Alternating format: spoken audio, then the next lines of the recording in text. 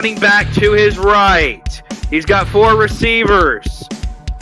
Milroe looking, throwing deep. He's got Ryan Williams caught. He's running down the sideline. Breaks a couple tackles. Running. Touchdown, Alabama. What a play. Touchdown, Alabama.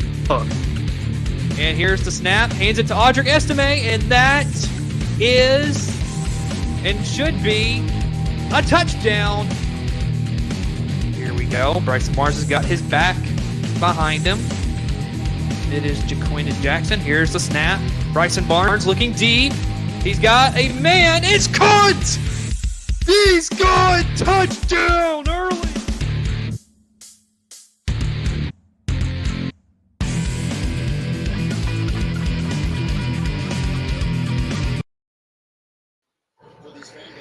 And good evening, everybody, and welcome. It is college football season, and we are so glad that you can be here with us. Tonight, it is Jacksonville State and UCF, a game that pits Scott Frost in his first game back at UCF since 2017. Of course, that was the undefeated season for the UCF Black Knights. And, of course, Charles Kelly, who has never been a head coach, gets his first chance here tonight with Jacksonville State. So we are excited to see what happens here in this ball game. As here is your scoreboard. And I'm excited. Great football game coming here tonight. Some information to keep up with here tonight. UCF, their starting quarterback will be Cam Fancher.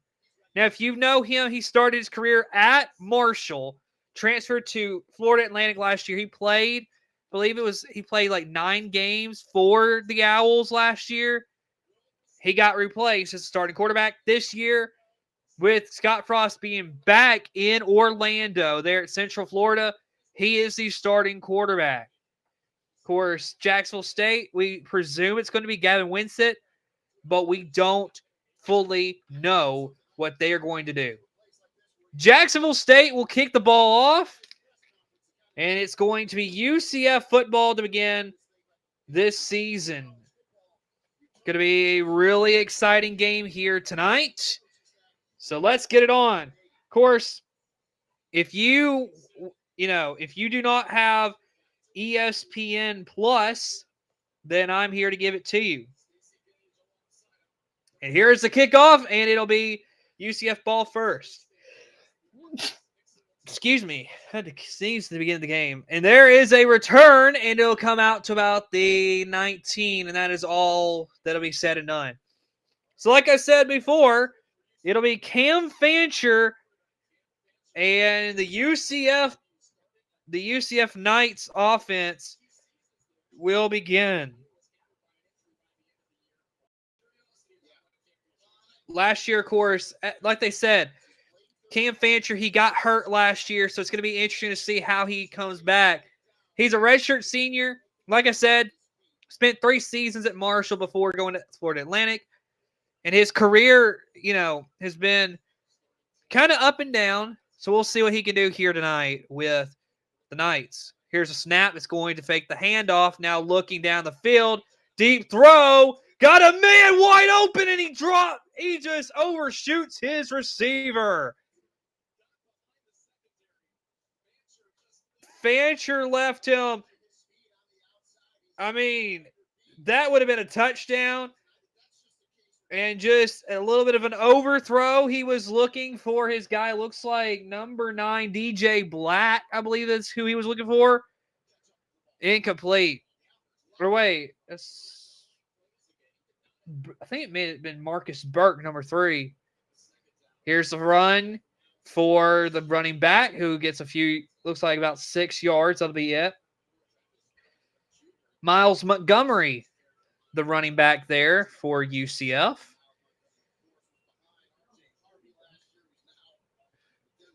So, Miles Montgomery last year, he had on his career, 131 carries, 841 yards.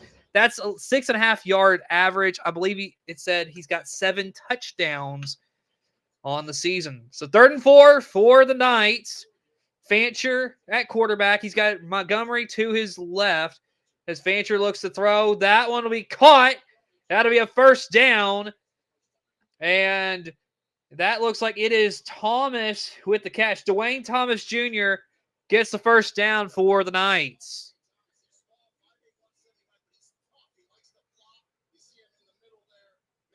This guy is a smaller receiver. He can really make some plays.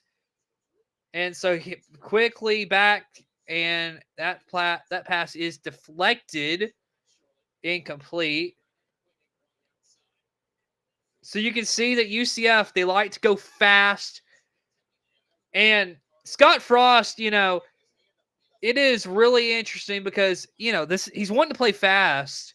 And I really like the fast pace that they like to play with. We'll just have to see how that fares here tonight. Under center, Fancher hands it off to Montgomery, who's running back, who will pick up about 6 yards right there. Be third down for the Knights.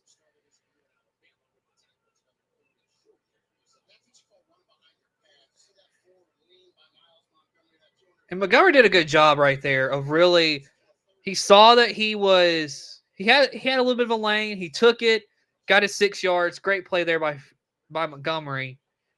So here we go. Fancher all on the backfield. He's got a couple receivers. He's going to take a short pass to his tight end. That is Burke with the catch. Short little pass right there for Fancher. First down for the Knights. Nice methodical drive. I like what UCF's doing. Here's another carry for Montgomery. He'll pick up a few yards on that play, as that'll keep the clock moving. Second down for UCF. 12.5 to go. 2nd and 7. Fakes the handoff. Fancher looking to throw. That one is way over the head of his receiver. It'll be third down for UCF. 3rd and 7.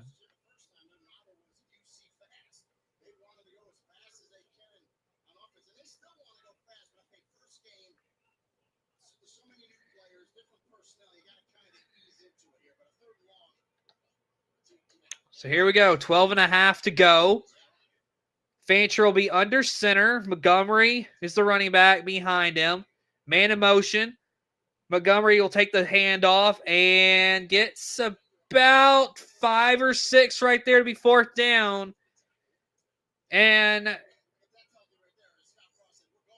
it looks like Scott Frost is going to be aggressive and go for this. Of course, Scott Frost, like I said, it was 8 years ago. He led the Knights to that incredible undefeated season. He took the Nebraska job, didn't go as he planned. And so he's been in the NFL coaching. Here we go. Montgomery with the carry. First down as he reached the ball across the line to gain. And UCF's drive will continue.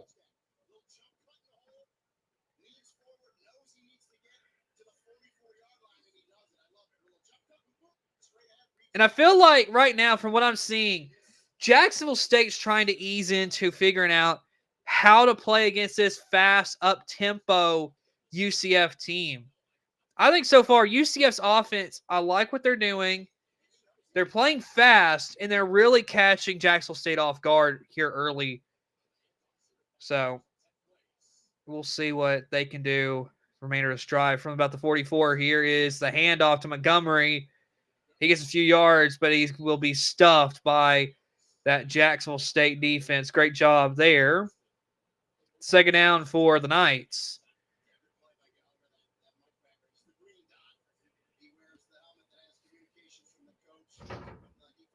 And I think right there, Thaxton Gallagher, I believe, is who they said who made the play. Yes, Thaxton Gallagher. Here we go. Rolls around looking. Fancher going to get it. Incomplete. Just over the head of Wade. And Fancher, he really, he is getting out of the pocket, looking to make some plays, but maybe it's some of the decision making that isn't great yet. It'll get better, but it looked like he was indecisive. He saw that he had a receiver and just overshot him.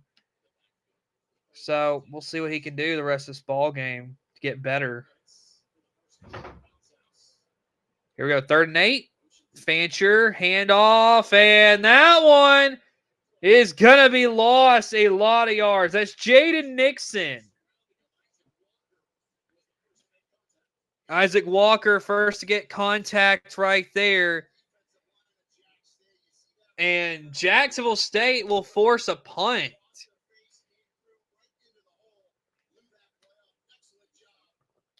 Fourth and 15. Now, that's a good way to, Jacksonville State's defense didn't start out too hot, but I really like the way that they recovered right there. So here we go. Here is the punt. And that'll be sent back as that one will go out of bounds. So Jacksonville State's offense will come out. And it looks like they're going to go to a commercial break. And so let's join them on a commercial break. And we'll see you on the other side.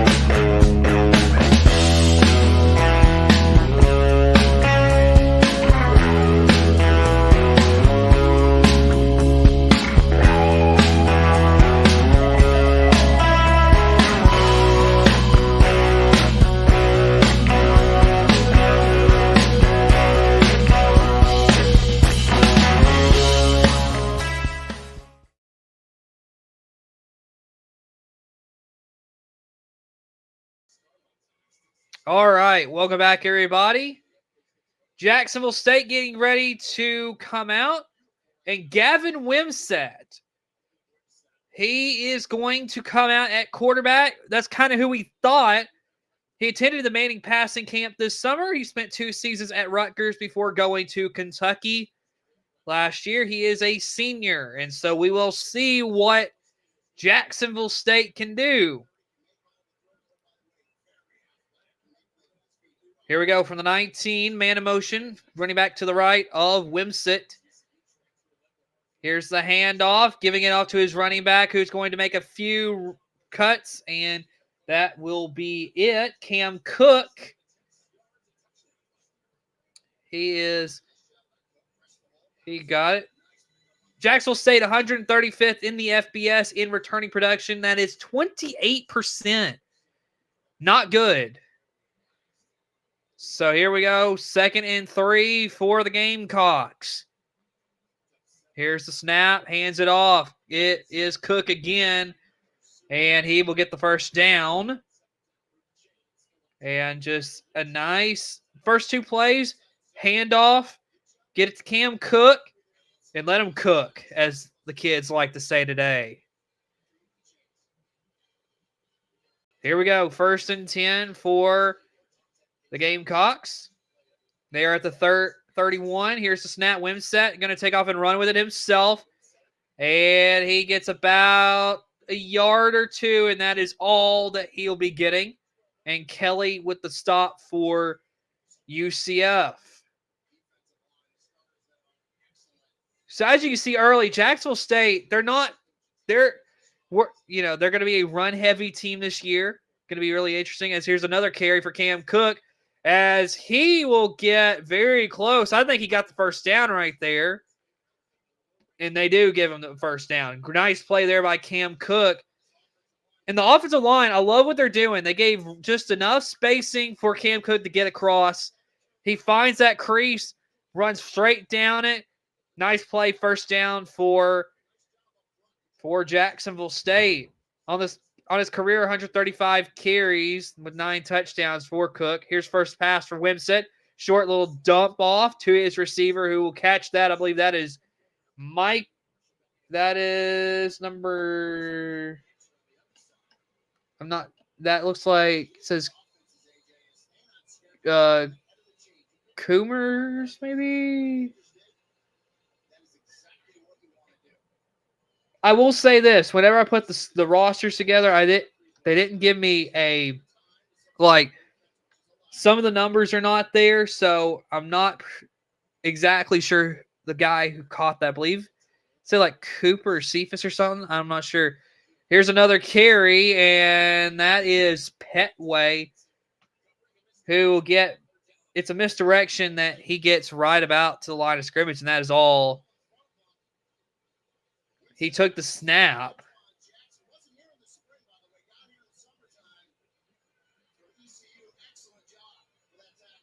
So here we go. From the 45, it's 3rd and 5 for the Gamecocks. Wimsett giving some directions to his offensive line. The running back to his left sends a man to motion. Here is Wimsett looking to throw. Got a man, incomplete, but a flag on the play. So that is the first flag of the night. So let's see what this flag is going to be.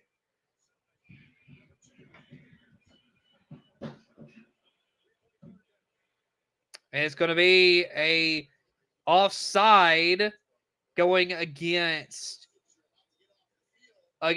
looks like Phillip Dunham.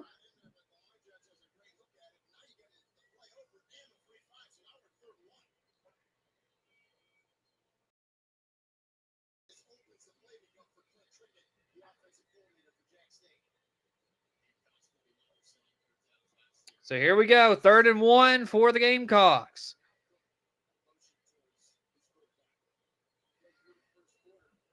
Here's the snap, handing it off, and that is going to be very close. And so we will see what they're going. Okay, they're going to call 4th down right there. And Jacksonville State's going to be aggressive here and go for this. Quick moving first quarter. We are under 6 minutes, as that's Cam Cook who ran it a second ago. Here's another run for Wimsett, and he gets the first down.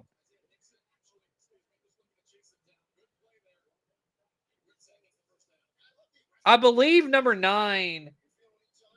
I believe Petway is 9. If I'm right.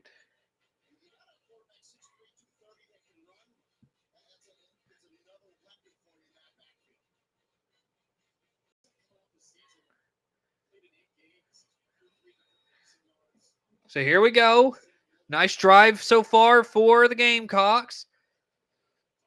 Little toss play out to Cam Cook as he'll just get back to about the line of scrimmage. That is all she had wrote on that one. So I'm going to confirm with this. I think my book right here may be able to give me some information as far as what I'm missing. So we're going to try to get this figured out for you. Okay. So we'll figure this out here in a minute. But either way, here we go. Wimsett looking to throw, going to get his man. Franklin Barrett with the catch for Jacksonville State. It'll be third down.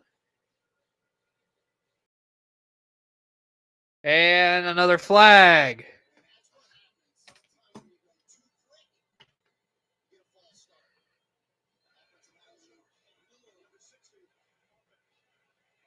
False start on Jacksonville State. And it's the left tackle. I believe that's Cameron Griffin.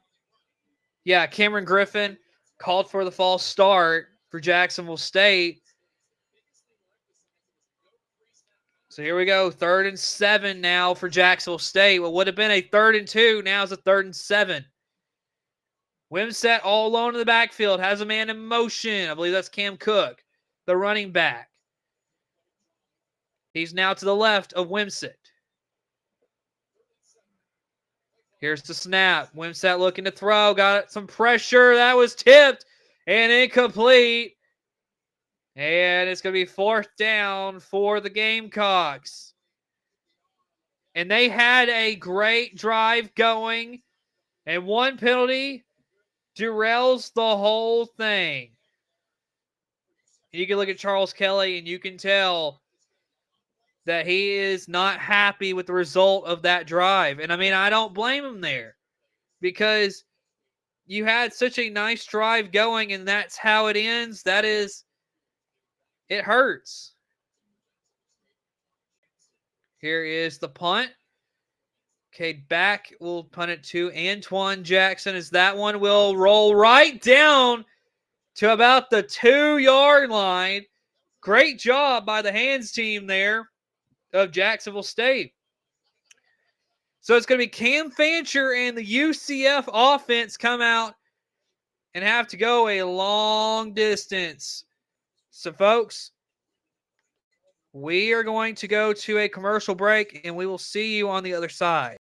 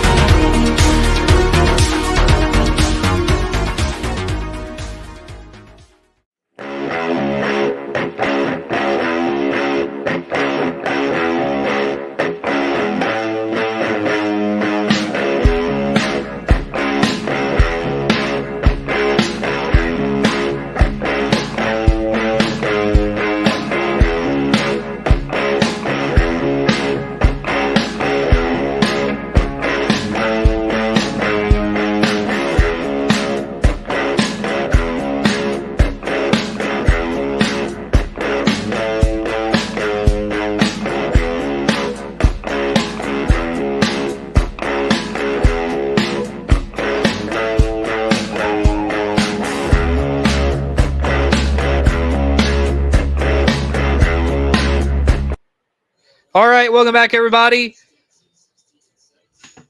And so it's notable coaches to be rehired at former schools. John Robinson at USC, Bill Snyder at Kansas State, Mac Brown at North Carolina, Bill Walsh at Stanford, Johnny Majors at Pitt. And now Scott Frost, he joins that group. And so we'll see what he can do. Also, we figured out the guy who caught the pass from Gavin Wimsett, I believe it was Wyatt Sonderman, according to Jacksonville State's website. So that helps you out, helps you clarify some things. So opening drives, Jacksonville State 11 plays, 37 yards, punt. 13 plays for UCF and a punt for them. They had about 31 yards they got. Here's the handoff for Fancher, and that is, I believe, Montgomery. Miles Montgomery again. Yes, he had the carry. Gets a few yards, and we'll see what they can do on second down. Of course, as I said, UCF likes to go quick, so now they are running up to the line to hurry up and get their play called. 2nd and 5 for the Knights.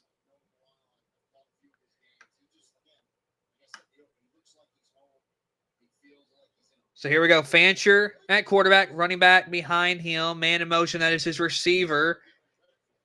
And here is the handoff. It's going to be Montgomery again. First down and more, breaking some tackles. And he gets about the 20. Nice play there by Montgomery. Of course, last year, Gus Malzahn was the head coach at UCF. Rich Rodriguez, head coach at Jacksonville State. So this year, both teams have new head coaches. So it's interesting getting to see the way these teams are going to play here early. So here we go. Here is the quarterback, Fancher. Fakes the handoff, and he will get about 1 or 2 yards right there. Not much else. Be 2nd down for the UCF Knights. Clock continues to roll. 2:15 to go in the first quarter. There we go. 2nd and 8 for UCF.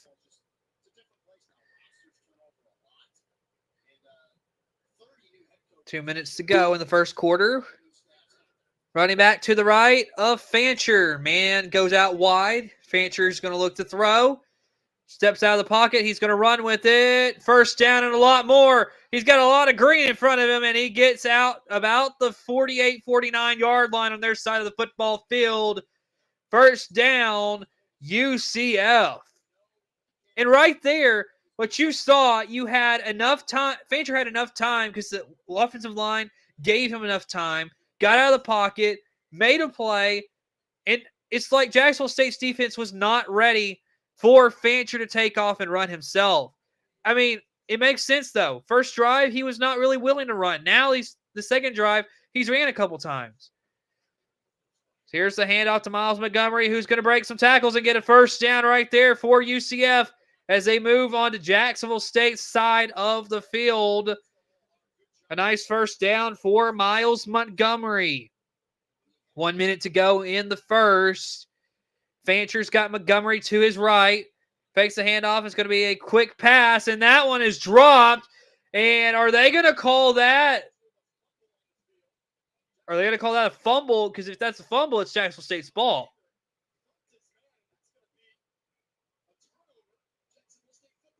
And they are.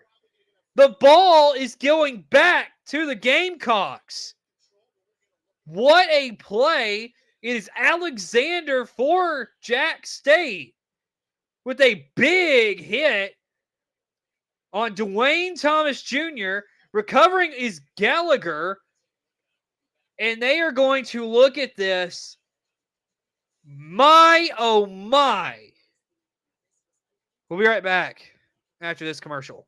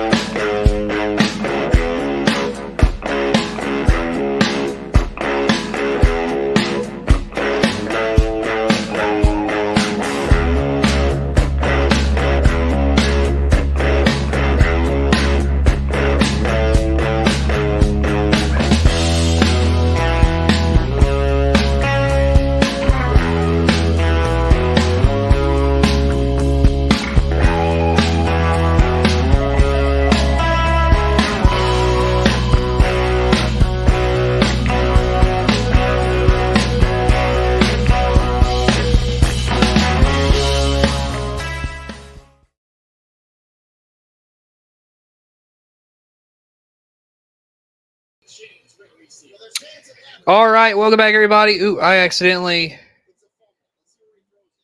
There we go. There was no touchdown. That was just an accident on my part for the graphic. Either way, as they are still reviewing this.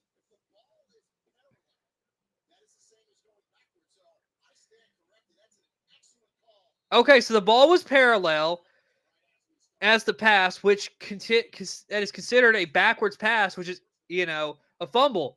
Wimsett, he kept the ball, and he goes nowhere right there. Be second down for the Gamecocks.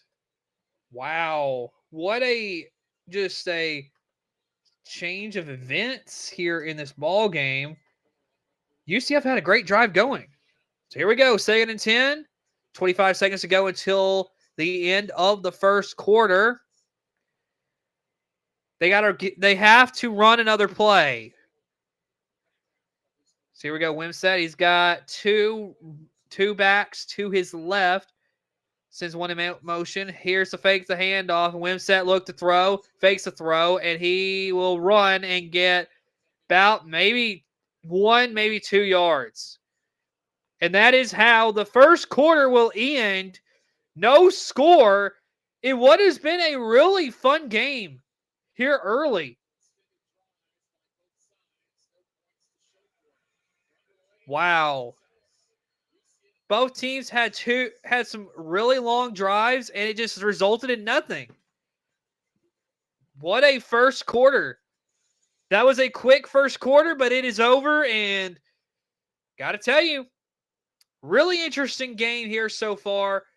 What is my thoughts? I think both teams are playing bend, don't break defense here early. Basically, what I mean to say there is that both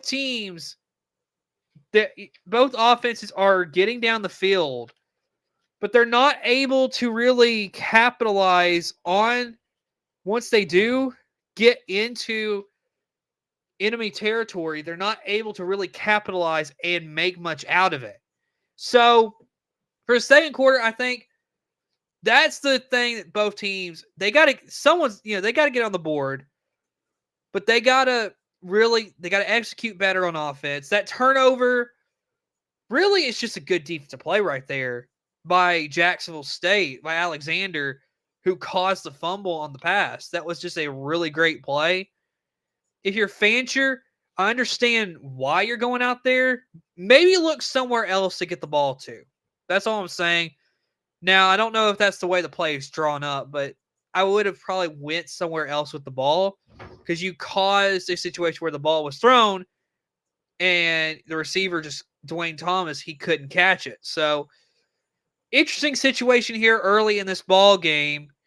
And so, we'll see what happens. Let's take a short 30-second break, and we'll come back to the action.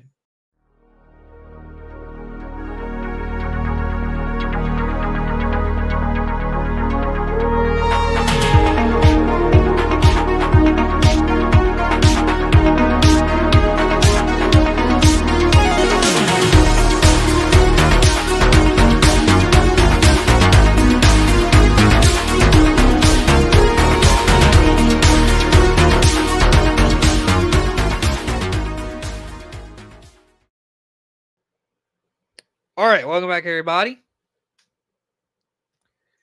course, we are still at a commercial break as we are moving to the second quarter of this ball game. No score, which I probably should have updated that already on my scoreboard.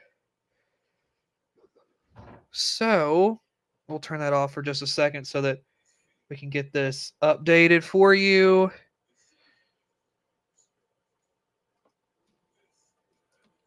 There we go. I don't know why it's... There we go. There we go. All right. There we go. Now we're accurate. Second quarter. So, here we go. Start of the second quarter. That was...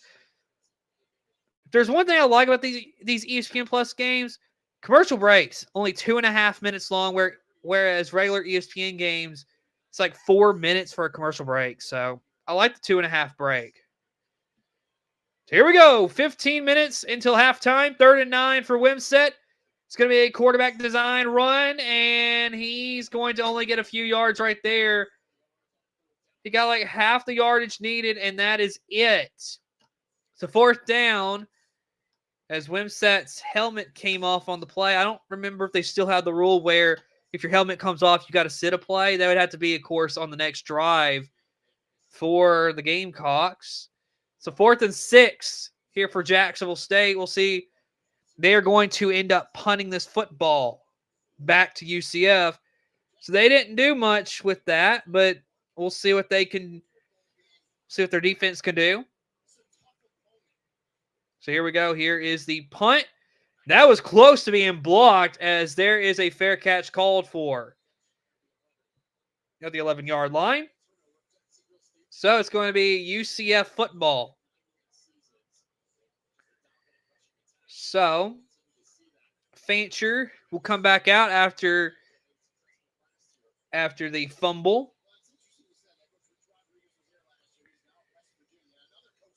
And so so Fancher, I know I didn't fully dive into him, but last year, 9 games played for Florida Atlantic. That was all starts before he got hurt. He was 2-7 as a starter, 59.4% throwing the ball for 1,528 yards, 6 touchdowns, 6 interceptions last year at Florida Atlantic. So, of course, a lot to be built on this season, but he's got a really good coach in Scott Frost. As here's the handoff to Montgomery and just getting back to about the line of scrimmage, and that's all. Bideo, I believe that's who takes down Montgomery right there.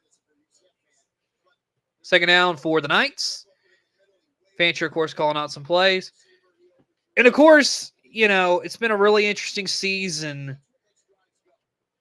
We're hoping for a really fun season this year. Of course, we'll announce some other stuff as far as the other games we'll be doing a little bit later in the broadcast. Fancher all along the backfield, looking to throw. Going to throw it out to his receiver, who is just going to get out of bounds. Nowhere to go.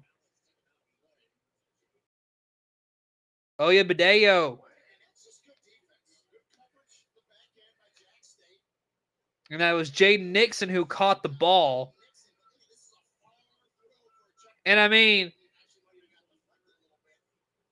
I really like what Jacksonville State's doing here. They brought a lot of pressure there on Fancher, made him have to go to his check down, which was a long check down out to the right side of his field. So here we go. Fancher looking to throw, dropping back. He's in the end zone right now. He's going to take off and run. He's got a space. He's got the 1st down, and he gets out of bounds. A nice pickup right there on 3rd and 14 for Cam Fancher. And I mean, another thing I forgot to mention last year, he had 99 carries for 365 yards and 3 touchdowns. So he is a very mobile quarterback. He can really get out and hurt you when it matters most. And so far tonight, 33 rush yards for Jacksonville State, 92 for UCF. Here's Fancher handing it off to Montgomery. Or that's actually Jaden Nixon, I'm sorry. So he will get about a yard, and that is it. Prater with the stop.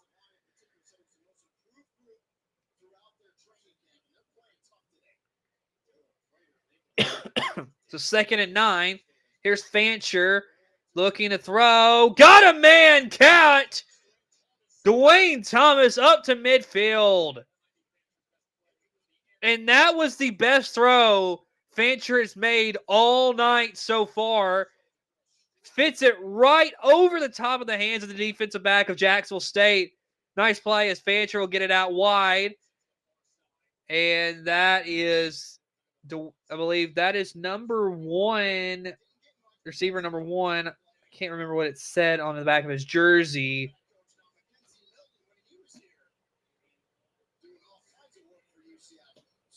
Just a beautiful play just a minute ago, like on that play I was talking about. how he was able to roll out of the pocket and make a beautiful throw, Fancher did.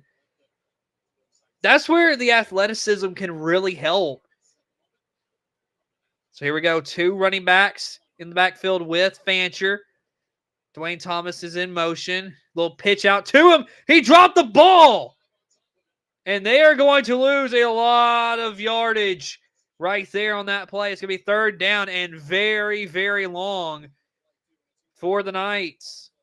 And you can't do that. If you're Dwayne Thomas, you got to catch that ball. Fancher, he threw it right to him, and now we got a flag on the field as we'll wait and see what this flag is all about. Referees talking about it. We'll see what they come up with. Still talking.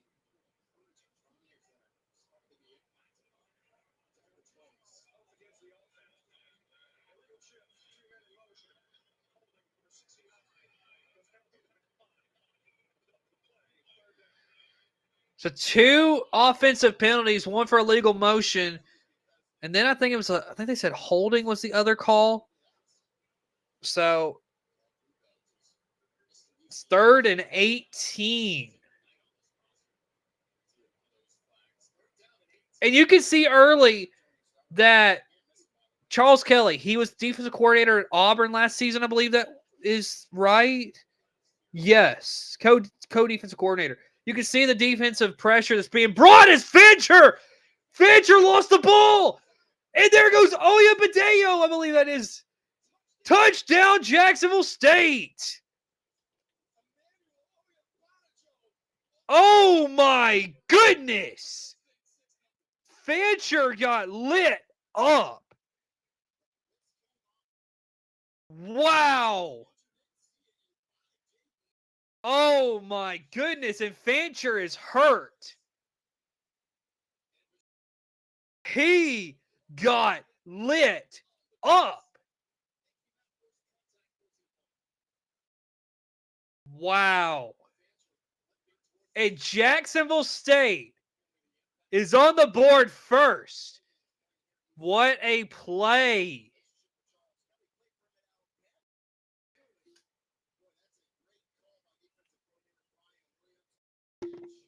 My goodness.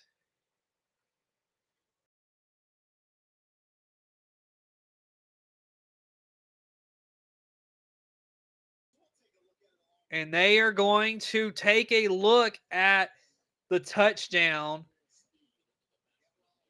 My goodness, though. Boom.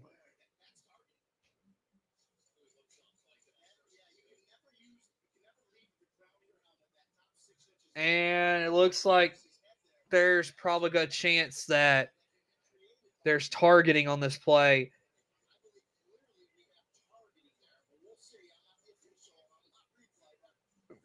That's what the announcer's saying is, I believe. It says it's 3, so I'm not sure. I'm not sure which guy that's going to be.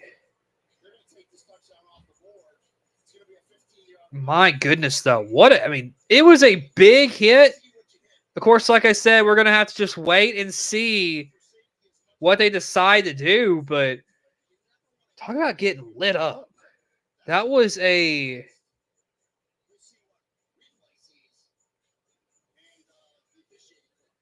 My goodness.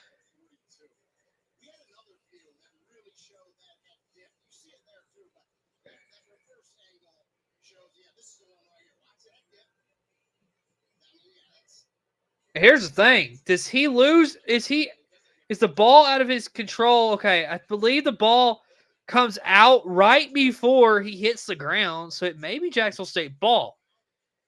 But, of course, we'll have to wait and see what they decide on the penalty. That was a hard hit, though. I mean, a hard hit. The defensive player led with the crown of his helmet. So let's see.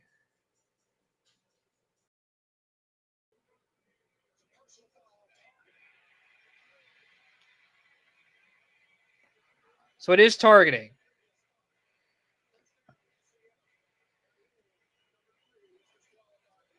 Okay. So, no touchdown for Jacksonville State is targeting, and UCF will retain possession of the ball.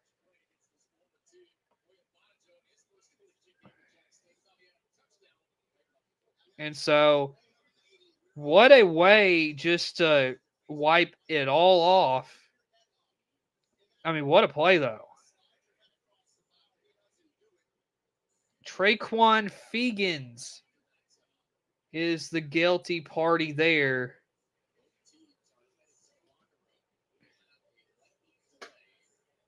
And now it is a lightning delay going on.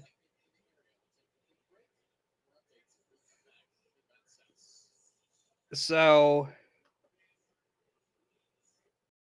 of course, national broadcast is going to a break.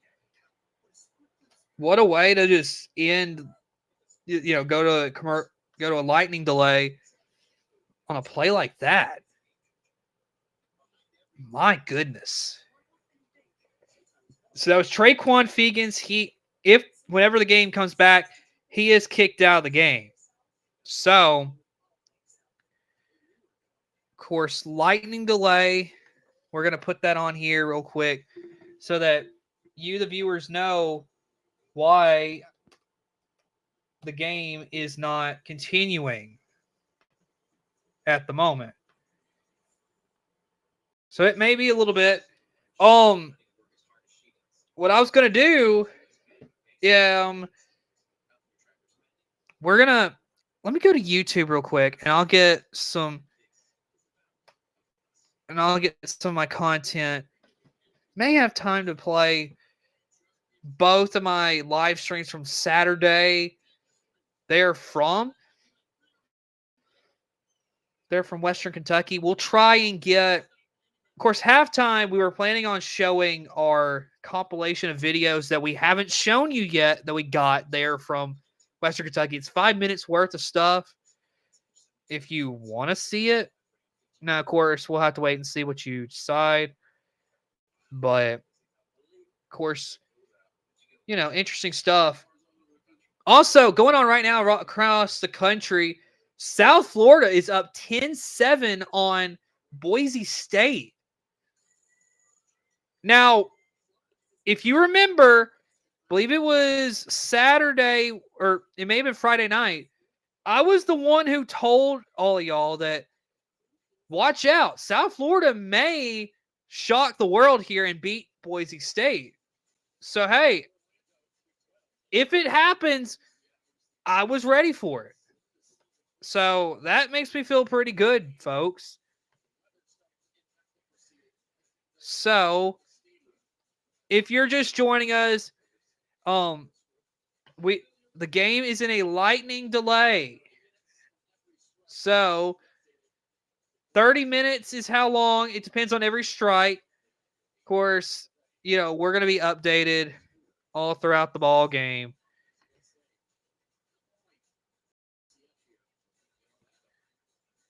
What a start, though. No score in a game that has been just ultra competitive, and it's been something else. Okay. So, let's go to our halftime show from Saturday. As it will load. I'm going to pause it real quick because I got to get it past the intro.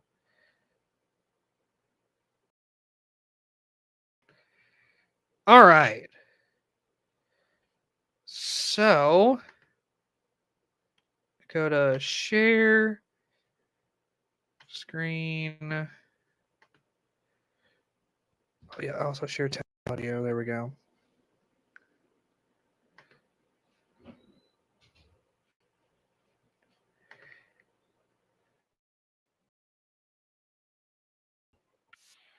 Here at halftime, and it is a really interesting ball game. 20-10, Western Kentucky with the lead right now.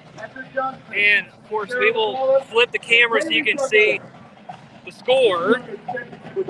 Oh, there we go.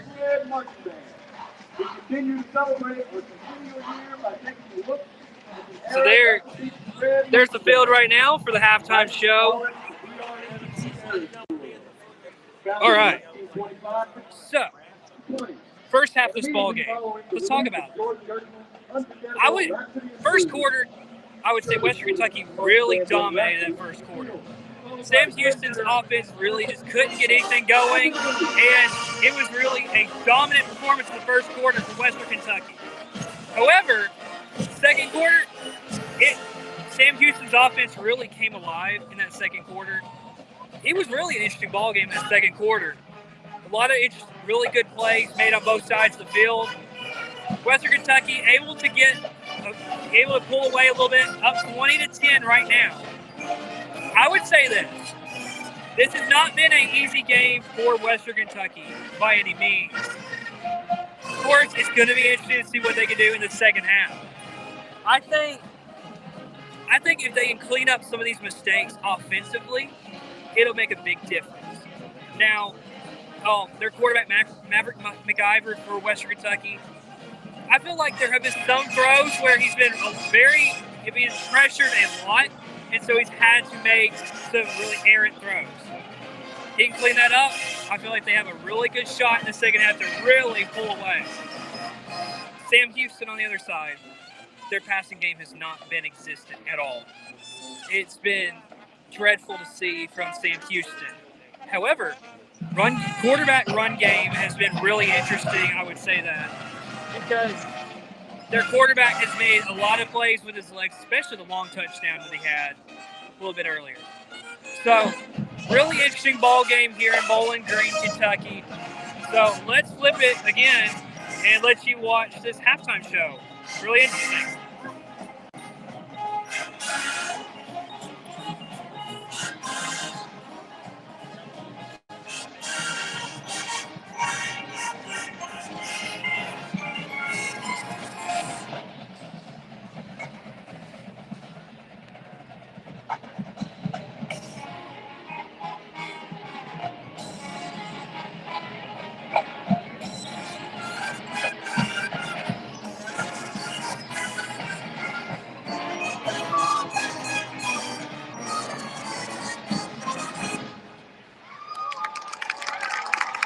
Make way for the team. There's absolutely no way to see our early rock and roll era without a tribute to Elvis Aaron. Little boys and reading this have been responsible for countless wounds for generations. Hold on to your seats and sing along to these favorite Elvis hits as the BRE teams pay tribute to the king of rock and roll.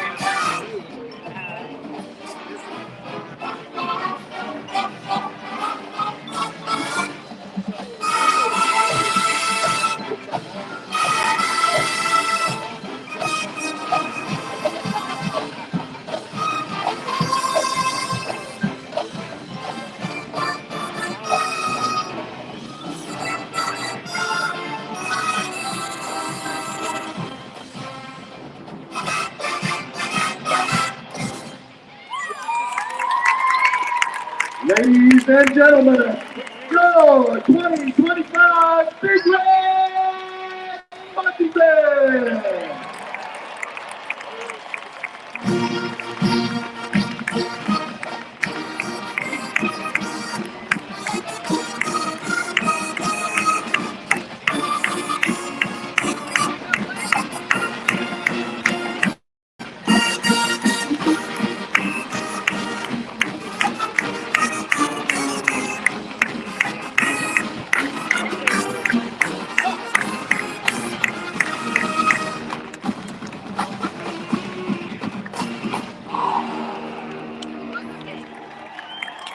It's still more to hear this evening from the Big Red Marching Band.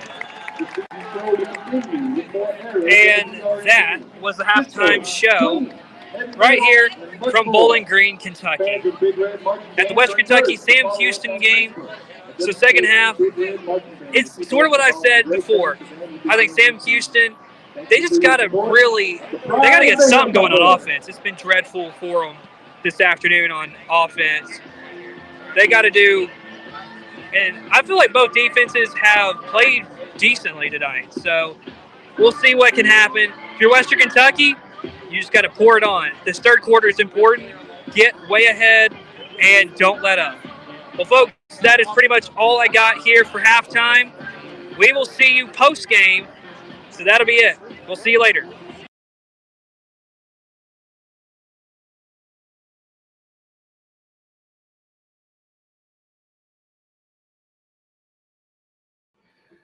All right, welcome back, everybody, to the studio. Cooper Naylor here with you after taking a break to let you watch that halftime show. Of course, we are still in a lightning delay. Probably still got about 20 minutes. So that game, I'll say this about it. Sam Houston, I think, showed some good things in that game. However, you could tell it was Phil Longo's first game as the head coach. New head coach, new system, and everything that comes with it. So I think that I like the way they played, even though their end result was not what the fans of Sam Houston wanted. I think that they did a pretty good job. I liked it for the most part. Western Kentucky, I mean, like I said, there's a lot of things you can see from there that you can improve on. And both teams really, I mean, like I said, I think both teams have a lot they can improve on. But we'll see what happens. It was just the first game, and Western Kentucky got the win. All right, updating you on what is going on around the country.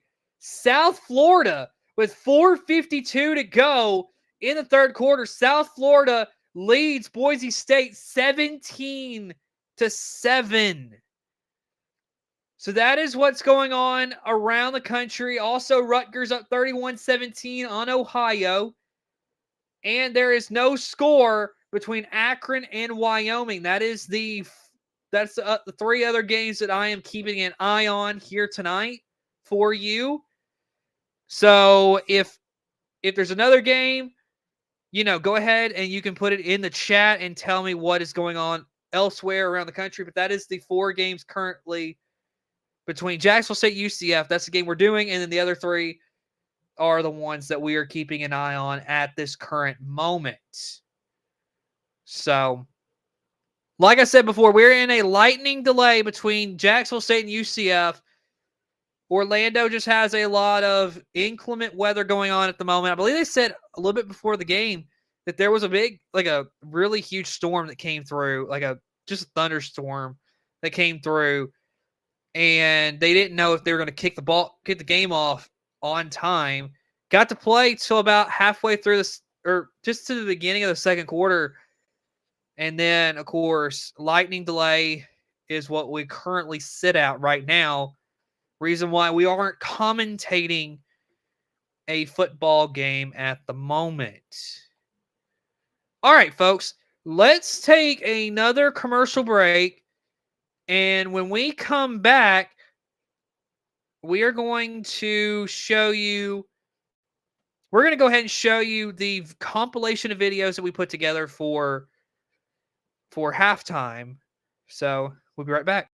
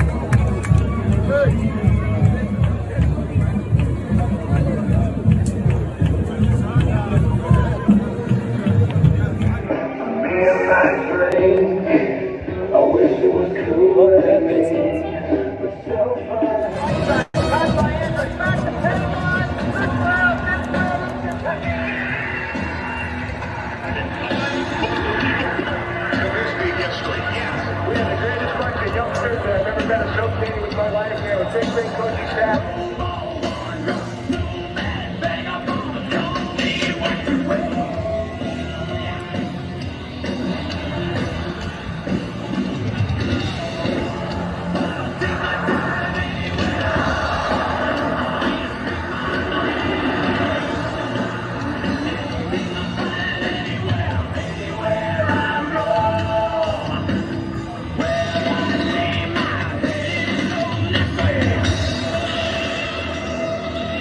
Ladies and gentlemen, get on your feet and welcome your Western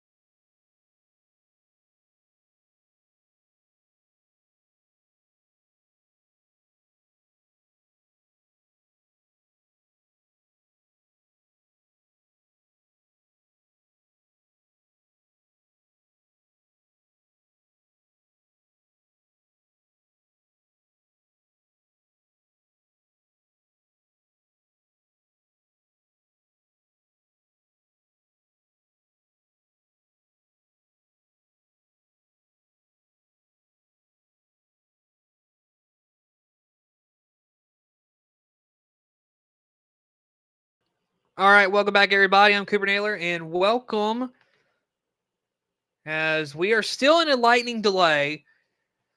Update you on what is going on around the country. South Florida just putting in a touchdown. Byram Brown. Incredible game, 12 of 19, 178. He's got 13 carries, 40 yards, and 2 touchdowns for himself here tonight. South Florida leads. That was a 3-play, 77-yard drive, a minute and 3 seconds. Boise State down 16, folks. Make that 17 points. Boise State, a team that was in the college football playoff last year. I know it's just the first game of the year, but my goodness. Not a good way to start the year if you're Boise State, as fourth quarter is almost upon us, as it was just a deep shot, like a deep pass to Byron Brown, got to his receiver, and then Byron Brown walks it in for the touchdown. South Florida. My goodness. Another game. Wyoming leads 3-0 with 2 minutes to go until halftime over Akron. And then Rutgers, they are in a fight. They are up only 7 points on Ohio with just under 10 minutes to go in the third quarter. So some crazy stuff going on right now around the country. As like I said, we are still waiting on Jacksonville State and UCF to come back from a weather delay. What we're going to try to do is get you one more video to pass some time, as I'm going to go back and look at my content that I've got. Plans are I'm going to try to get my little pregame video I got from the stadium. So that's the plan. So I'm going to try to get that pulled up real quick. Like I said, weather delay is what we're in right now for Jacksonville State and UCF. So just crazy.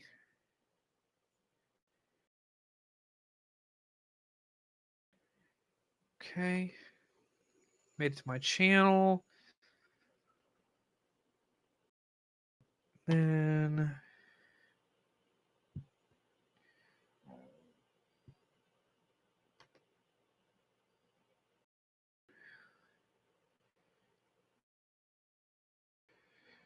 Okay.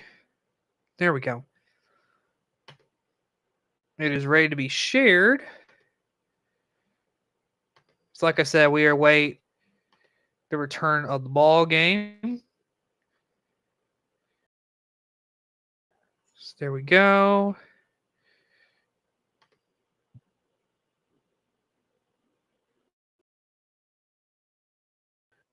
Back to his right. He's got 4 receivers. Milrow looking, throwing deep. He's got Ryan Williams caught.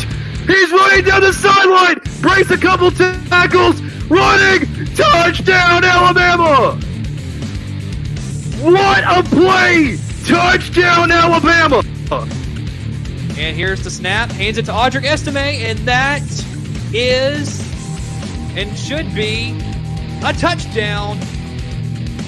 Here we go. Bryson Barnes has got his back behind him. It is Jaquindon Jackson. Here's the snap. Bryson Barnes looking deep. He's got a man. It's caught! He's got touchdown early.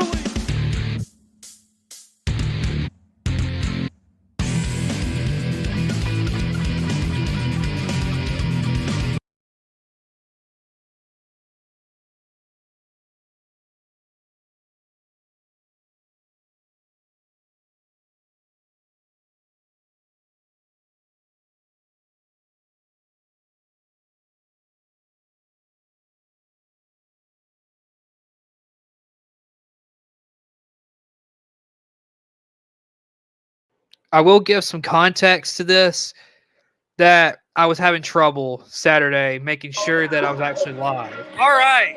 Here we are live from Western Kentucky and Sam Houston. It is a beautiful day for some college football, and I am so glad that you could join me right here. Folks, welcome to Bowling Green, Kentucky, as this is the first game of the season for both of these squads, and an interesting note to put for this game is that this is the first conference game on American soil. So let me turn the camera around and you can get a view of what is going on down the football field right now. So here is your view right here, right now, as you see the players getting ready to go at this moment. Of course, most of Sam Houston's players are out there. You used to have a couple of guys for Western Kentucky out there getting ready to go. So let's talk about this. This is going to be a really interesting football game. Of course, Western Kentucky, one of the favorites to be in the conference championship game in the Conference USA. Of course, they always have a really good football team. Going to be really excited to see what they do this season. Of course, Sam Houston, same thing. Of course, last year, I believe, was their first year in the FBS level. Of course, they were a powerhouse in the FCS, and now they play in the FBS. And last year, being their first year, I believe they made it to the New Orleans Bowl.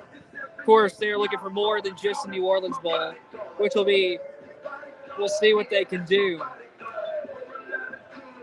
Of course, I'm just giving you a visual of what is going on down on the football field at this moment. So, to give you a little bit of a heads up of what we plan to do here tonight, I'm going to try to film some plays throughout this ball game as I plan to get a outro put together for our live stream, so that'll be what you see at the end of each and every live stream that we do. We are now right under an hour until kickoff. As you can, if I zoom in, I believe you may be able to see the clock. 59 and a half minutes until kickoff here in Bowling Green, Kentucky. As I'll turn it back to me real quick. Right here in the stands. So that's my view right here. So we're on one of the upper levels, but we're on one of the front rows, so we get a great view. Shouldn't have any obstruction as far as our view for the game here tonight. So that's going to be exciting. Of course, the game kicks off at 6 o'clock. So that's going to be really exciting. Earlier today in college football, you got to see a game from Dublin, Ireland, Iowa State and Kansas State. Of course, that game was a really fun one. We got to see most of the game. Well, about the first half is what we saw on our way up here to the game. We didn't get to see the second half. However, Iowa State pulls out the 24-21 win, which was from the beginning of the game, which, of course, I'll have to go back and watch second half highlights just to give you a full assessment of what I thought. But first half, it seemed like both defenses really came to play, but a lot of mistakes made offensively for both squads between Iowa State and Kansas State.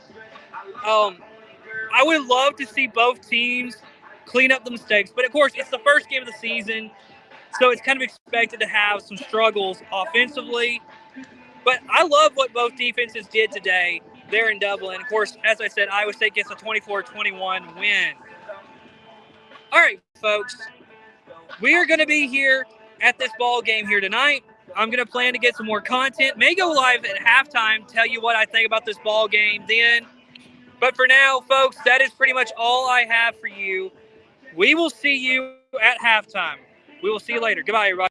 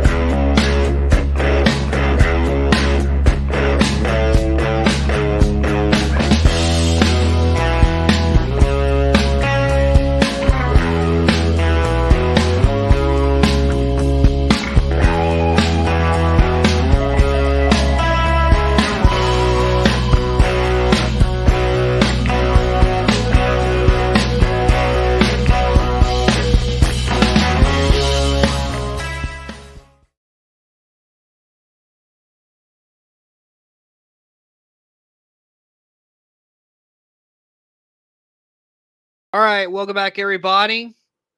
I'm Cooper Naylor. So glad that you can be here with us. If you missed it, we are still in a lightning delay. We are in the middle of the second quarter, and it was a really fun game up until that moment whenever we had to go to a weather delay in that ball game. So hopefully it's about over with. So,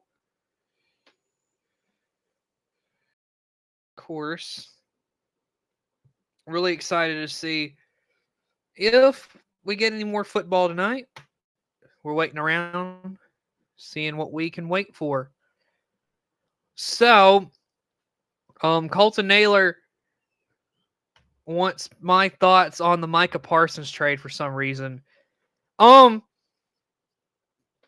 the biggest NFL trade this offseason, and it comes a week before the regular season starts in the NFL.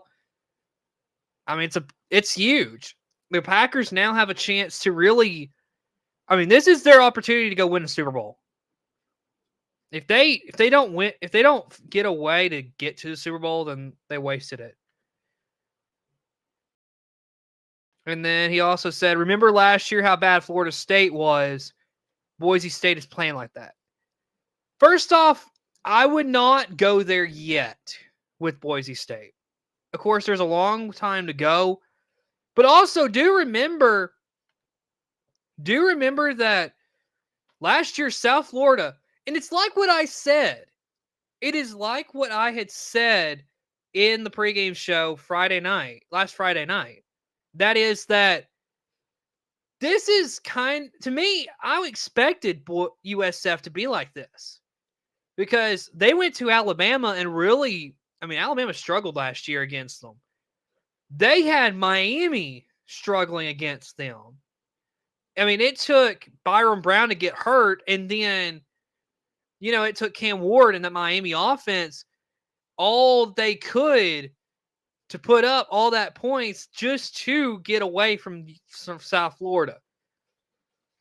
So I got to say this. If this result holds, I'm not shocked that South Florida beats Boise State. I think South Florida legitimately has a chance to be the group of 5 school to make it to the college football playoff. As right here, right now, oh my goodness. Big boy almost runs, and now he fumbled the ball, and it may be Boise State football right now. Wow. Let's see. Who are they going to get the ball to?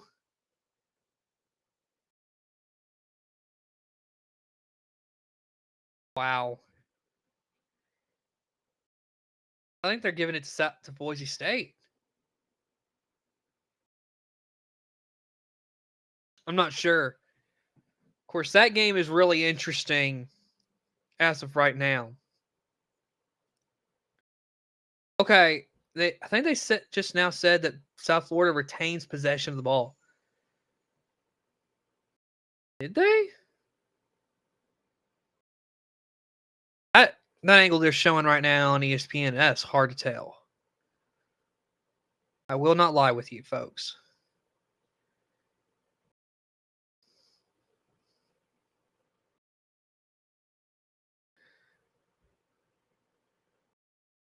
Another pass for Brown. If South Florida wins this game, that's incredible.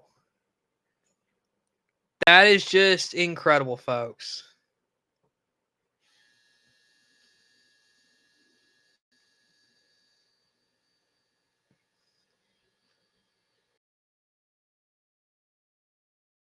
They're close. They're really close to scoring. And like I said, our game, Jacksonville State and UCF, is in a weather delay. As South Florida's going in again. My goodness. It is 30-7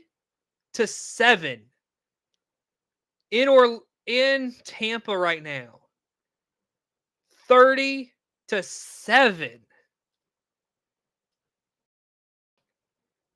Just ridiculous to think about. There is a flag.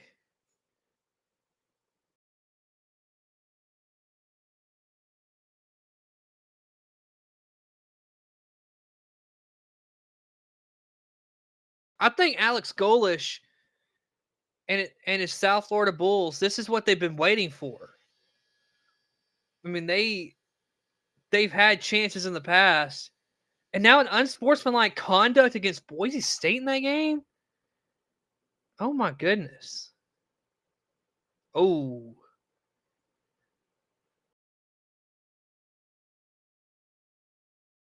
Just a lack of composure from Boise State. This is their largest deficit since 2023 against Washington.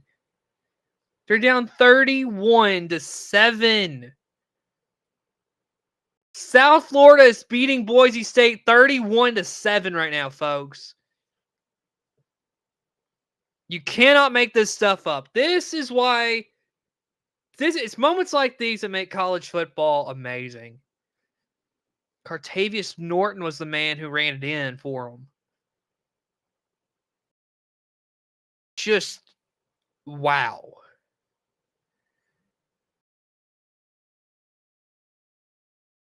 Just wow.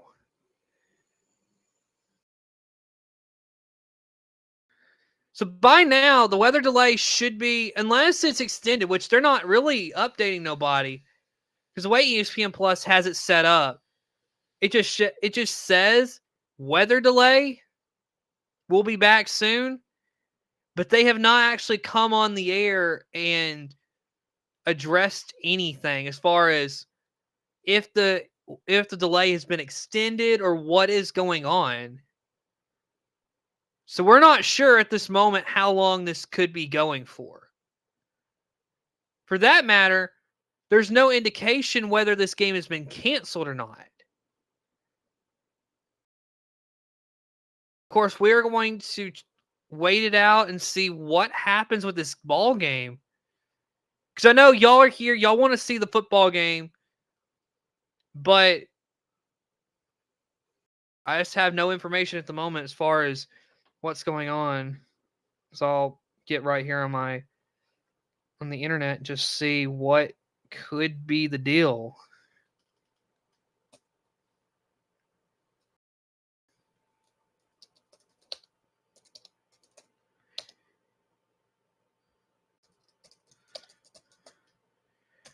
All right, I'm looking this up.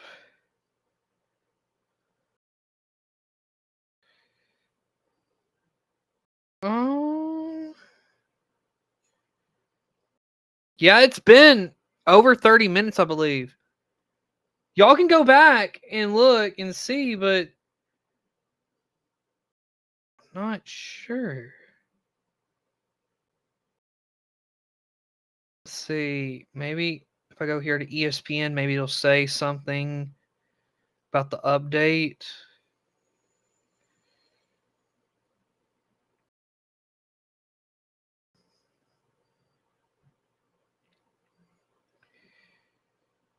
Okay.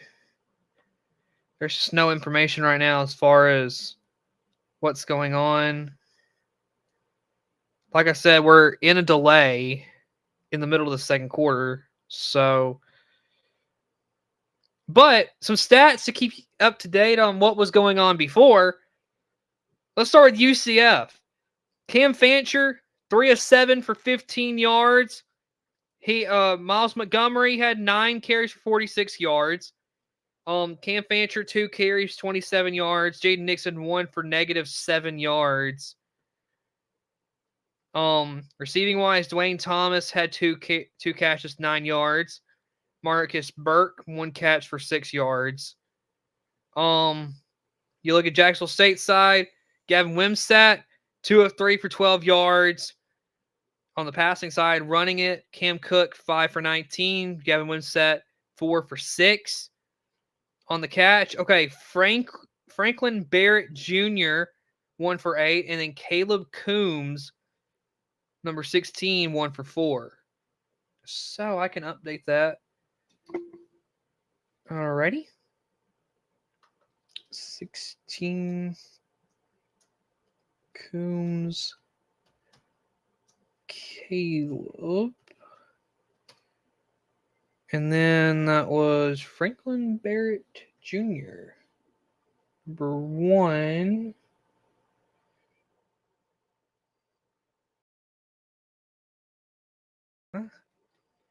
That's interesting how they did that.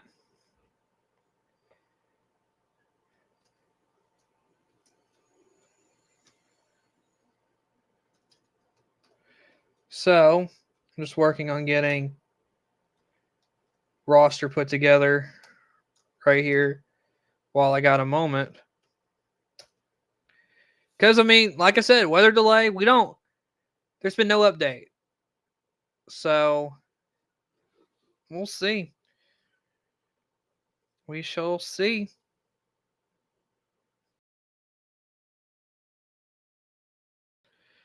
So, let me go here again and just see if I can find anything.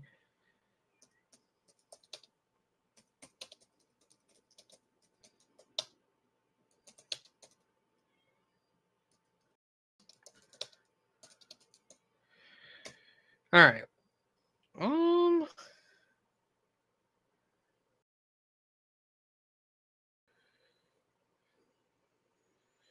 Okay, so 41 minutes ago is when they announced the delay. So it's going on longer than it's been longer than 30 minutes. So clearly it's going on a lot. Okay. And I know this is a Reddit thread I'm looking at right now. Someone says that I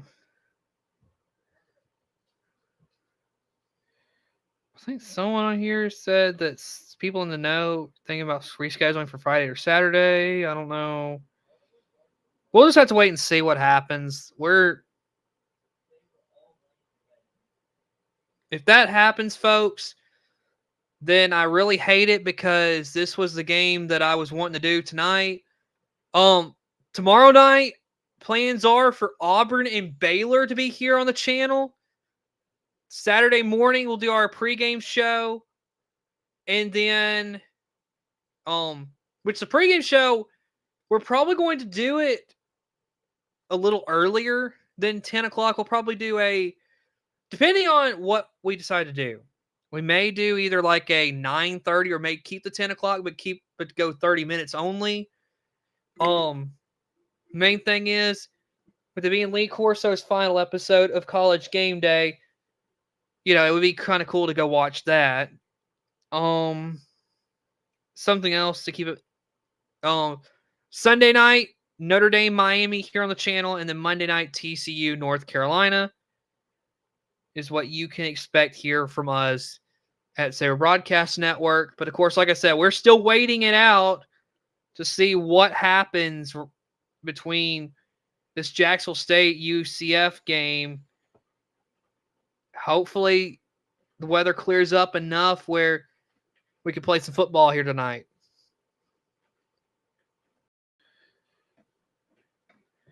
Yeah, one of my comments saying Rutgers, Ohio getting really good. Just started the fourth quarter a minute ago, 31-31. Really interesting game. And right now, okay, Boise State, 3rd and 10 against South Florida. So a lot of interesting stuff going on around the country. Kaliak Manis, quarterback for Rutgers, pitches it to his receiver, and he's got the first down. Could you imagine if Ohio was to end up winning this game against Rutgers? That'd be crazy.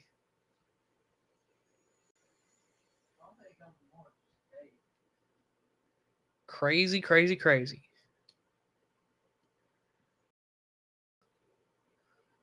Madsen rolling, and he gets a few yards on that quarterback scramble. 4th down, Boise State. Who knows? They may actually get some points here if you're Boise State. You need it. Desperately need it. They were up, I believe they were up 7-0, and so it's been 31 unanswered by South Florida here tonight. 4th down. They're going to go for it. Looks like the 5th time tonight that Boise State's gone for it on 4th.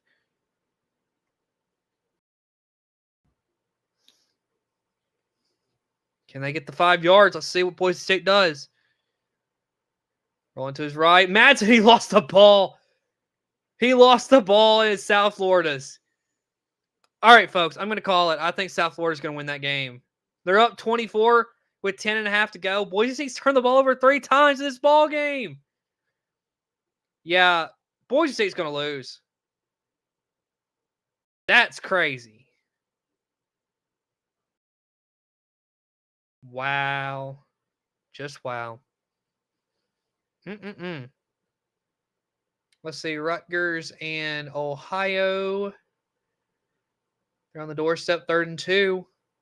Can Rutgers score? Got to get to about the half-yard line to get a first down. Now there's a flag out on the field. False start on the offense of Rutgers. That's not good. I think it said Fletcher.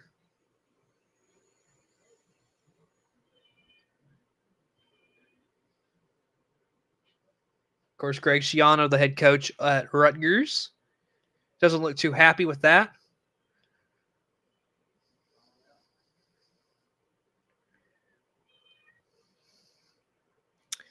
So we remain in a weather delay in Orlando. Kaliakmanis looking for the end zone. Oh, he missed his man. He had him. He had him.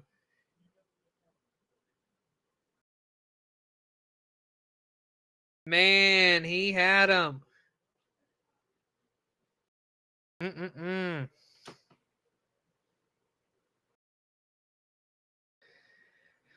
Looks like Rutgers is going to just have to settle for a field goal unless they decide to go for it.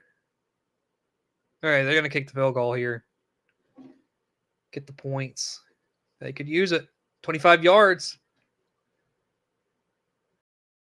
Right down the middle. Rutgers up 34-31.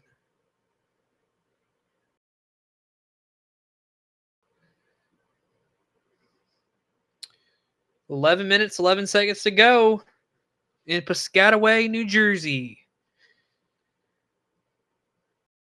Of course, like I said, like I keep saying, still in the weather delay.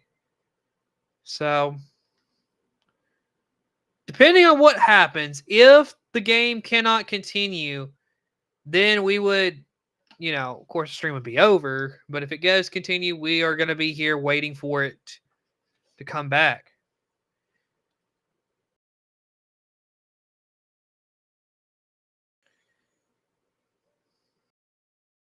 Either way, let's see. Let me text someone, see if they want to hop on real quick.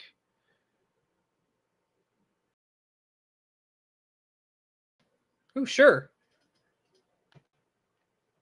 Go ahead. I'll go ahead and put your comment right here up on the screen. Hello and welcome to the Blackout Engineer. Thanks for tuning in. And of course, a shout out to your kids, Mason, Cam, and Owen. You want to know something?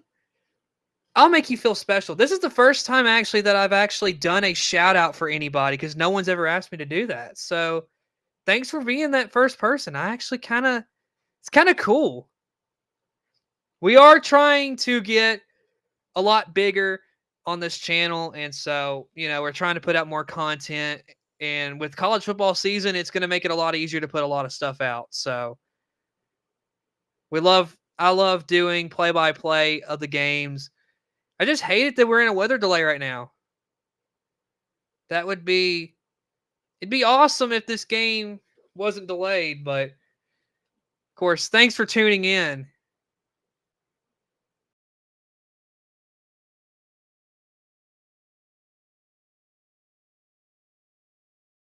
Thank you. Thank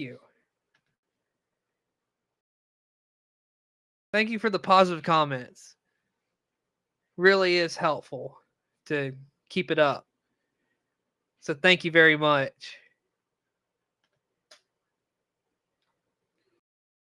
Well, I wonder, let me see.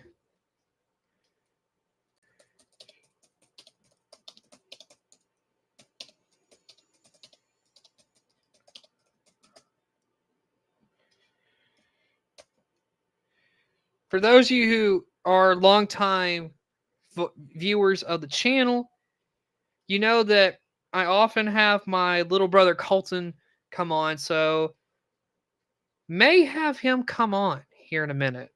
We'll see what he says to it.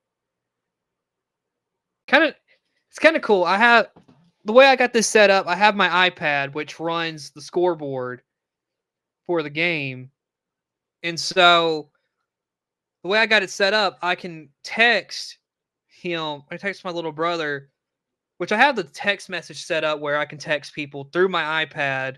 I can make calls from my iPad and whatnot. So it's pretty cool. So we'll wait and see if I get any response on that. Let's see. Let me look up and see if we got any additional information coming from this game.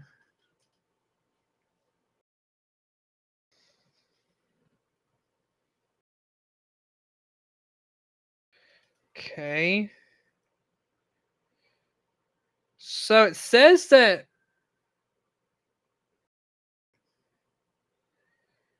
7:45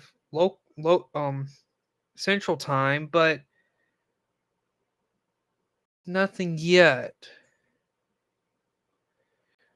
Yeah, I agree, Chris. Hopefully it will be better tomorrow for Baylor and Auburn.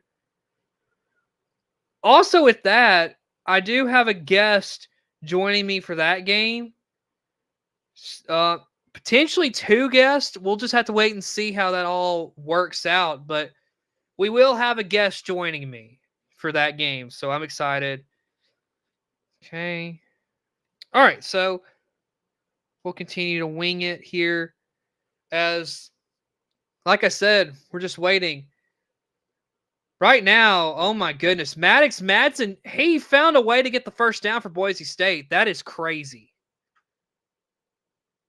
So right now, if you're just wondering what I'm doing, since we're in a lightning delay for Jacksonville State and UCF, the way my studio is set up, I've got 4 TVs in here. So I got my main game, which is the one I'm doing for you tonight on the biggest screen. And I got 3 others TVs. And so I'm able to watch multiple games. So right now I'm keeping up with Boise State and South Florida. As Maddox Madsen takes off and runs and slides, he gets about their 35. 35 of South Florida. They may actually score. I'm thinking it's too late, though, for Boise State. I don't know what you think, folks. It's 31-7 with 7:50 to go in the fourth quarter. It's way too late, in my opinion. Also, a game to keep your eye on right now. Rutgers is only up 3 points with 8:40 to go in the fourth quarter. Ohio's got the ball, and they are down 34-31. So that game is really interesting. And then a really interesting game, Wyoming and Akron is 3-0 at halftime. So that just gives you an update on what's going on around the country at this moment. Yeah, I agree, Colton. They could come back, but I don't think it's going to happen. As there's an incomplete pass right through the hands of Ford for Boise State. It's 3rd and 6 for the Broncos.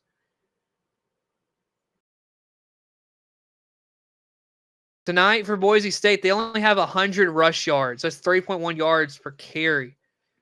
Clearly not the same production as what you got from Ashton Genty last year. Clearly.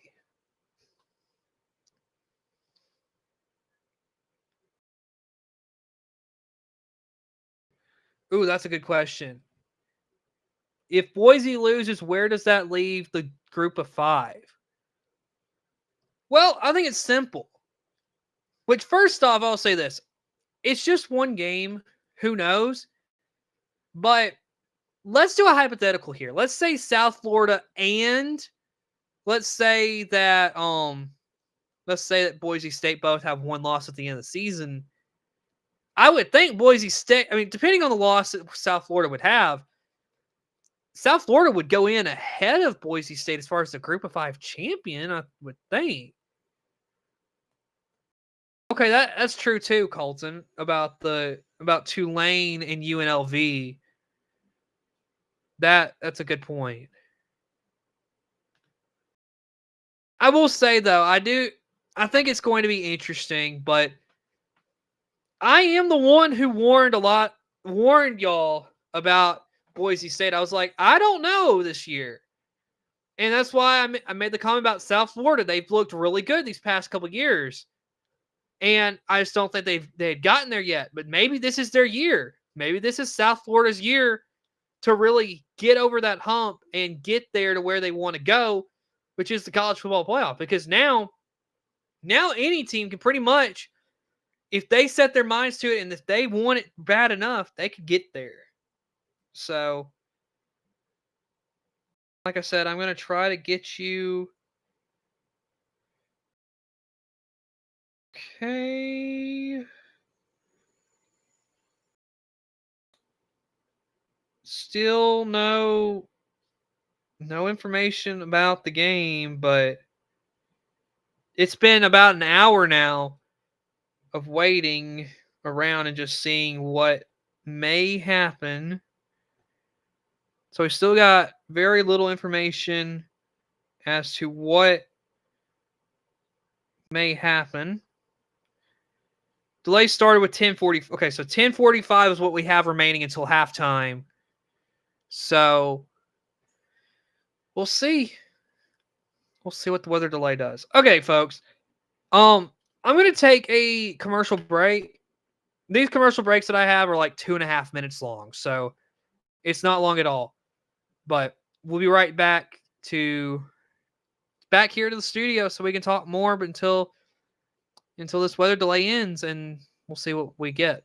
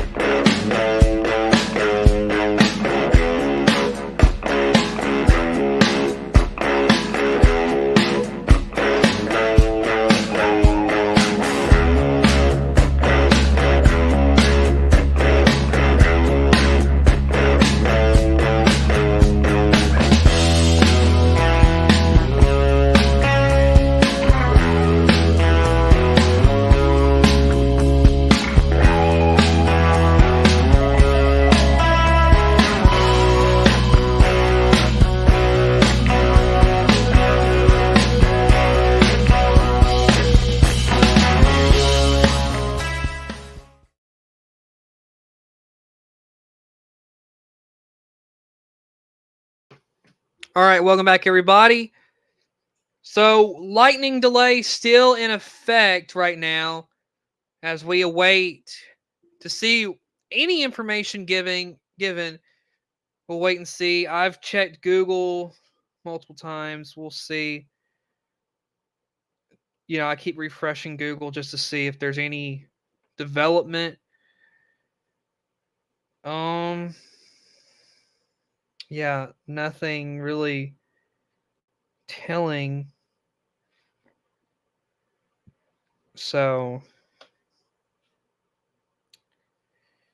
Maybe this will explain the Dayton Beach News Journal article right here.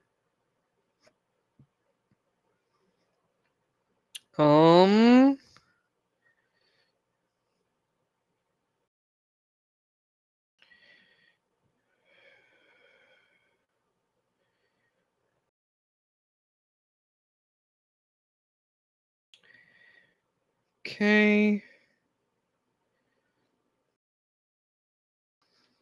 According to this, looks like 8 minutes ago, they said it's still going to be another 30 minutes.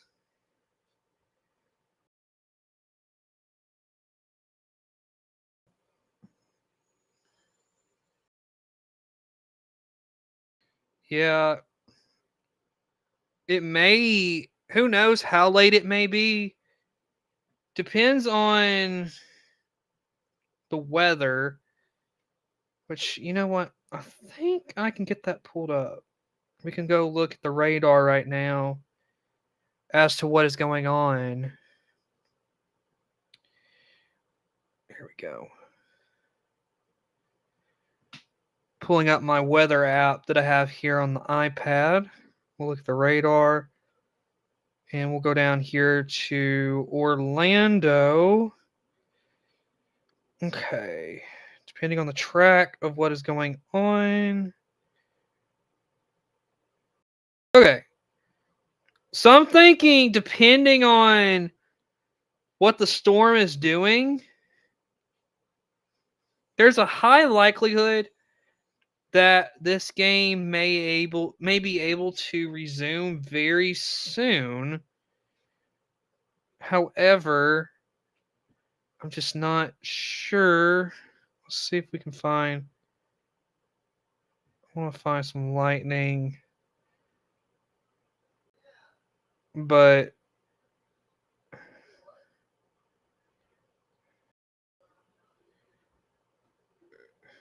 see here. Yeah, I'm not seeing anything as far as we may resume soon though. Looking at, I mean, just taking a look at the radar, which I don't know if I would be able to. Let me see. What we'll do is this. I can join the stream on my iPad real quick so I can give you an idea of what we're looking at.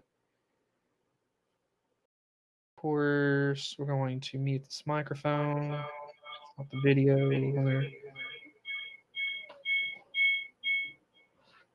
There we go.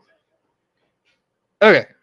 Shouldn't have any kind of anything like that.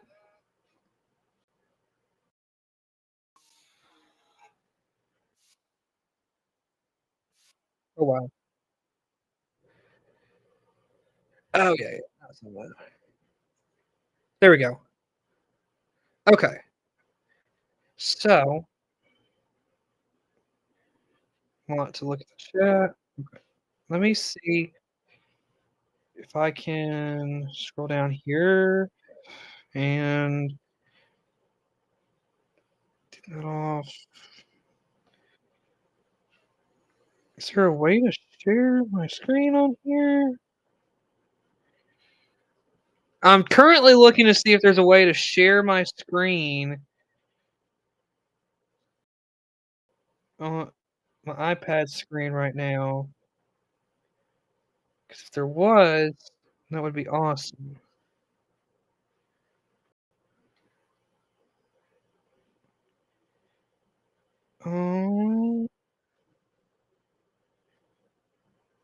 But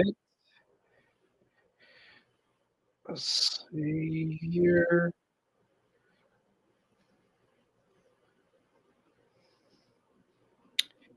I don't know if there's a way to do it on my iPad.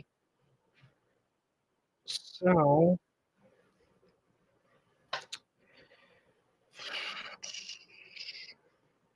if not, then that's fine. But I was gonna try and find the radar on there. There we go. So let me see if I can find it on my computer here.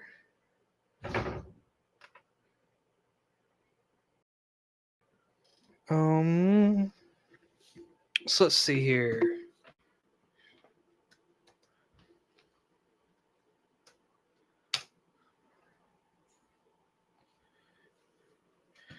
See if I can find the radar on this computer.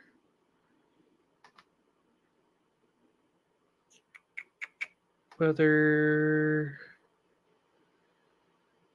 Why does it not show like... Oh, here we go. Radar. Here we go.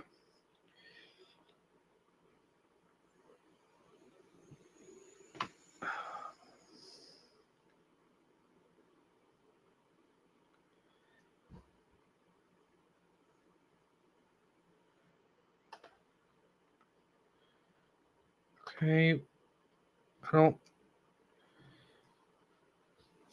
Let me see.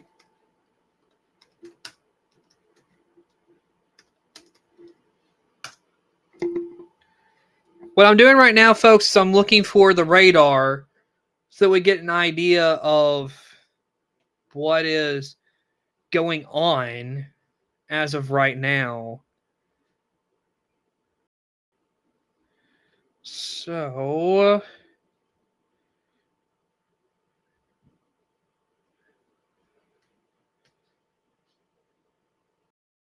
Here we go. Current radar. That's what I need.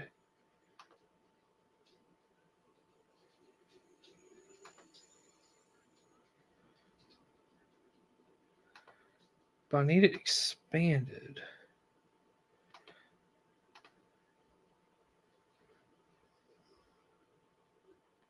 I don't know why it won't let me like actually expand it. Okay. I'm not going to fool with that. Either way, from what I looked at a minute ago, it looks like that potentially may have football in just a few minutes. Not certain, though. Of course, we'll just have to wait and see. Let me give you an update, though. South Florida leads 34-7 as they're going to go to 1-0. Boise State's going to be 0-1. They've already brought their backup Cutforth in to the game. So post Ashton Genty is not good for Boise State as of right now through the first game of the year. There's a nice throw. Wow. Also something else, Rutgers trying to run the game out on Ohio. We'll see if they can do that as well. I mean, yeah, I agree with you, Chris. I agree. It's always raining in Florida. So I guess, I mean, yeah, you're right. It's always raining. So we'll see. We will definitely see if we get football soon. So if I believe correctly, if that was 7:47 Central Time, 8:47 Eastern Time, it'll probably be about 8:17 Central, 9:17 Eastern Time before we get any more, before a chance at the game coming back. But who knows? It may be another lightning strike, and it may be even later. So we're just waiting to see if we get any football tonight. 3rd and 8 right now for Wyoming as 9:20 to go in the third quarter. See what Wyoming can do. Their quarterback's looking, and I believe that was incomplete. Yep, incomplete. And Akron will probably get the football after this punt.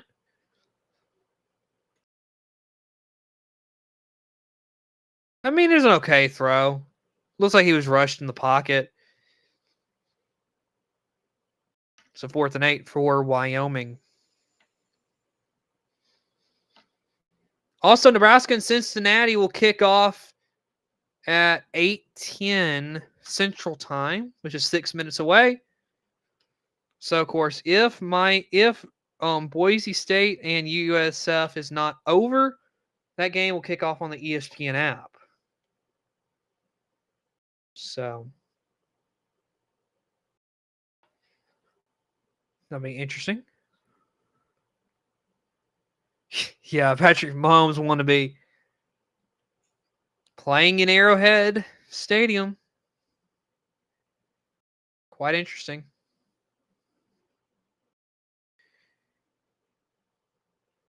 Again, folks, if you're just joining us, we are in a lightning delay as there is a thunderstorm going on right now down there in Orlando.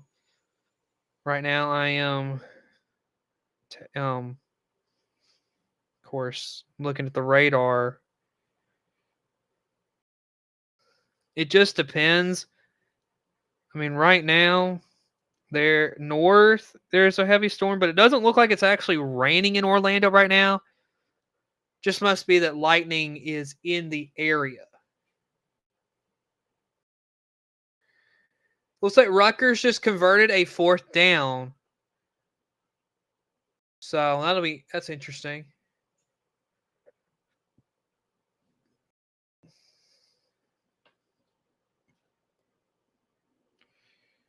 Looking at this.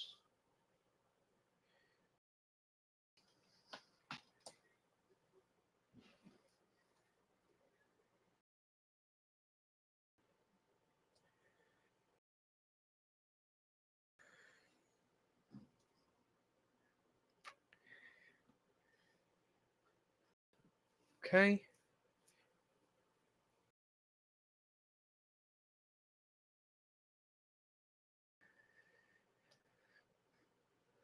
So maybe just maybe in the next 10 minutes we may have some football, folks. We'll see.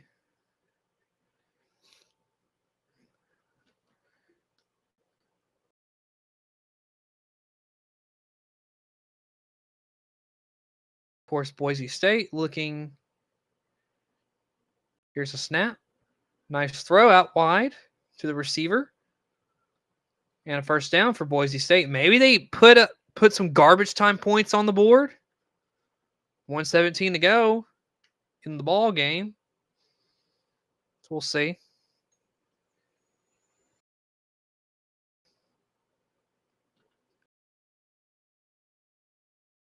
Another game that's coming back. Akron's got the football now. Tonight, Sean Patrick, their running back, 5 carries, 26 yards. He's also got 4 receptions for 47 yards.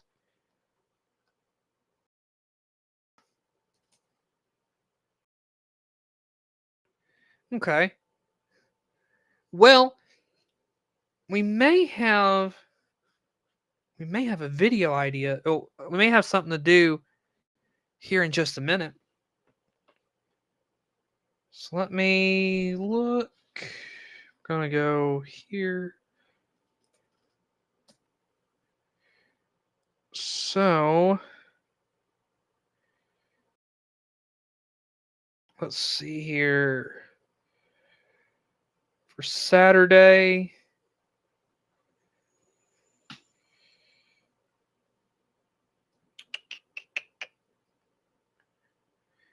All right, while we're waiting in lightning delay, let me explain to you what we may be doing here.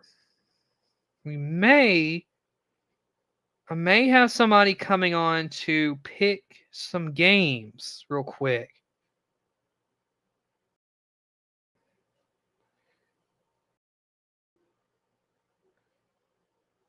Right.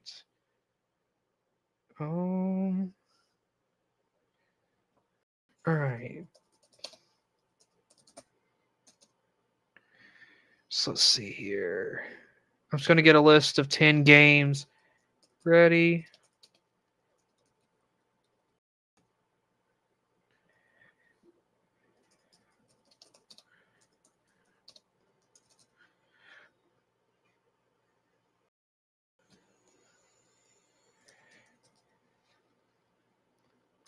Okay.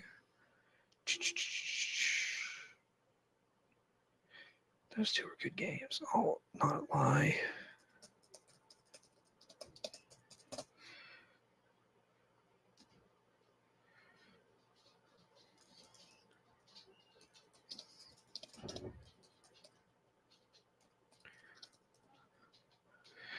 Okay, that's 4 already that I've found. Let's see, Saturday. Hey, I actually get to pick all 10 of these, folks. That's actually kind of nice.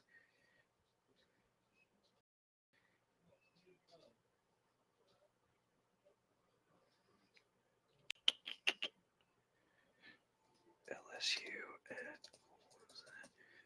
1, 2, 3, 4, 5, 6. Okay, so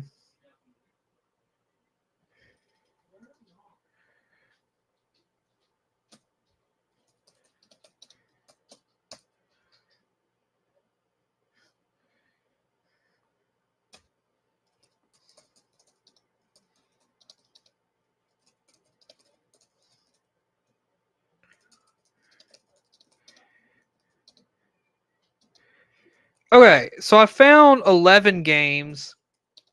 I don't think it would hurt to do that. All right. I found 11 games that we can pick from. So we'll just have to wait and see if my guest wants to come on and actually do that. Well, we will see. And this would be the games from Saturday, Sunday, and the Monday night game, Labor Day. So, all right, looks like South Florida just ended. Cincinnati and Nebraska just kicked off. Cincinnati with the football. There's a throw. Oh, incomplete. Nice defense there by Nebraska. So, like I said, we may have a guest joining in just a minute. So, if so, that would be great. All right. Let me take a commercial break because I've got to go. I got to do something real quick, and we'll be right back.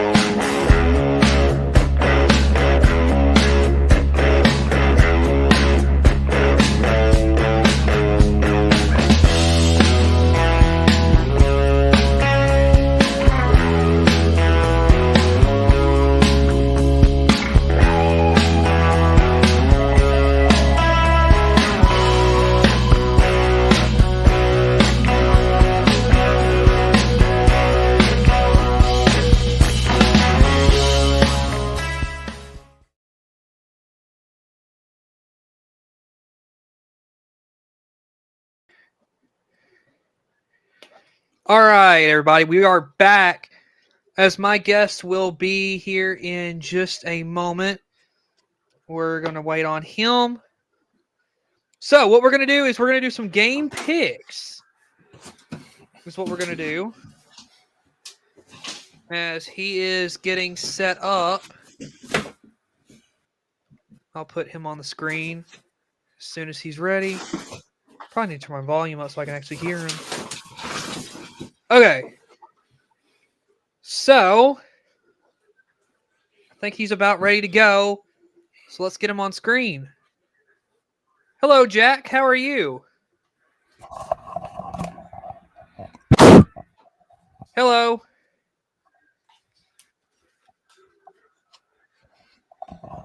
All right. I don't know if he can hear us. So we'll wait and see if he can hear.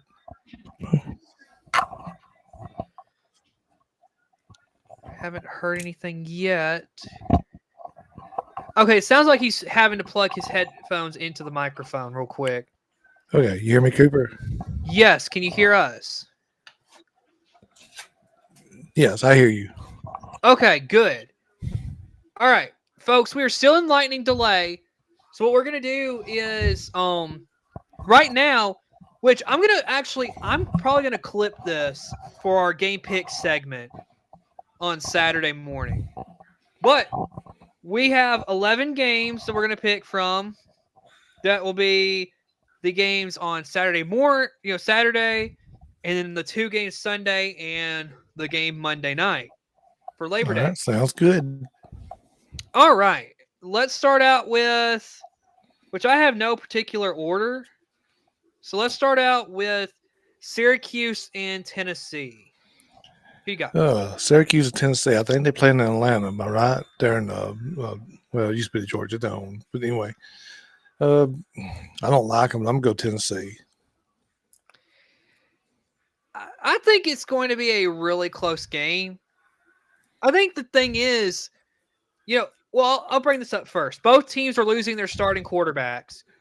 Last year, Nico Iamaleava at Tennessee, and I believe last year, Kyle McCord. Kyle McCord at Syracuse. Yes. Yes. I was trying to make sure it was last year because sometimes stuff like that, it's. I guess that was one thing that seemed like it was, longer than what it was. So either way, right. He transferred from Ohio State. Yeah. So I think it's really interesting ball game. However, I do have to agree. I think Tennessee wins the game, and I think it's going to be super close though, because I feel like both teams are very close. Yeah, I mean, for me, seeing Tennessee with what they're going to be like with a new quarterback, and I don't know. I mean, I'm going Tennessee. I think they're probably got more talent. I'll go Tennessee.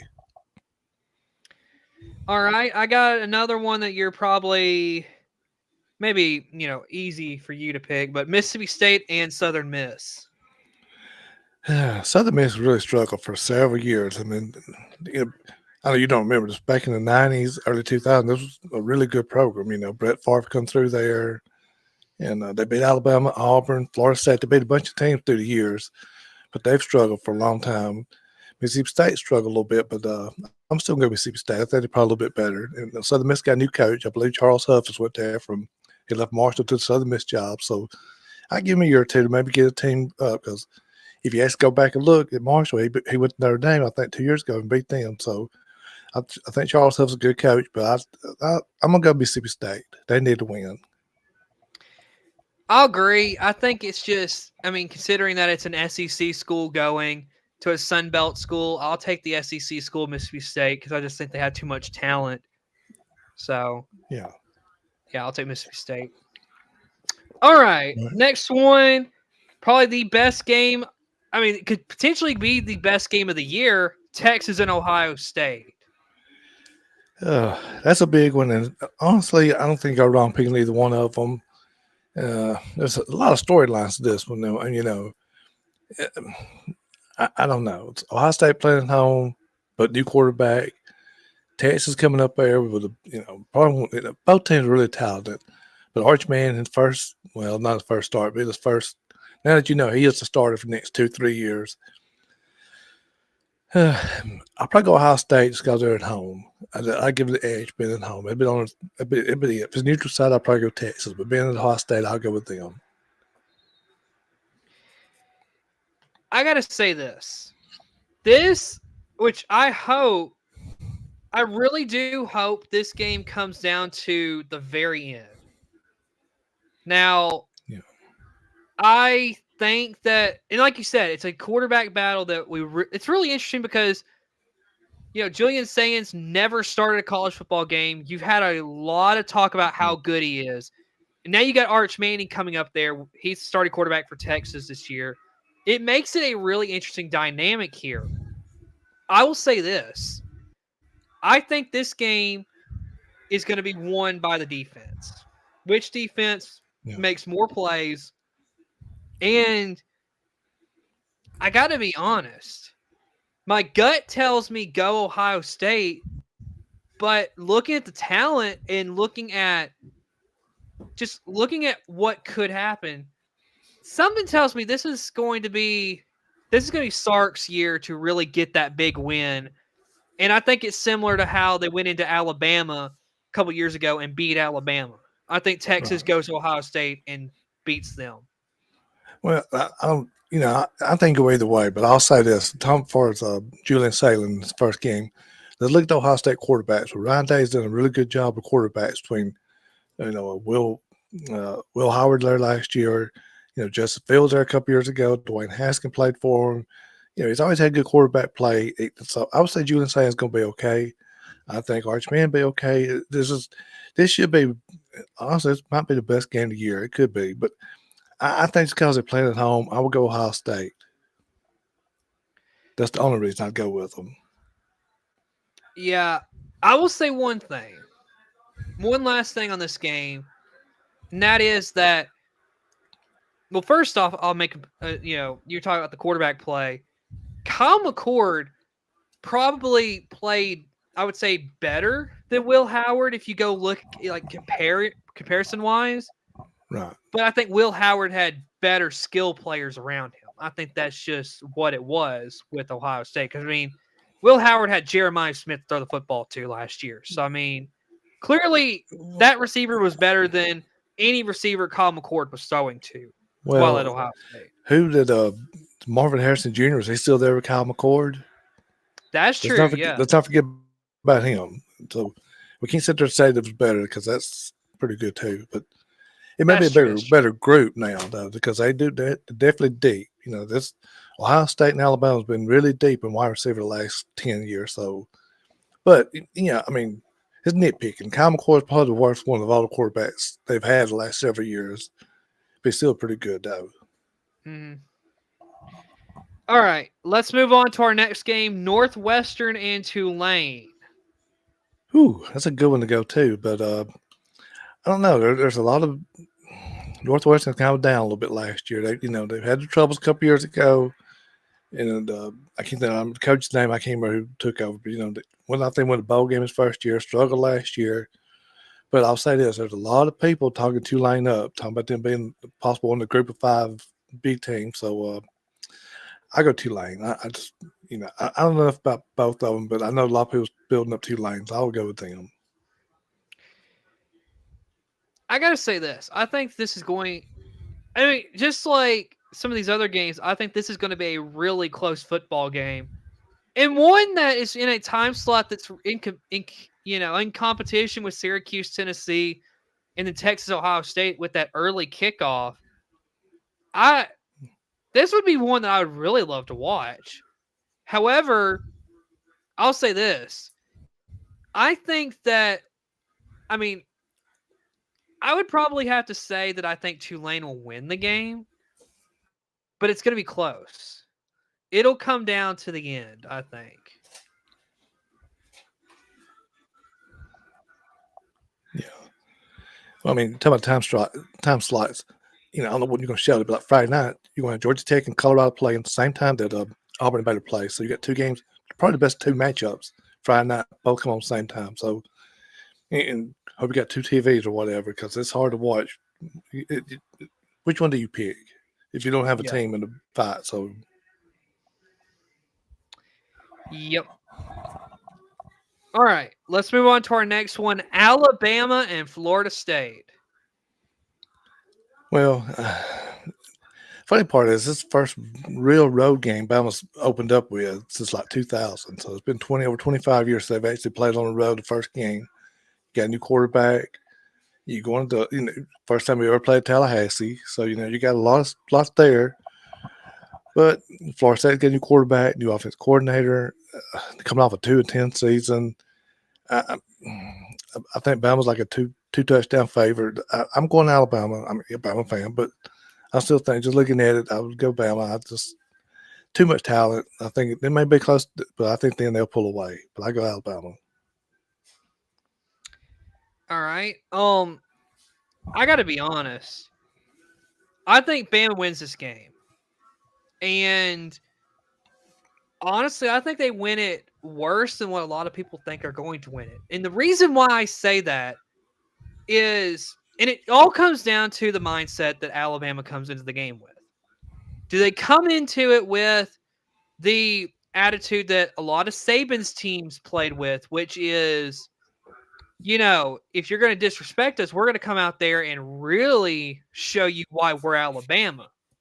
Because if you look at the quarterback for Florida State, Thomas Castellanos, look at the comments he's made this offseason, it really makes you wonder, what kind of Alabama team are you going to get? Personally, Kalen DeBoer, I really like him. I think he did a pretty good job considering everything you got to look at that Alabama went through last year. I think Bama wins this convincingly. Yeah, I mean, it could be.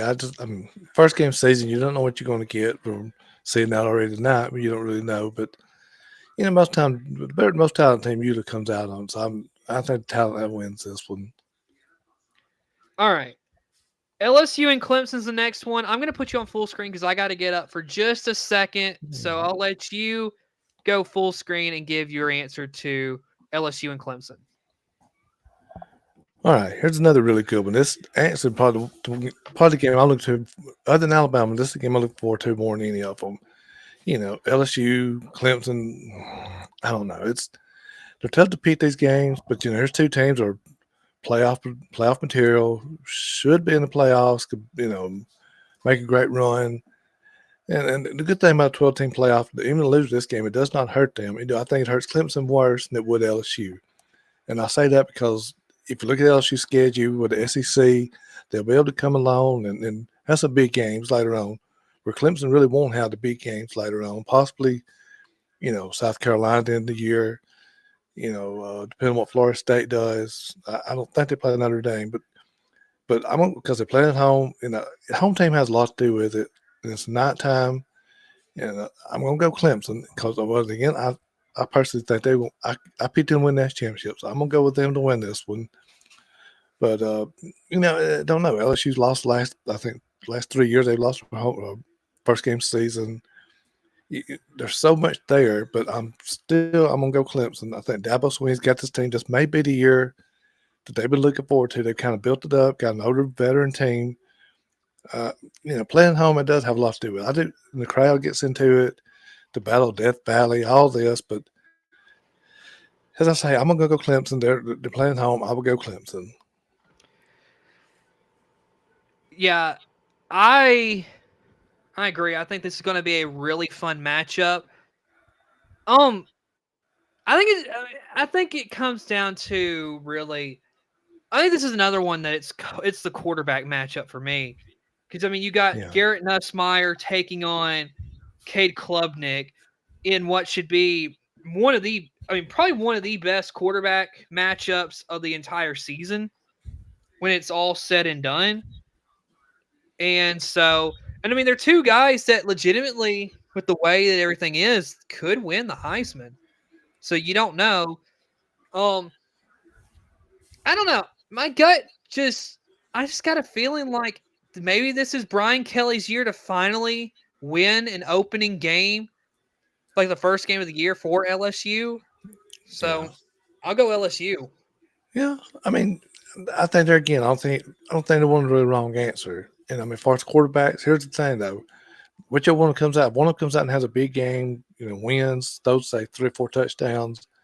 You're looking at all of a sudden jumping into Heisman. All of a sudden they're going to be talked about when every Saturday when game day comes on. They talk about Heisman. This is going to be the guy with this. Going to be Nussmeier, Klubnik. And same thing with Arch Manning. If he goes out there, if he goes to Ohio State and Texas beats Ohio State and he has a big game, he's already going to be talked about anyway. But it's going to just skyrocket. So those 2 games right there, depending on what the quarterbacks do, could be skyrocketing toward the Heisman talk all year. So, but I mean, it's hard to go against home teams when it's what I consider like evenly matched. And I think Texas, Ohio State, Clemson, LSU, I think both those games are evenly matched, talent wise, coaching, everything. But I think the home team has the advantage, and I would go to home teams in that one. And I know I picked Bama on the road, but I don't think they're evenly matched with Florida State. I think there's a difference in that one. Yeah. All right. Moving on to Utah and UCLA. Oh, that's a real interesting one because I really hadn't looked into them. I know the quarterback Tennessee transfer UCLA, and there's a story out there today about him. So there's a lot of stuff even going on about him. Utah kind of been a little bit down last year or two. And I like Utah. I'm gonna go Utah, and I mean this may out there again. Maybe leaving matched. I don't really know. So I haven't really studied them much, but I will go Utah. Okay. I think this is a really interesting matchup. First off, this game doesn't kick off till 10 o'clock Central Time. So depending on if I'm done with work, I may be able to watch this game, depending on how it is. Either way, I will say this. This is a really interesting matchup just because Utah last year was not great. UCLA, same thing. UCLA went out and got their quarterback, Nico Iamaleava. And, one thing that people don't realize, the quarterback who played at New Mexico last year, I believe his name's Devin Dampier. He's now the quarterback at Utah. And this is a guy that was, even though New Mexico was not a good football team, you got to look at it. He played really good for New Mexico, and he played for Bronco Mendenhall. So it was, he's a good quarterback. That being said, it's being played at UCLA. My gut just tells me Nico just wants to come out there and show all the Tennessee people, even though it's not being against Tennessee. I think he really wants to show people why that he was better off leaving, and I think UCLA finds a way to win this game. Yeah, I mean, there again, I hadn't really studied these 2 teams, but and then I don't know. It's just hard to say much about these 2, but there again, I think go either way. But I'm going Utah. The history of Utah has usually got a pretty good team, and I'll go with Utah. All right, we got Virginia Tech and South Carolina. Let's see, this one I actually kind of like because Virginia Tech, they're again historically it's usually a pretty good team, but they've been kind of a little bit down again. Also, South Carolina's one of those teams everybody's really pumping. Perhaps one of these potential playoff teams, or the borderline playoff, whatever term you want to use. Lenore Sellers, he's a Heisman candidate. I've heard him picked as the SEC Player of the Year. So there's a lot of hype around us out there. Again, all season is about hyping certain teams. There's no one team people hyping. They could have been in the playoff last year. They had 9-3. Should have been there, beat Clemson. All that. I'm going to South Carolina because honestly, Virginia Tech and their coach, I just don't have no confidence in them because I watched them play last year against lose Miami, and they should have beat Miami. So there was a couple of really bad coaching calls, and it cost them the game. So, but I'll go South Carolina. Yeah, I think I'm going to go South Carolina as well, just because Lenore Sellers is just going to, he's the big thing. I think he's just so much better I think he's a really good quarterback, and I just don't see Virginia Tech's defense being able to stop him. And I think the one thing, though, that I think Lenore Sellers will have an incredible year, but I think that if South Carolina really wants to go as far as what people say they're going to go, he's got to basically have a Cam Newton season. He's got to carry the team on his back and take them where they want to go. So Yeah. that's the only thing I will say as far as the offense that South Carolina has this year. Yeah, I agree with you. It's going to be fun to see what he can do, and if they have anything to go around with him for the running game or whatever, and what the defense does. So, and one thing with South Carolina, we'll say those special teams will be big with them because of Beamer. Shane Beamer, his dad, Frank Beamer, was big about this one. Frank Beamer coached Virginia Tech. So, we can't forget about that little storyline there of the game. But, their special teams will be good. So, if he got a running game go around with you, this team could be a very dangerous team through the whole year. So, we'll see what they do Saturday. All right. Sunday night, Notre Dame and Miami. Now, I will say this. The last two games I am not going to pick because I will be doing those games. Mm-hmm. So I won't be picking these last two. But Notre Dame and Miami, who you got? That's that's pretty good. But you're playing at Miami. It's a night game. Carson Beck was transferred down to Miami, and there's a lot of stories about that. But ton of talent. Notre Dame played. They actually played for the national championship last year. New quarterback in Notre Dame. Notre Dame's been known to kind of blow a game here. Well, both teams actually been known to blow games. I think maybe kind of evenly matched, but I'm gonna go with home team. I'm gonna go with Miami on this one. Okay. Now, I will say, I think I heard that the starting quarterback for Notre Dame this year, I believe, is C.J. Carr. And something interesting about that is it may be Bo Schembechler's grandson or something like that. Some historic Michigan coach. It's his grandson. It's Lloyd Carr. Lloyd Carr's grandson. That's right. Yeah. I couldn't really remember what I read, but yeah. It makes it an interesting matchup. And here's the thing. Last year, part of what helped Notre Dame get where they were was that Riley Leonard was a mobile quarterback. He made plays when they needed it with his legs. They didn't really have the best and most flashiest receivers, and they don't really have that this year either. But they were helped out because you had a good running back in Jeremiah Love. You had Riley Leonard, a mobile quarterback who can make plays with his legs. All that being said, and you look at Miami, like you said, Carson Beck's there. He's a drop back quarterback who's going to sit back there and throw the ball. I got to be honest. I'm going to disagree with you. I think Notre Dame finds some way because I think they ride Jeremiah Love to a win in Miami.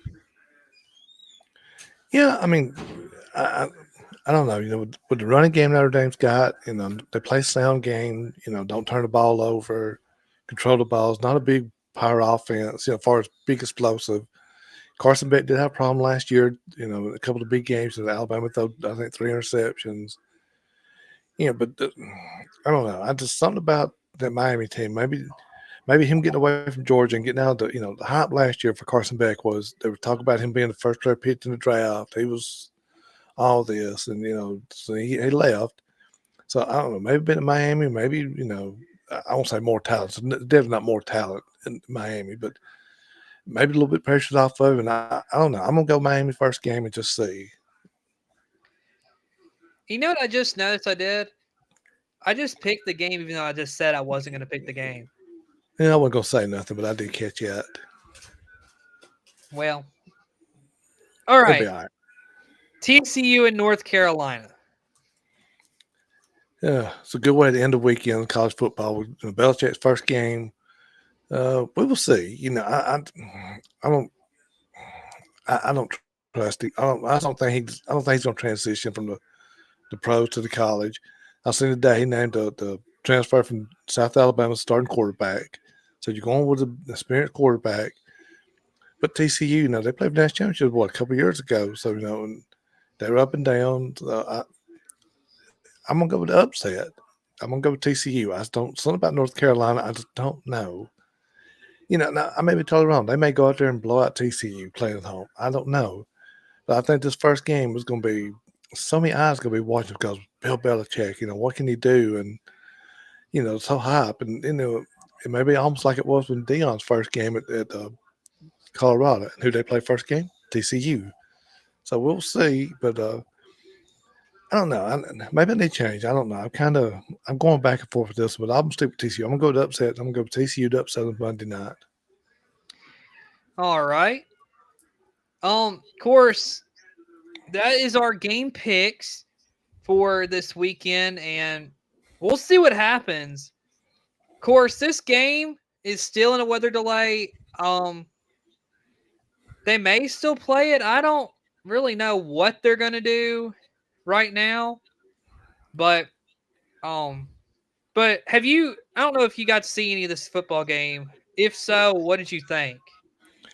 Honestly, Kip, I really ain't got a chance to see much of it. I was busy, and then and I actually watched a bit of Boise State, and they look bad. Or South Florida looked really good. I missed that one. I'm with Boise, but I will say this though, kind of piggyback off it. It says hurt the group of five. As far as this is one of the teams everybody talks about, Boise. But let's say Boise keep rising ship and they keep winning. They go to Notre Dame. If Notre Dame's undefeated, and they go up to Notre Dame and beat them. And that's probably going to jump them up there as far as group of five. So, Boise, if you're still, the season's not over, and we can actually go back through history and look at teams that lost early in the season and come back. Ohio State lost one time, Virginia Tech came back. Clemson, Georgia. There's so many matchups that teams lose, and and this back when it was a 14 playoff or just a BCS. Now with the 12-team playoff, you're okay. If you're Boise, if you do win out, you win your conference. And you beat Notre Dame, then if you're sitting at 12-1, if you win 12 straight, it's going to be hard to find somebody better unless somebody goes undefeated. Because simply going to Notre Dame is going to help you just schedule strength. Your strength schedule is going to be really good. So, but it's interesting. There's several games like that, but I don't know. I'm glad it's back. I'm glad to see it, and I think last time we did a stream, somebody asked us who's the big upset. Who's going to be upset? Well, I guess I should have thought about Boise, but I don't know. I still haven't even looked it over, but I know there's always a big upset. Come Saturday, there's going to be somebody's going to get beat. There's going to be a top 10, top 20 team going to get beat that nobody's seeing. Happens about every year. Who's it going to be this year? We'll see. Somebody's going to get beat, or you're going to have a FCS go beat an FBS go or something. Something weird usually happens that first week. We'll wait. We'll see. Something's coming up. I don't know, but it's back. I'm glad to see it back. And Pat Cooper, I'm glad I got to come on do this with you tonight because I don't know if I'll be able to be with you Saturday, but I hope you have a good show Saturday and ready to watch the football. Yep, I'm excited too. Thanks for coming on. And I will say this, just an update. And this is where they told us to keep an eye on this. It's the Daytona Beach News Journal. Says right here, according to the National Weather Service, showers and thunderstorms are likely before 11 p.m. Eastern time. So I make it 10 o'clock Central time where I'm at. And it says chance of precipitation is 60%. Now, I will say I don't know what that means, but if that is what I'm thinking it means, I don't know if they resume the game tonight. Yeah, I don't know if they would try to cancel and then come back tomorrow or just cancel altogether. I don't know how that's work. Football is totally different. Especially college is totally different. They may just cancel and be done. Okay, here that was from an original post that they must have put out this morning, but now I found the actual article I was looking for. Okay. It says that the Storms are moving out of the area and UCF season opener against Jacksonville State is set to resume at 9:55 p.m. Eastern time, meaning 8:55 Central time. So the game about 10 minutes from now should resume. That's so good, I've been Dan. on here for an hour and a half waiting for this game. Well, actually about 2 hours waiting for it to finally come back. Well, hopefully they get back in about 10 minutes and we'll watch some more football for us tonight. And get ready to watch Nebraska. I know they already started. I'm going to go catch the rest of them now. All right. Thank you for coming on. Well, appreciate it, Cooper, and enjoy your first week. Thank you.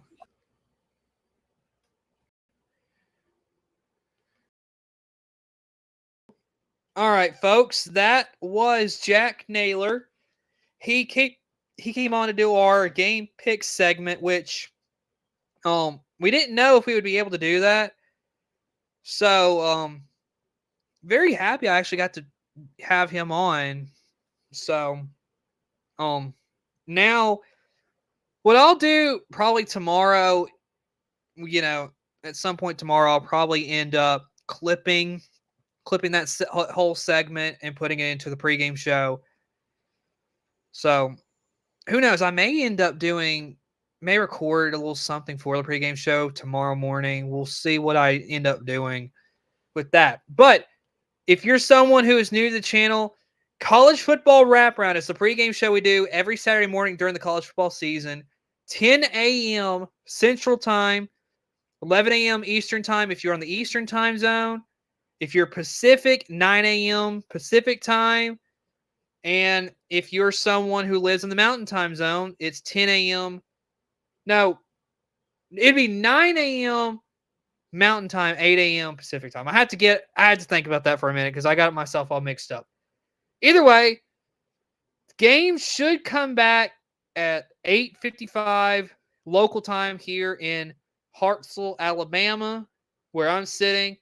Of course, the game is in Orlando, Florida, which will be 9:55 local time for that game. All right. So, of course, a lot of interesting stuff happening throughout this lightning delay. And I'll say this.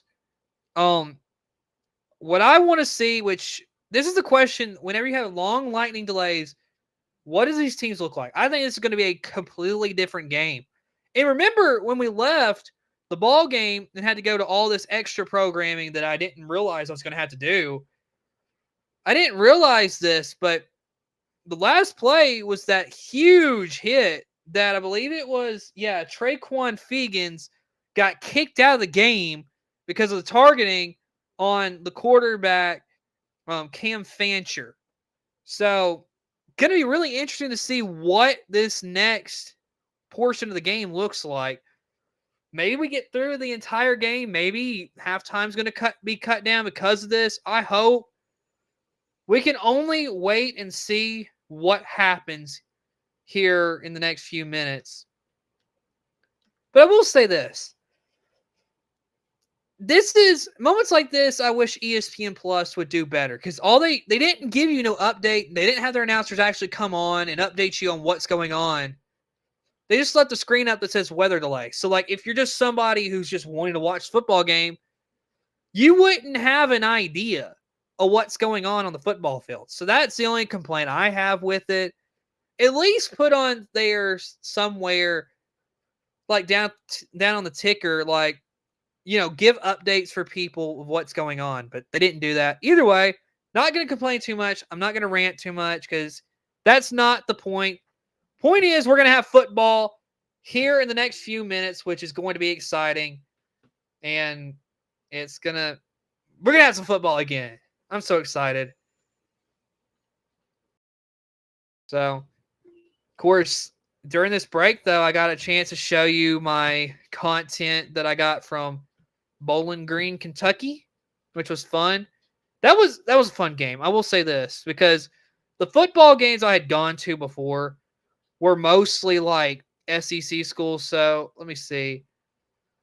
I've been to Vanderbilt, Alabama, Auburn, Mississippi State. I think that's it as far as college football stadiums in the SEC.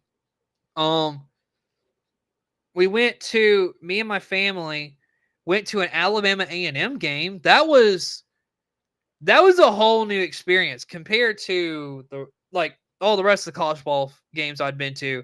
That was an experience. Something that I will never forget. It was really fun. And now we went to Western Kentucky Saturday. It was fun. It was a lot of fun. So it was, like I said, a lot of fun to go and watch football in person. So I had a good time. Let me get some water real quick while we sit here and wait.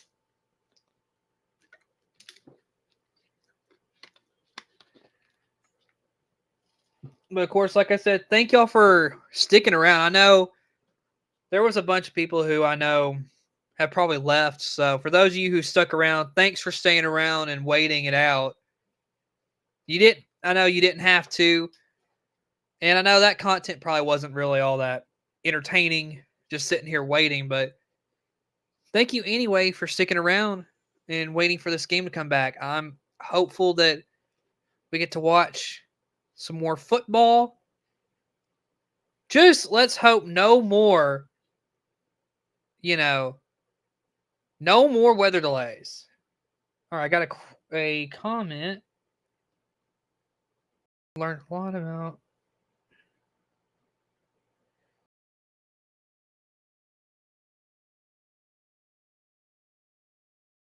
Well, thank you. Thank you. I will say this. This is probably, out of all the delays, this is probably the first time I've actually been able to fully keep the stream going and keep it going smoothly. Yeah, I've never been able to really keep it going smoothly like this. So I was impressed with myself, honestly. I've never really ever been able to do an incredible anything like that. So it also helps when you have people, text you and be like, "Hey, I'll come on for a few minutes and help you out." That helps too. Because I mean that little preview probably was 30 minutes. I don't know how long it took, but it definitely took a while because that was quite a while. I didn't think about it. So, but I enjoy going live. It's fun. I've done a bunch of live streams, and sometimes my content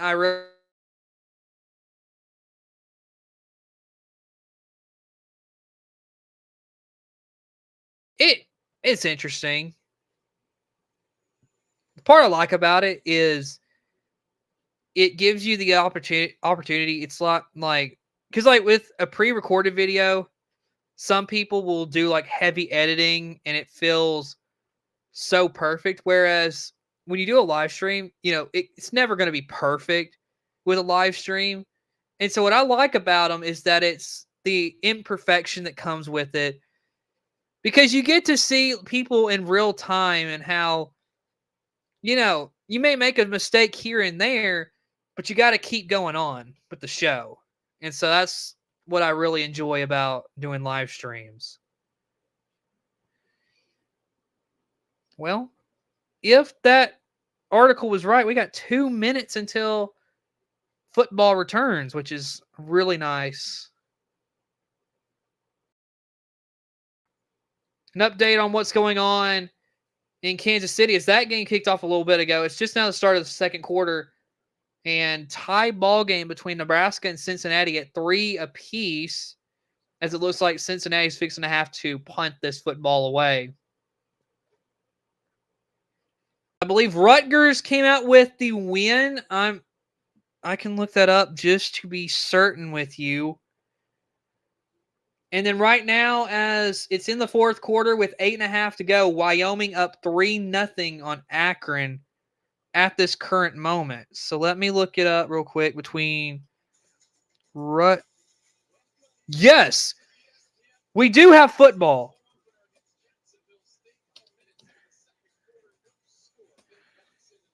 All right, so Rutgers and Ohio. Yes, Rutgers ended up winning that game. Either way, we are going back to this football game that we've been waiting for so long to have, and now we're back. Second quarter with 10:45 to go. So here we go. Cam Fancher out at quarterback. Here's the handoff to Montgomery, the running back, and he will get a few yards, and that's it. So second down, 10.5 to go in the second quarter. And we are back.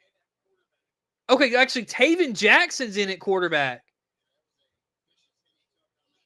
So, Taven Jackson in. Cam Fancher got hurt.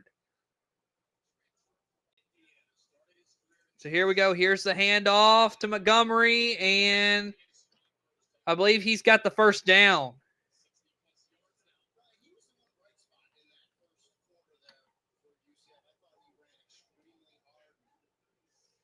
So Taven Jackson again, he is in at quarterback because I forgot about that. Fancher really got lit up on that last play.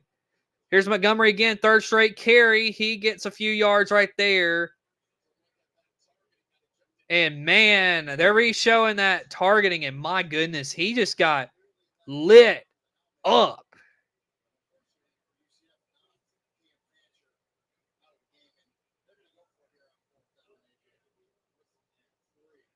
Fourth and 3 is, or 4th and 1 right now. So here we go. Taven Jackson going to hand it off to Montgomery.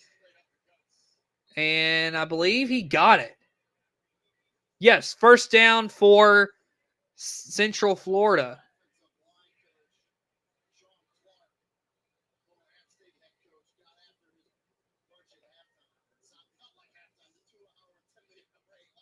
So Sean Clark is the offensive coordinator for UCF.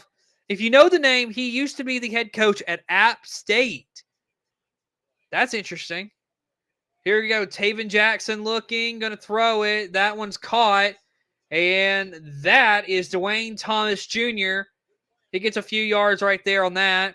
And to be second down for UCF. So now what you got, Cam Fancher was a left-handed quarterback. And that's who they decided to go with, during fall camp and everything. But now you got Taven Jackson, a right-handed quarterback. Going to be interesting to see what this does for Jack State's defense, how they play this. So we'll see. 2nd and 7 for the Knights. Here's the snap. Hands it off to Montgomery. Montgomery gets around the edge. Montgomery looking for the end zone. He is in. Touchdown, UCF.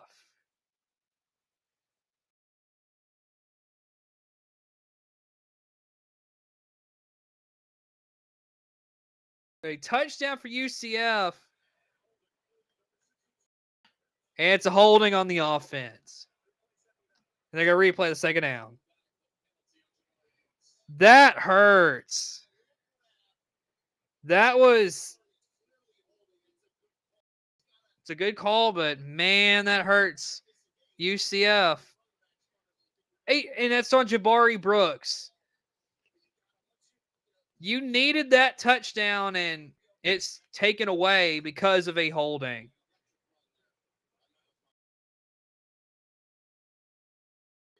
Man. So here we go. 2nd and 17 now for UCF.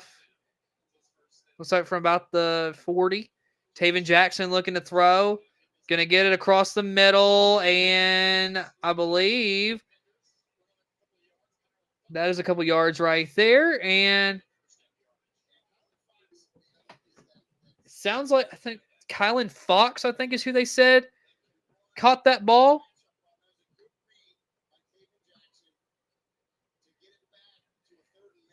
So we'll see what they can do here on this third down. Got a lot of that yardage back after the penalty. So 3rd and 3. Here we go. Here's the handoff. It's a fake handoff. Taven Jackson trying to take off himself. He got close. Did he get the first down? That's the question.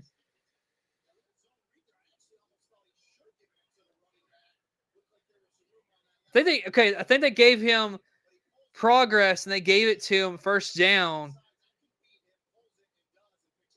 Nice job by Taven Jackson to find a way to get that first down. Excuse me.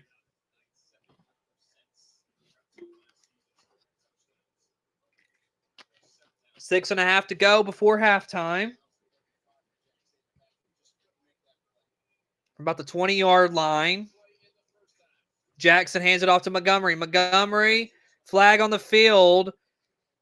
And we'll see what this is. Oh, I forgot to take the lightning delay off. But we do have a flag. We'll see what this is.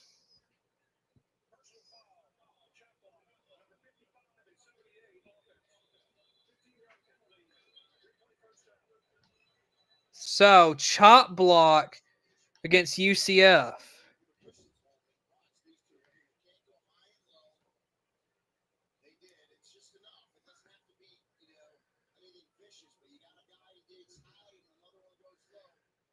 So, chop block on Cameron Kinney.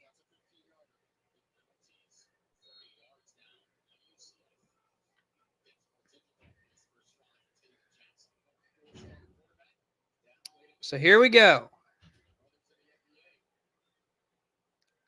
3 penalties, 30 yards for UCF here tonight. Jackson looking, and the ball just slipped right through his hands. And is that a fumble? And UCF gets it back, but I guess it's because the ball was so slick. And yeah, he just loses that ball. Okay, incomplete forward pass. Interesting call there.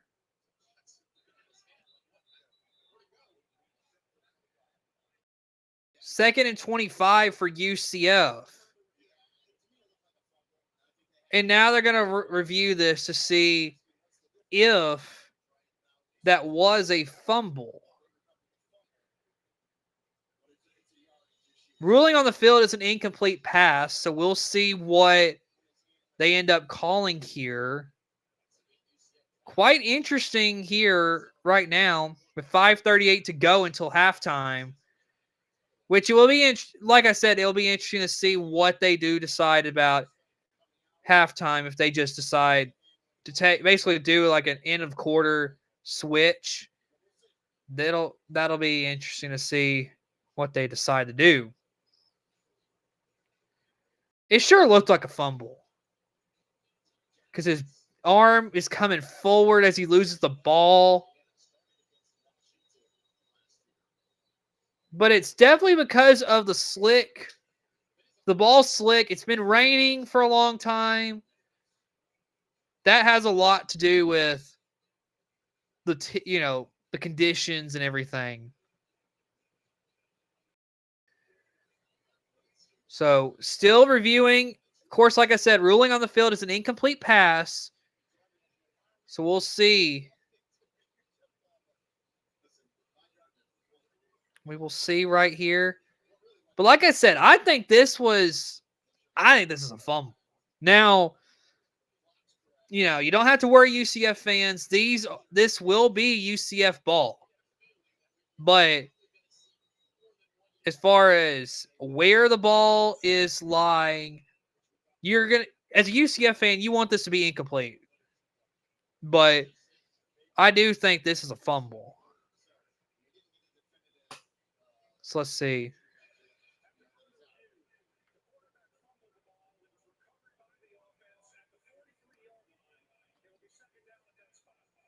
Okay. Call has been overturned. It is a fumble. And this will make it feels like second and forever.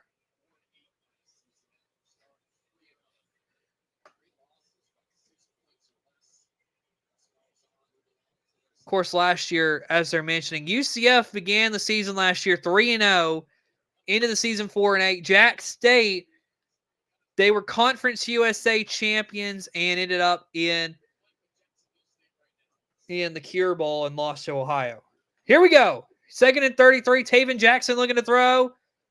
Going to jump it down to Montgomery, and he gets a couple yards back. It's going to be third down and a long way to go.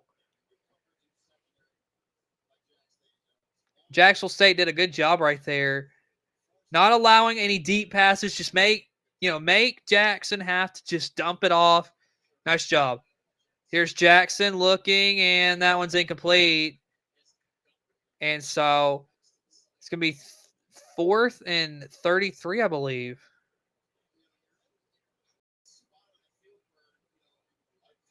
So this should be a punt, most likely coming from UCF. 5 minutes to go in the second quarter. So we'll see. Fourth down is just a long way to go. Yeah, so UCF is going to punt. Anthony Veneri coming out to punt. Gabe Glover is back waiting, and a flag on the field. We'll see what this is.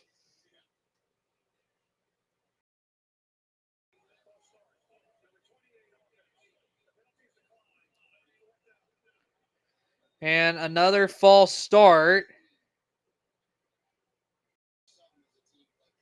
And false start on UCF. So that'll back it up even further.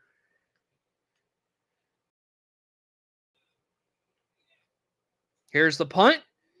It is away. And that one is... Oh! They kept it out of the end zone, and so Jack State will have to start at the 1. Oh, no. It actually went over.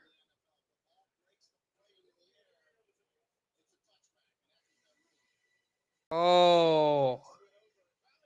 Just went over. Wow.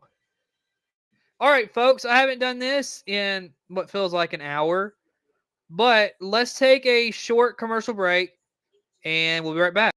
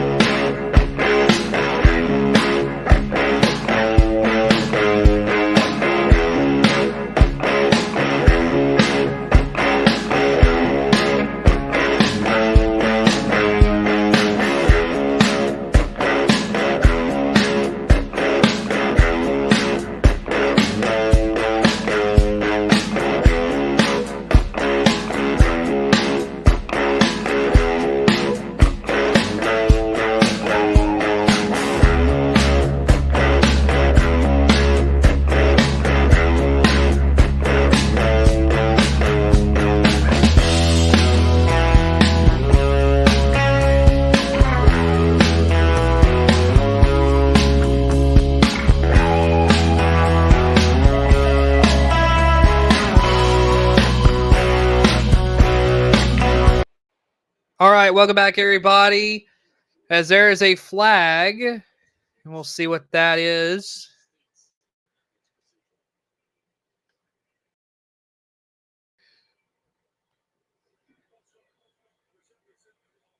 And that's going against Jack State.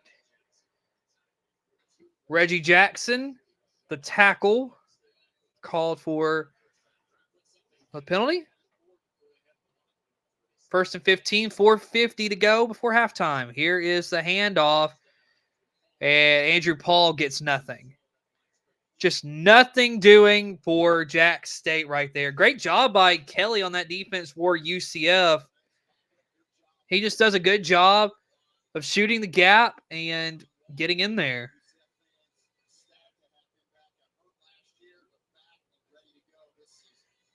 Kelly, of course, one of the star players on that defense.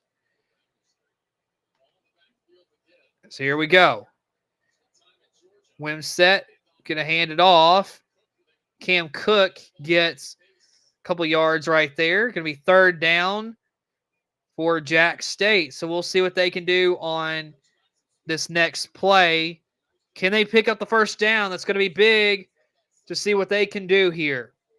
4 minutes to go before halftime. Charles Kelly's first game as the head coach of Jack State. Scott Frost's first game back as the head coach of UCF. 3rd and 9. Wimsett takes the snap, going to throw it out wide. And just not much there. And that is Cam Cook with the catch. And Jack State will just punt this away. Clock continues to roll. Under 3.5 to go in this second quarter. And coming up at halftime, we are going to play our compilation of videos from Western Kentucky because some of you who may be joining may not have gotten to see it. So there is the punt.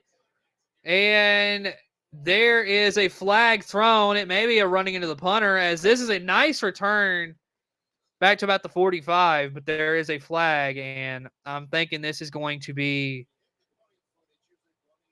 running into the kicker. Let's wait and see what they call.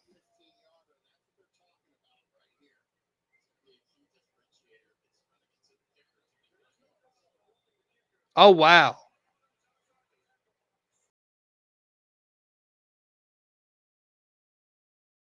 So no roughing the kicker because the punter was outside of the tackle box.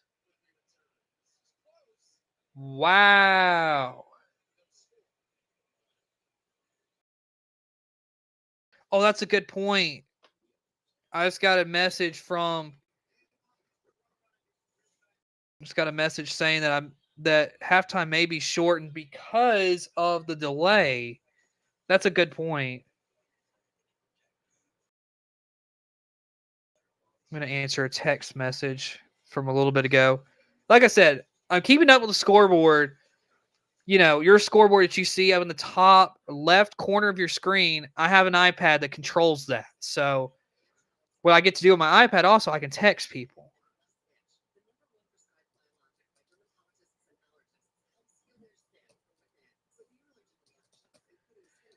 So I'm just answering a text message real quick. Boom. Simple and easy. I can answer here.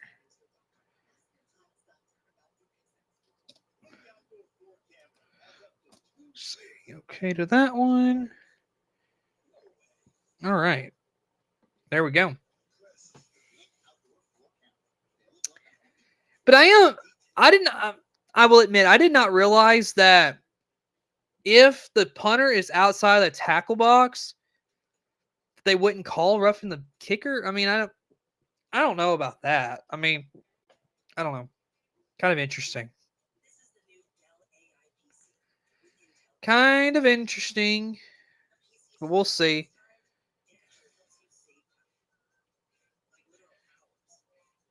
Okay.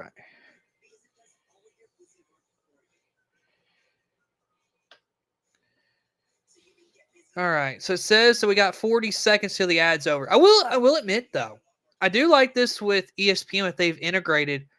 Now they'll give you a clock for how much longer you got on your commercial break. Like on the ESPN app whenever you're watching an ESPN Plus game. So I do appreciate that. I will say thank you to that because that does help. Like for me, you know, broadcasting this game for you, it does help me understand how long I have until I need to cut off and go back, you know, cut my commercial off and go back to the game. But we'll see. 8 seconds till the ad's over. We'll see what happens here. I believe there's 2:54 to go. UCF ball. So we will see what UCF does here. Here we go. Taven Jackson looking. And there is a short pass. And so, second down for UCF. UCF's drive chart tonight. That last drive was 17 plays, 50 yards, 9.5 minutes, and a punt. So here we go. Here's Montgomery on the carry, and he's lucky to get back to the line of scrimmage. He may have lost a yard. So third down now for the Knights. We'll see what they can do, as I wonder if they're still going to have the 2-minute timeout. Here we go. 2 minutes, and they are still going to have the 2-minute timeout. Wow, I didn't realize they were actually going to do that. With the long delay and everything, you would think they would skip that, but that's interesting. 2 minutes to go until halftime. They got a 3rd and 4. So, folks, let's take a break, and we will come back with some action.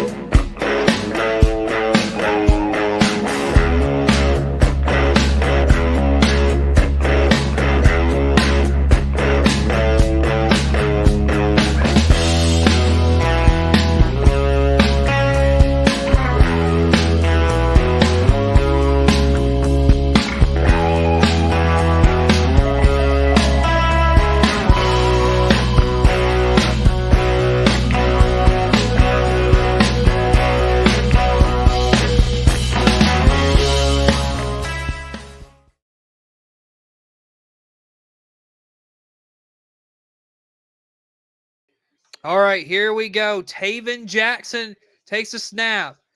3rd down, and he just loses his footing and gets rid of the ball, and that is well short of his receiver. 4th down, as it looks like UCF will end up having to punt this football. So, 1:54 to go. Jack State will get the ball back. It'll be interesting because both teams have not played. I mean, they played okay offense. UCF definitely has played a lot better on offense than what Jack State has. But both teams, it's not been incredible. I am very impressed with both defenses. I think both defenses have played pretty good. There's the punt.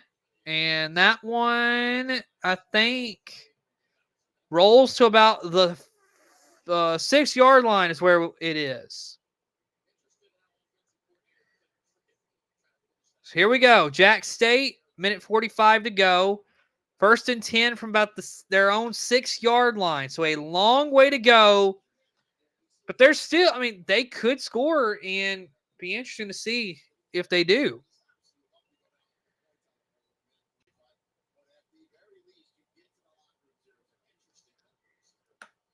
I feel like if you're Jack State, you need the field goal here.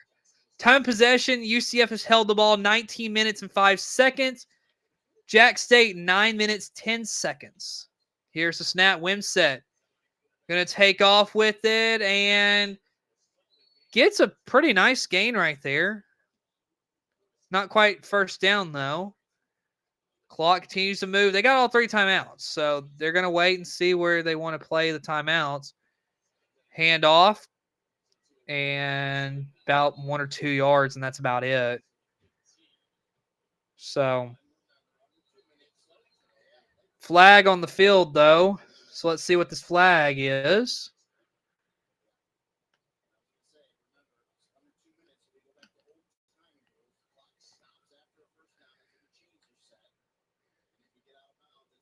So here we go. We'll see what they are going to call here. Minute 23 to go before halftime.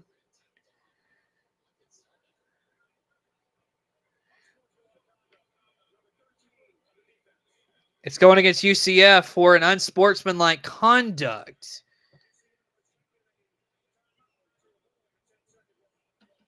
So UCF, I think that said UCF is going to take a timeout to avoid 10-second runoff, which is interesting. And that is Horace Lockett, who had the unsportsmanlike for UCF.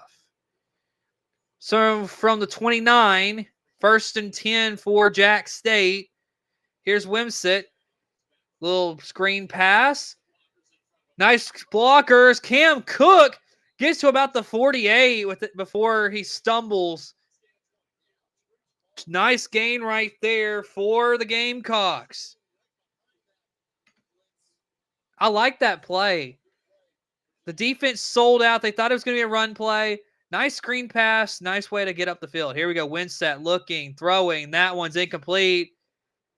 A little too far for his receiver, and now it's 1:04 to go before halftime. 2nd and 10 for Jacksonville State.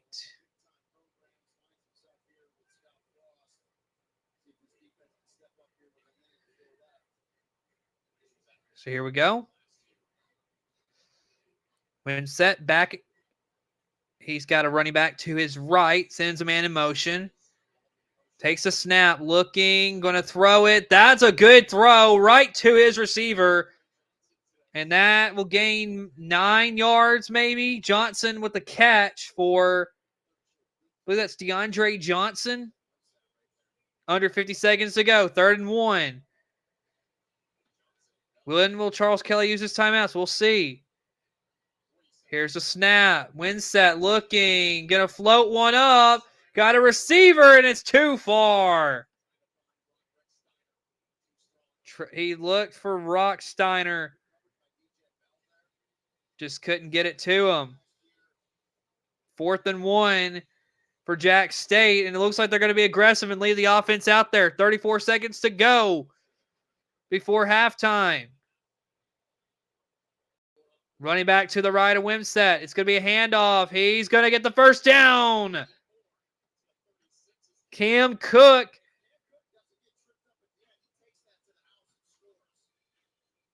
And now, 29 seconds. Here's another snap. Cam Cook gets it, and maybe a yard.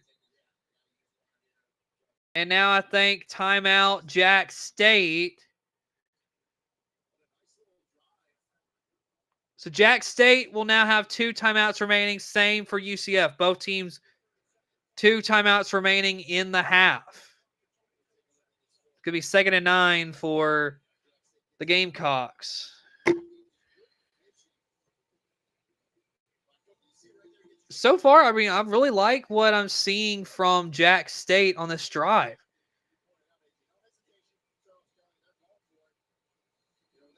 Cam Cook tonight, 9 carries, 37 yards. That's a 4-yard average per carry.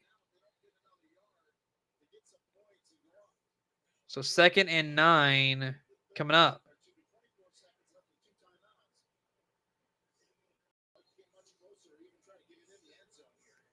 So let's see. I mean, you're looking for, you obviously want a touchdown here if you're Jacksonville State. But if you get a field goal here, you get on the board. So we'll see. All on the backfield. Here's Wimsatt going to throw it. He's got his man. It looks like a Rocksteiner. He's got a first down and more. He is breaking tackles, and he probably picked up about 13, 14 yards right there. Great job right there. Clock, of course, stopped because of setting up the chains and sending the ball back to where it needs to be. Here we go. Here's a snap. Wimsatt looking, throwing. That'll be caught and getting out of bounds.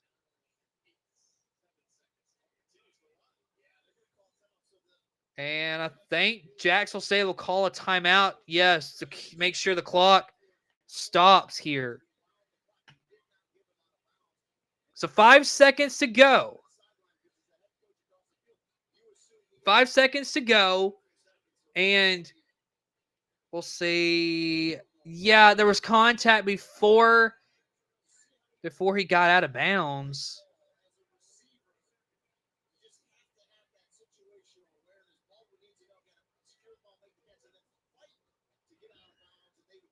I think they said that's Pearson Baldwin who had the catch right there. So 5 seconds to go, 2nd and 5, and now we'll see what Charles Kelly decides to do. Of course, Charles Kelly is the head coach of Jacksonville State. So we'll see what he decides to do, whether they kick a field goal or if they take a shot at the end zone here. You got 5 seconds, so not a lot of time to get a playoff. I mean, there's a chance you could, depending on what side of the field you are, if you could get a little short out route, you may get a few more yards. But it looks like they may be sending out the kicker.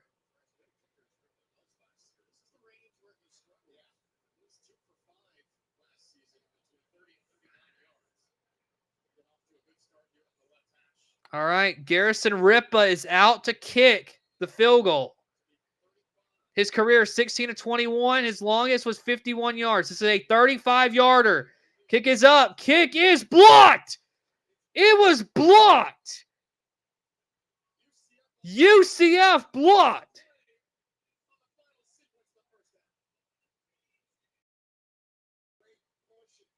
What a block and what a play. It is halftime. It was a good snap and a clean hold, but that thing was blocked. Wow.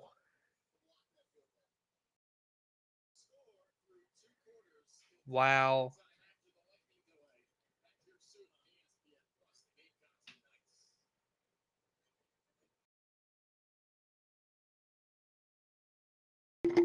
All right. Oop, I just bumped the microphone. Well, that is halftime, folks. No score. I mean, my goodness. Okay. So, 2.5 minutes until they return. Well, I'm not going to go to a commercial because I'm going to stay here and wait and see what they decide to do here and see what they do. But interesting ball game. No score. As I'm going to go ahead and turn the score off just for a quick second so I can update the scoreboard a little bit. So, just to get the right quarter put on here. There we go. There you go. Third quarter set on here. No score.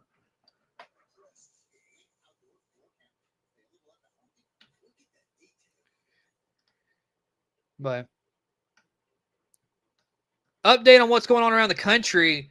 Oklahoma State leads UT Martin 27-7 with like 4.5 to go before that game's over. Nebraska up 6-3 with 1:23 to go before halftime. And then Miami of Ohio and Wisconsin. I'm not quite sure at the moment. They're at a commercial, so I can't really see what their score is. So see what happens the remainder of the ball game we have here tonight. UCF and Jacksonville State. Okay. Down there where I was watching Oklahoma State, they're switching it to Alabama State and UAB. So let's see. Oh, wow.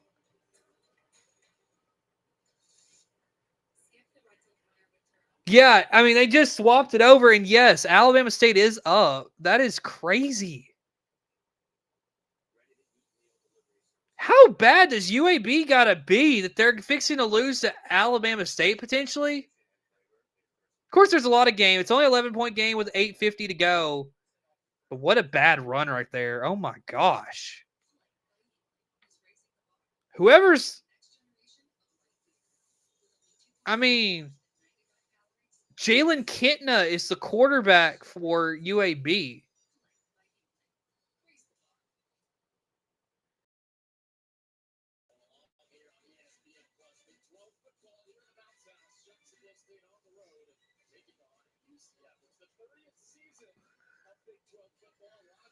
Okay. I may have to get up here in a second because my screen, I can hear what's going on, but they have the screen frozen for some reason.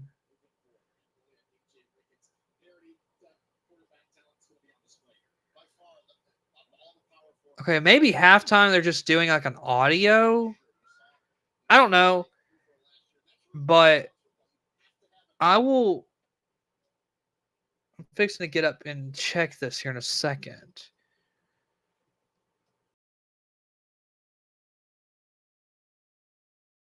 Okay, that's what I was thinking. John Kitna's son is the quarterback at UAB. When I saw the last name Kitna, that's what I was thinking.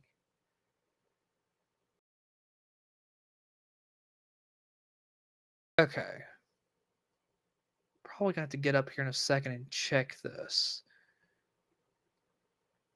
I mean, I've had it on for so long now that it's probably getting tired. Who knows? All right. Let me real quick. I'm going to get up and let me play you my commercial break real quick, and I'll be right back so I can get this fixed. So stay right here.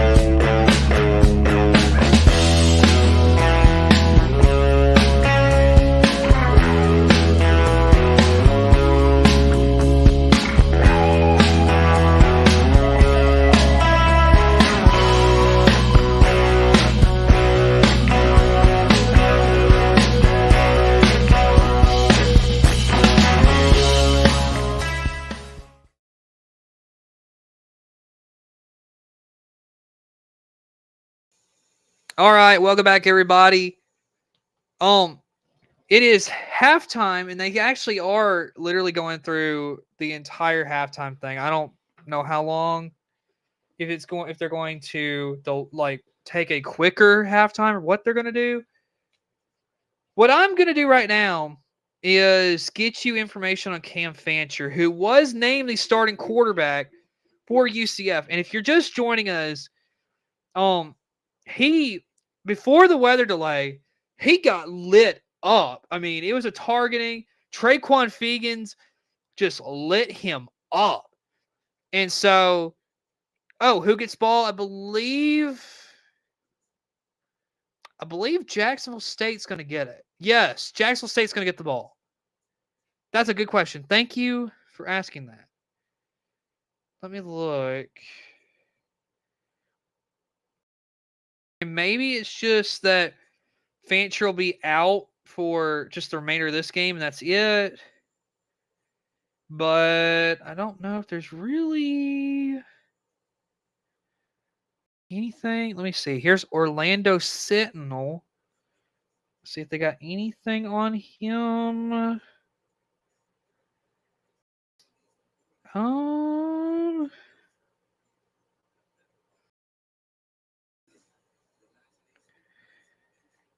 Good grief. Only subscribers to their thing. Okay.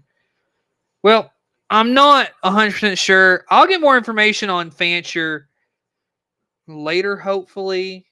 So we'll figure it out. Update coming from Birmingham, Alabama. UAB scored a touchdown, and I think they tried to go for 2, but they didn't get it. I'm not certain on if they did go for 2 or what they did, but it's 28-23 right now. Yes, so they must have went for 2 and missed it. Alabama State with the football right now. So, interesting situation. All right. Of course, the game must still be at halftime, so they're literally having a whole halftime. That is, I can't believe that, but because you had a literal 2-hour delay. Wow, that's incredible. Let's see. UAB kicks the ball. Is kicking the ball off to Alabama State. Okay, so that's interesting. Okay, so it's a shortened halftime. Here we go. Shortened halftime. So now we're coming back to the action.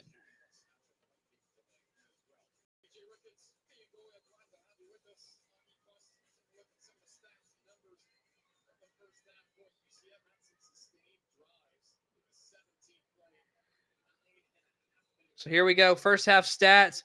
Jacksonville State 51 rush yards, 62 passing yards for a total of 113. UCF 87 rush yards, 59 passing yards, and a total of 146. Yeah, Colton, this game is definitely going to be a total of like 5 hours, which is going to be ridiculous. The other time I remember streaming this long was probably New Year's Eve when we did the Boise State-Penn State game, which was awful. And then we stayed up till midnight, midnight Central Time. That stream was like 6 hours long. Because I think I did start at 6 o'clock Central Time to do a pregame, and then the game, and then I had the game, and then until midnight Central Time. So that was a long time. All right, so Gavin Wimsatt and Jacksonville State is going to have the ball to begin the second half. UCF to kick it away. And there's the kick. And that ball will be caught. And this one will be returned to about the 21-yard line, and that's it. So Wimsatt and the Gamecocks are coming back out. Glover with the return right there for the Gamecocks. Update coming from Kansas City. Nebraska goes up 13-3 on Cincinnati as Raiola floats a pass to the end zone to his receiver, And they score the touchdown. That's an update coming from Kansas City. Here we go. 1st and 10 for Jack State. From the 21, Winset sends a man in motion. That's Cam Cook, his running back, who will go right next to him. And a flag.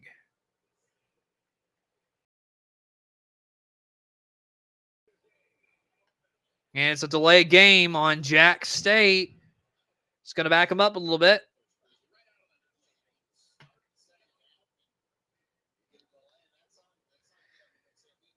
And I mean, that you just can't have that happen. That's just a stupid penalty. Right out of halftime, you can't do that. It's just stupid. Here we go. Here it goes. Cam Cook, and he finds a way to get positive yards right there. That is incredible. And I think that just showed, I mean, on that play, I just think that's bad tackling by UCF. They just can't get Cam Cook. That's just bad tackling. As there's a deep pass and incomplete. Bellamy in coverage for UCF. 3rd down for Jack State.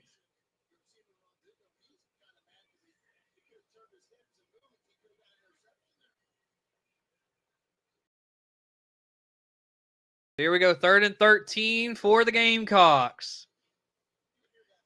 Tonight, Jack State 0 of 5 on 3rd down. So let's see what they can do here. It's literally 9:42 Central Time, so it's crazy. Here we go. Here's the snap. Flag coming in. I think this is going to be offsides on the defense, and there's a pass that gets close to the line of game. Look, that's Coombs with the catch.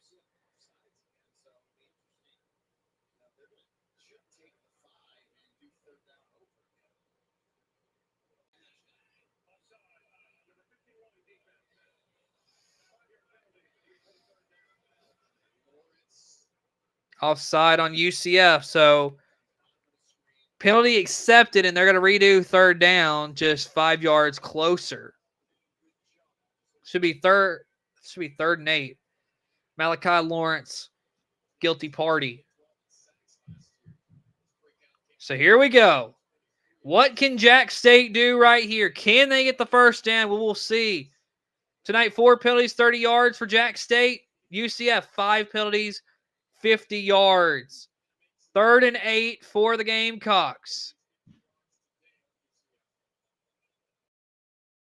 Wimset's got a running back to his left. Takes a snap. He's looking. Going to dump it off to that running back. That's Cam Cook. Loses his footing a little bit, and he's only going to get about 2 yards right there. And Central Florida will force a 4th down and a punt as Taven Jackson and the UCF offense will come back out. And Wimset's just dancing around, looking and looking. And he just has to dump it to Cam Cook because there's just nowhere to go with the ball. It's a 4th and 5 for Jack State. Oh, it's a fake. It's a fake.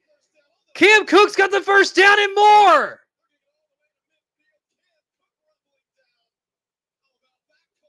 Wow.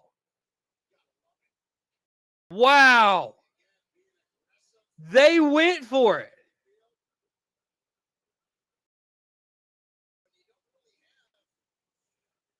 Wow. That's an incredible call right there. You need something going your way, and you do a fake punt right there. That is incredible. That is what they needed. Here we go. Here is Wimset. And he gives it off to his running back who gets nothing. Great stop right there by Lockett. 2nd down for Jack State.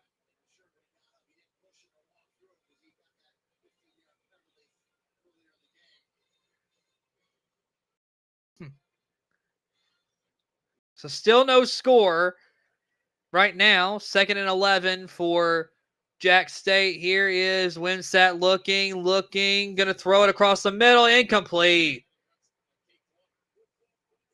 It's going to be 3rd down now for Jack State. So 3rd and 11.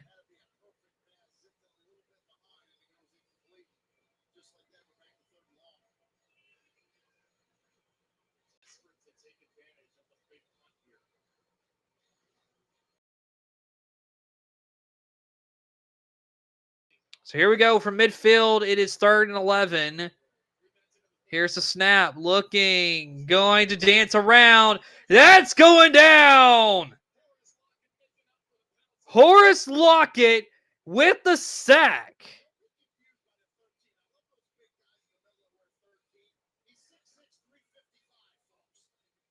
And that is just a really just...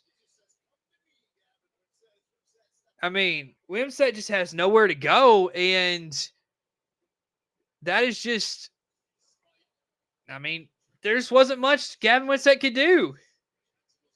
4th and 19, as Jack State will punt it back, and now we got a flag. You know, folks, I wonder if we'll ever get any scoring in this game. That'd be nice.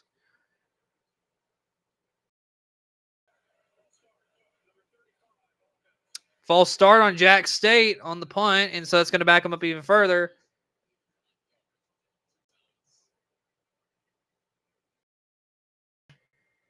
So I see like a really good mix of UCF and Jacksonville State people in the chat tonight. That's always fun to see how many different fans we have, as that punt will roll to about the 21-yard line. And so that's where UCF will end up playing. So, of course, Horace Lockett, he made the big play on that drive to end it. And so UCF, we'll see what they can do, as we're going to take a commercial break and come back on the other end with more football.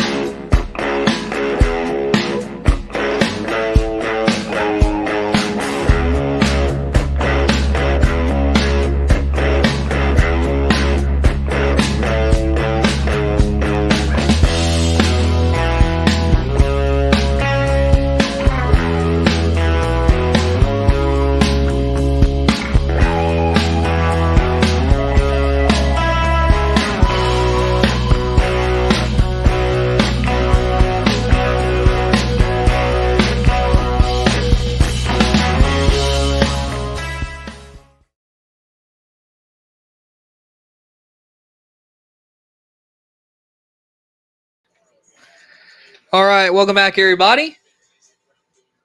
Of course, they're looking at some of the Big 12 games. Big 10 games. Yeah, Big 12 games. I'm sorry. Big 12 games is what they're looking at. Got some really interesting ones. Week 1 is full of some interesting games. All right, here we go.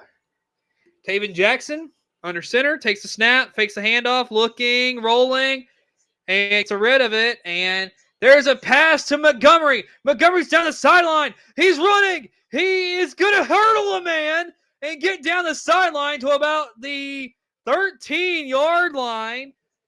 And it's going to be, it looks like they're actually going to give him 1st and goal. That is incredible. Miles Montgomery. Yes, so Matt, to answer your question, Cam Fancher, before the weather delay, he got lit up, and they did end up throwing Traquan Fegans out, the guy who hit him, and so Cam Fancher is out of the game. I'm not uncertain about what injury, but here we go. Here's Miles Montgomery, handoff, and he will get down to about the 6 or 7 yard line right there, as UCF is looking to score. Folks, we may actually have some points coming. About time. Here's the handoff. Montgomery, 1st down, and now 1st and goal for the Knights.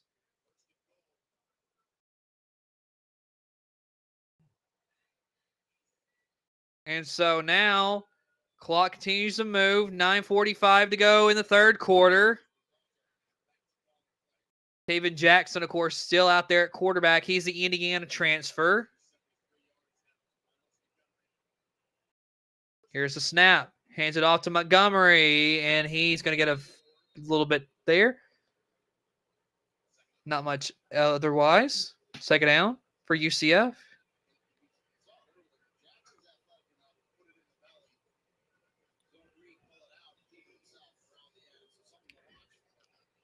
Of course, clock continues to move. UCF getting the huddle. Considering that Scott Frost really likes to go fast, I'm shocked that he's actually got Taven Jackson going under, getting in the huddle and actually calling a play and slowing it down. So here we go. Here's a design run for Taven Jackson. That is close. And they're going to say down at the 1 or maybe even the half-yard line. That was close. Yeah, he's short. The ball's short. So here we go. It looks like they're going to do like a quarterback sneak, and now we got flags.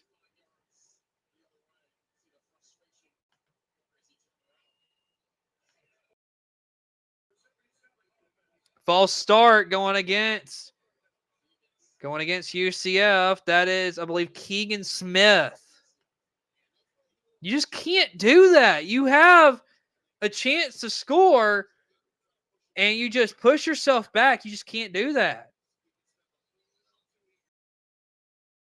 And to answer one of the questions in the chat about showing the actual game, I can't, because if I do, I may get copyright strike, and I don't really want to get any copyright strikes. So I don't want my content to be taken down right at the moment. So that explains reasoning for just doing the play-by-play. So here we go. 3rd and goal from, it looks like about the 5-yard line. Here's Jackson looking, throwing, incomplete. And then 4th down, but hey, maybe we get some points here.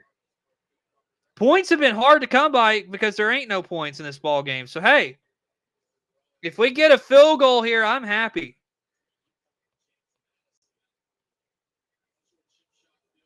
Jacksonville State had a chance. And so, let's see. Will UCF, 24-yarder, clean snap, good hold, kick is up, kick is good. We finally have points in Orlando. It is 3-0 UCF. All started by a great catch by Miles Montgomery. He would run down to about the 50-yard line. And man, we got points in Orlando, folks. It's exciting. College football's back. Oh, it's beautiful, folks. Let's go to we're actually going to go to a 30-second break, and we're going to come back and show you our Savor Broadcast Network top 10. So,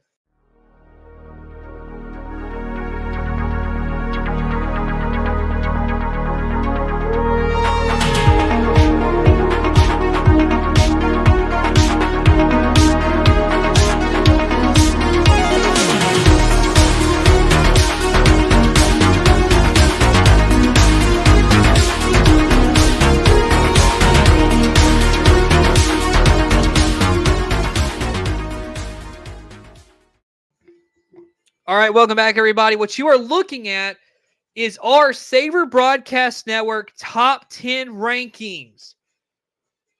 Now, this is what we think here at Savor Broadcast Network is the top 10 teams going into the season.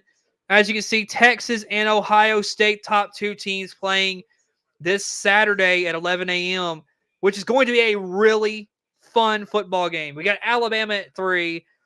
We think here at Savor Broadcast Network that Alabama is going to be a whole lot better than what the AP voters think, because other than questions about the quarterback, Alabama's is stacked at every other position. Then, of course, you have Penn State at 4. We're not so high on Penn State this year as what a lot of people are, because, quite frankly, James Franklin doesn't know how to win the big game. So there's some explanation for that. Oregon, Clemson, Georgia. Georgia, we're not confident about them. We just don't know what they're going to look like. Notre Dame at 8, LSU at 9, and then Florida. We're thinking is going to be an incredible football team this year, and I don't think anybody else has them as high as we do. So that is our Savor Broadcast Network top 10 rankings. And folks, we got a ball game. It's 3-0. We finally got points, and that's exciting. Let's see if can Jacksonville State go back on the other side and answer. We shall see. First points of the ball game, of course, Scott Frost. And I know I've mentioned it a bunch, but Scott Frost, of course, the head coach at UCF, and Charles Kelly, first-year head coach at Jacksonville State. So, here we go. UCF to kick it away. There's a kick. And this one's going to go into the end zone. So, Jacksonville State should start about the 25-yard line.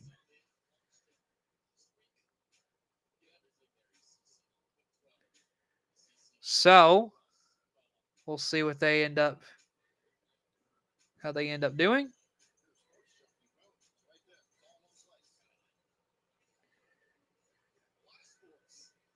So here we go. 1st and 10 for Gavin Wimsett and the Jacksonville State Gamecocks. Tonight, rush yards 101 for UCF, 69 for Jacksonville State, 123 to 65 on passing yards. UCF has more. So total yards 224 to 134. UCF in the lead with that. And there is a run by Wimsett. First down. Great run right there. And Wimsett, he did a really good job of faking that, and he took off and ran with it. Here's another run right there. And I believe that's Cam Cook with the carry right there. Clearly, Cam Cook is going to be their lead back at Jacksonville State this year. But I think if you're Jacksonville State, this has got to be, you're in this ball game still. Even though your offense hasn't looked incredible, you're still in this ball game. You got to be proud about the way that you've played so far on defense, because you've held them to only 3 points. Here's Wimsett going to take off and run, and he gets about 2 yards. The 3rd down now for Jacksonville State. If you do remember, though, Jacksonville State was always one of those teams in the FCS that was always one that competed for championships there in the FCS. Here's Winsett with the run. That's a first down. Winsett is really a big guy. He's a big physical running quarterback that he's really made some interesting plays here in this ball game.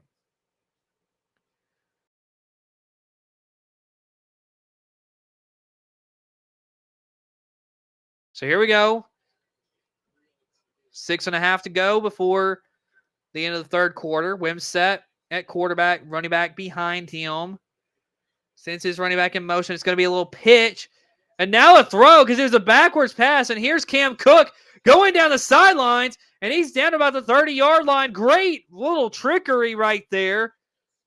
And I really love that play. It's a little backwards pitch. And the guy throws it right to Cam Cook. Here's Cam Cook on the other end getting the run. And he gets about 4 or 5 yards. This stream's already been 4 hours long, folks. That's crazy. Thanks for staying with us, folks. Here we go. Here is Winsett, a throw, and that's just way too high for his receiver.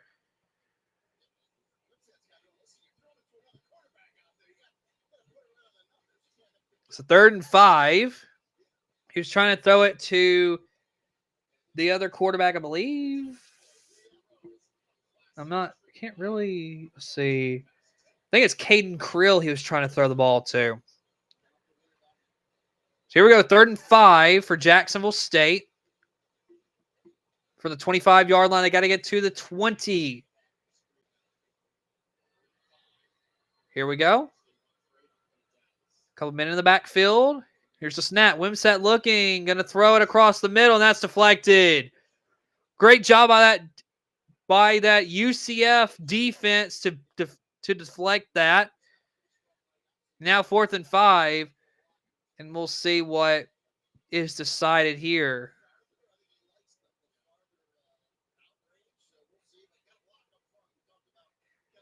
And it looks okay. They're going to kick the field goal. So Ripa is out there to kick this field goal for Jack State.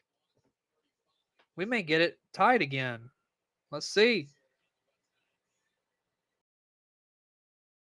Here's the kick. Clean snap. Good hold. This one's actually up. This one is good.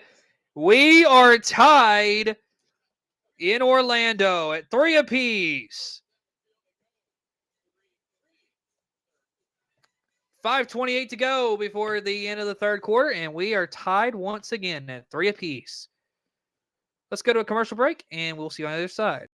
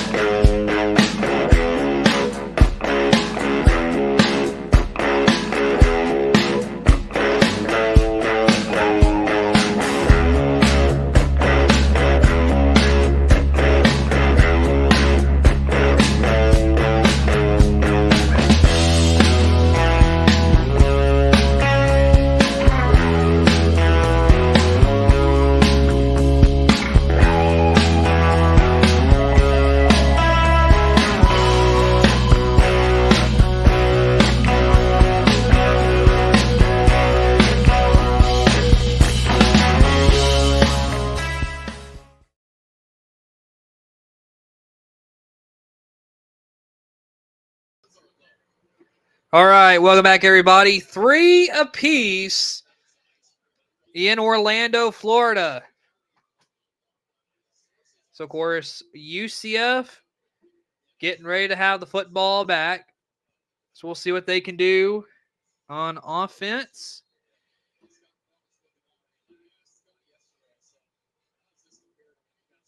But Jacksonville State finally gets on the board. They needed that field goal. They really did. Because I feel like they were moving the ball, but they just seemed like uninspired also because they were down and they hadn't scored yet. So a good way to get some points on the board. And so that kick will be called for a fair catch. And so UCF will start, I believe, at like the 25-yard line. So Taven Jackson will be back out at quarterback. So Cam Fancher, I believe, is just done.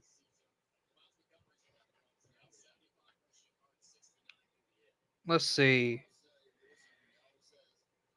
We're going to look this up real quick.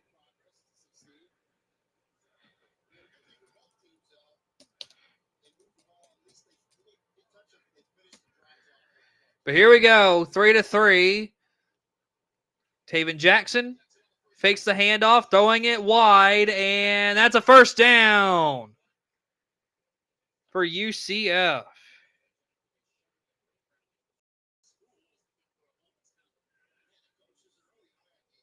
And I mean, that was a great fake there by Taven Jackson. Does a great job keeping the ball right high and keeping the ball tight in his chest and doing a great job of getting the ball out.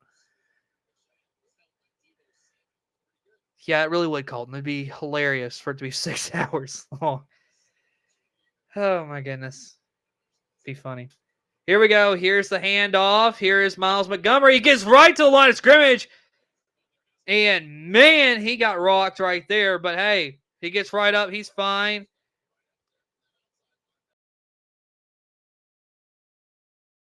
Great defensive play there by Jack State. 2nd and 10 now. Clock is continuing to roll. The crowd sounds so quiet. I know y'all can't hear, but I have the volume up a little bit just so I can listen for any penalties or whatnot so I can give you the most accurate information.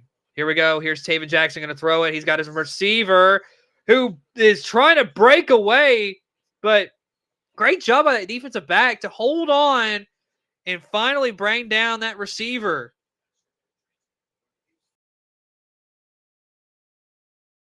Jaheim Jenkins with the tackle. So here we go. First down. Jackson looking, going to throw across the middle, got his man, and great throw right there and great catch as the drive will continue. So here we go. 3.5 to go in the third quarter. Jackson takes the snap, fakes the handoff, throwing it out wide, and Dwayne Thomas can't handle it. It's just a little too wide. Just a little too wide right there. 3rd and 1 now for UCF. Okay, so here, in my opinion, here's what I want to see. Because both teams, you got a really interesting situation here. You got 3rd and 1. You're getting late in this ball game. UCF, I think I like what they've done in this drive. You got to find something right here. Here we go from the 45 on Jacksonville State side of the field. Fake handoff out wide. And that gets back to about the line of scrimmage. That's it. Great defensive play by Franklin, though. 4th down. And now let's see if UCF goes for this. It looks like they will. Very aggressively. Both coaches. I mean, this is the one thing that I'm going to take away from. Well, this is one of the many things I'll take away from this game. But both coaches are very aggressive on the offensive side of the football. And I like that. I like aggressive. So 4th and 1 now for Taven Jackson. Both teams are 100% on 4th downs here tonight. Here's the handoff. I don't think he got it. But there's a flag. This may help or may hurt UCF. Let's wait and see what the call on the field is going to be. False start on UCF, and it's still 4th down. So now I think this just basically will be a punting situation if you are the Knights.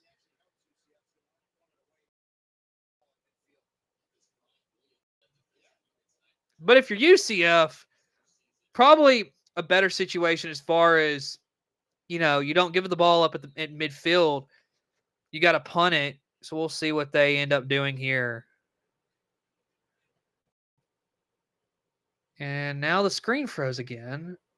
But this is on their end. Yeah, this is on their end this time. Okay.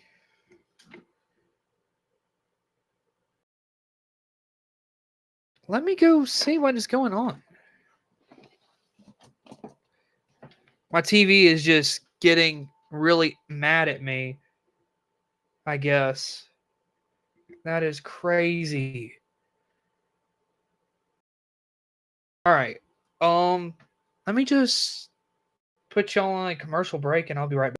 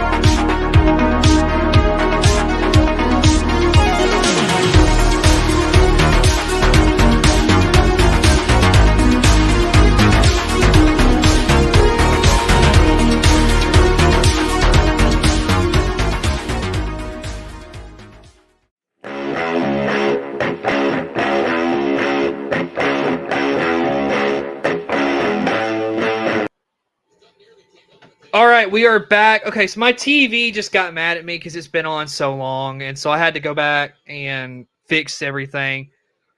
So 2nd and 10 now for Jacksonville State. Tonight, Cam Cook, 98 rush yards, 43 receiving yards. So I do apologize for that. My TV just decided it was going to act up with me right now. So here we go from about the 45-yard line. Here's a handoff to Cam Cook, who's going to get about 5 yards and another flag. How many penalties have we had tonight? It's going to be a holding. But who is it on? And it's going against the offense. So they're going to replay the 2nd down here tonight in this 3rd quarter. 1:07 to go before the end of the 3rd quarter. Amari Grayson is the guilty party on that holding.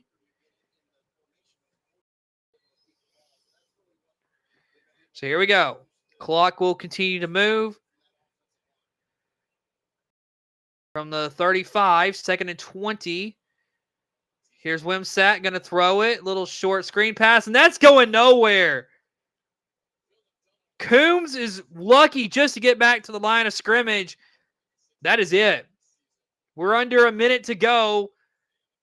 Jacksonville State can elect to do one more play and then go to the end of the 3rd quarter with the way the clock is moving.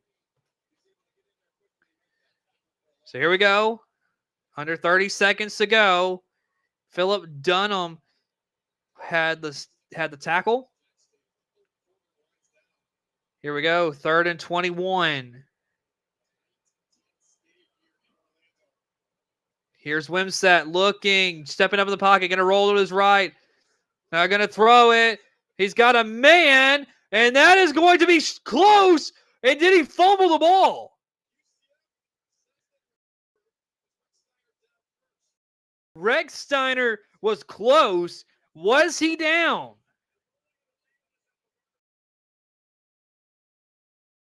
He's short of the line to gain. He's down. Still Jacksonville State ball. That is the end of the third quarter. Scott Frost having a discussion with one of the officials because he thinks it should have been a fumble. Man. Oh, that's close. It looks like the elbow may have been down before, but that is really close.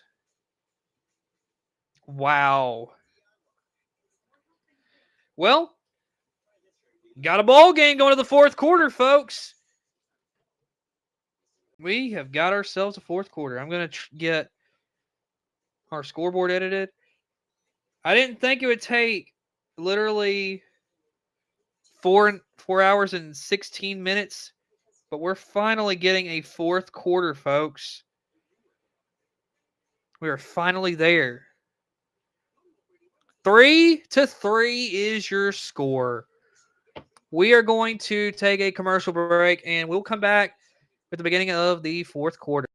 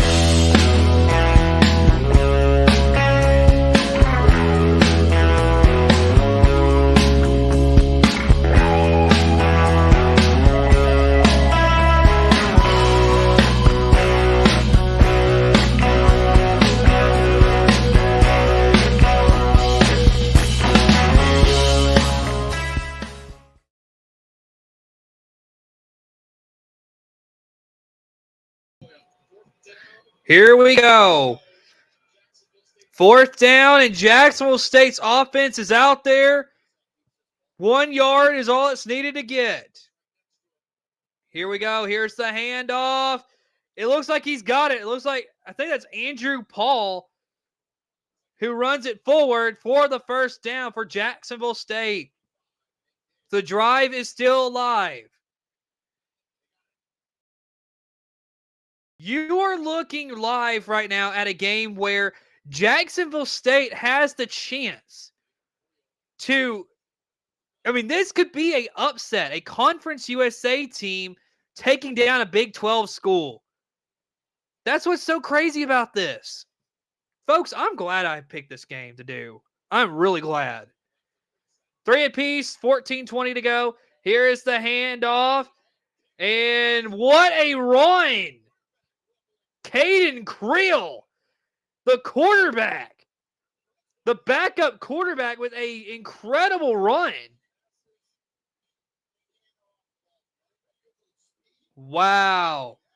That's a lot of speed from a backup quarterback. So here we go from the 31. What can Jack State do? Of course, Wimsett still in at quarterback. He's got a running back to his left. Another man in motion. That's Creel. A little end around. Rex Steiner is going to be taken down behind the line of scrimmage. That's a loss of either a yard or two. Great defense right there as UCF knew what was coming. Great job by the defense. And Rex Steiner just had nowhere to go. And Paul gets a couple yards on that carry right there for Jacksonville State.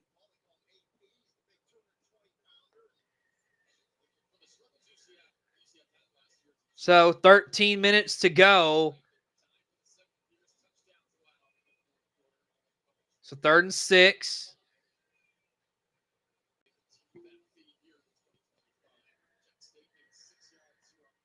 Six yards is what is needed. From the 27, Wimsett's got a running back to his left. Here's the snap, looking to throw, going to throw it back to his running back. That's Andrew Paul, who's going to go skyborne and get down to the 10-yard line. And Andrew Paul, he did a great job. He saw that defender was going low, so he just jumps over. And that's just a beautiful way to get a 1st and goal for Jacksonville State.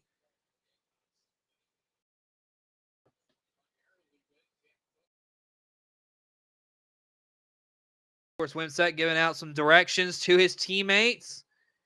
Running back to his left, man in motion. And Wimsett hands off to Andrew Paul. Andrew Paul breaking some tackles. He's in the end zone. We have a touchdown in this ball game, and it's the team from Jacksonville, Alabama. The Gamecocks will score, and it is now 9-3.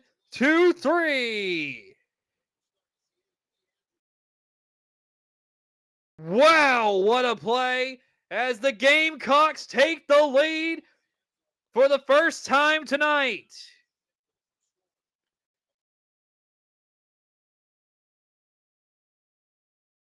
And the extra point is up and good for the Jacksonville State Gamecocks. They take a 10-3 lead with 12 minutes to go in regulation. Andrew Paul, he plays big bully ball, and he walks into the end zone. Jacksonville State, they lead by 7.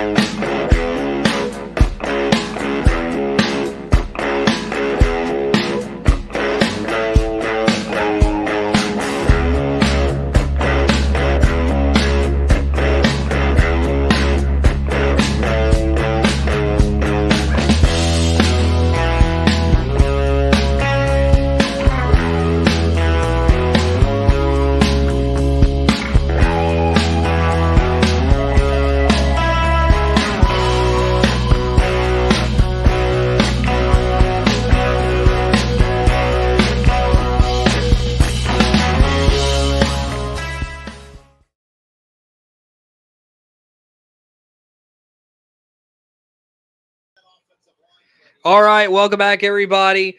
Jacksonville State to kick it off. My, oh my, they have the lead, folks. As there's the kickoff. And this one's returnable for UCF. As UCF will be starting from about the 24, 25-yard line. So, 11:55 to go. Of course, Scott Frost, he was the 2017 AP College Football Coach of the Year, of course, with that 13-0 record in 2017 at UCF. But this is definitely very different than 2017. We'll see what they can do. 1st and 10 for the Knights. So here we go. Taven Jackson got a running back behind him. Takes a snap. Fakes the handoff. Now looking to throw. Looking. Rolling. Got 2 men. Trying to get him. And that one floated way too high for Dwayne Thomas. Kind of just a get rid of it kind of throw is what I saw from Taven Jackson right there. And I mean, that was just incredible defense, in my opinion, from Jacksonville State.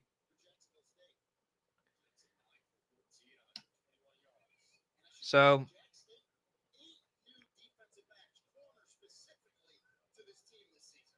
here we go. Jackson has a running back to his left. Sends him in motion, all alone in the backfield. Looking to throw. Going to throw it. That one caught by Thomas. Great catch. 1st down, UCF. And that's a great way. I really like this play. And the defense really just left Dwayne Thomas open. Great decision there by Taven Jackson. As now he's looking to throw again. He's just going to dump it off to Miles Montgomery, who will get. I mean, he makes a positive play out of this. I didn't think he was, but that's a nice positive play. And a flag on this play. So let's see what this is all about.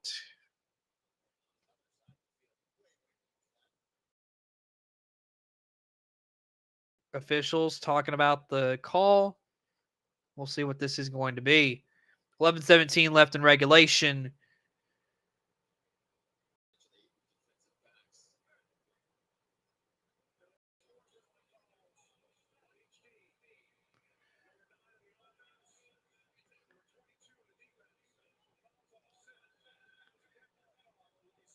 All right, so offsetting penalties. They were both unsportsmanlike on one for each team. And so it offsets.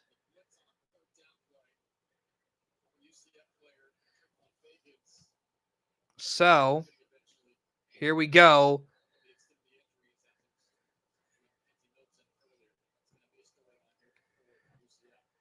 So here we go. Here is Jackson looking to throw. He's got a couple men coming in, and they're going to sack him back at about the 35-yard line. And that's Alexander getting in there to get that sack. It's going to be a long way to go for UCF after that sack. Just a great defensive play right there by Jacksonville State. Both teams now have recorded a sack each. 3rd and 15 for UCF. Clock under 11 minutes to go. Taven Jackson trying to give out some signals to his teammates. Running back to the left.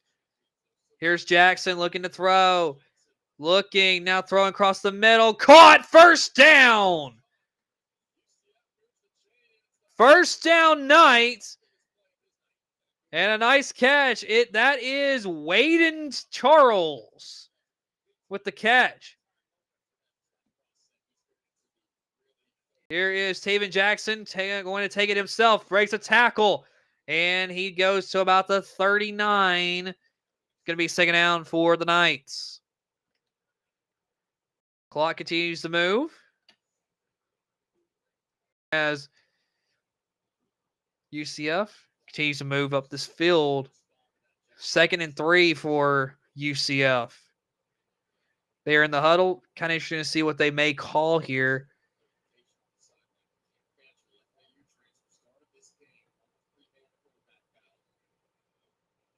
So here we go.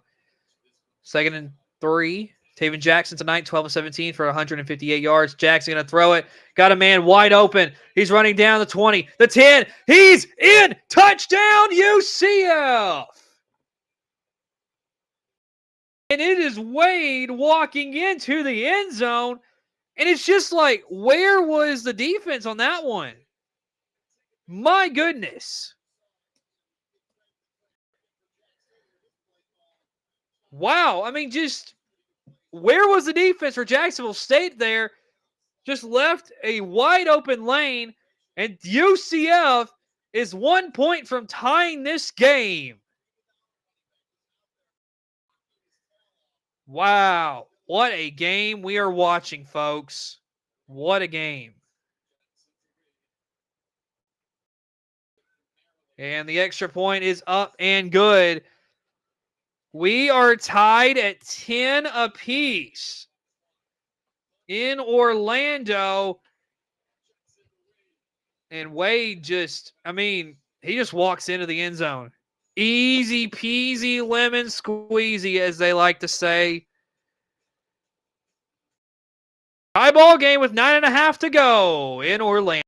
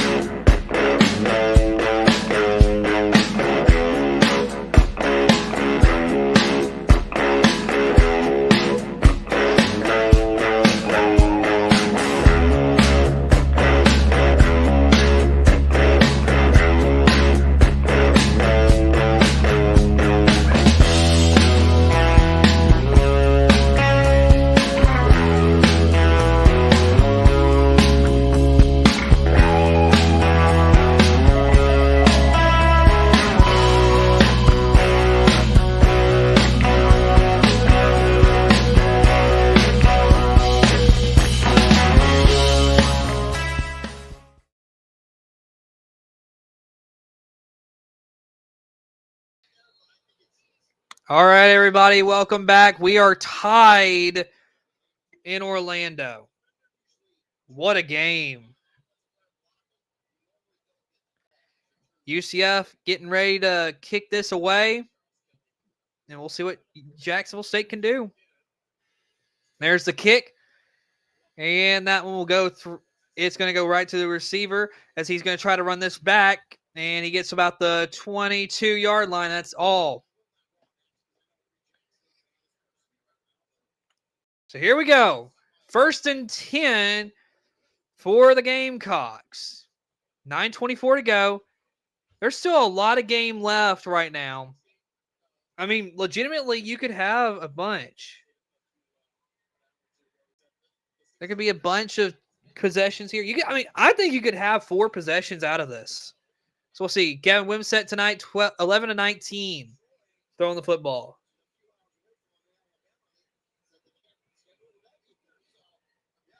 So here we go from the 22-yard line. Wimsett takes the snap.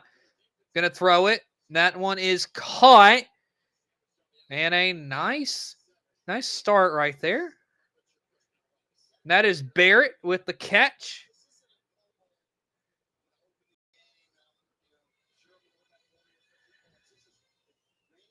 So here we go. 9 minutes to go. Second down for the Gamecocks. Here's the handoff, and that's going nowhere for Cam Cook. He is going backwards.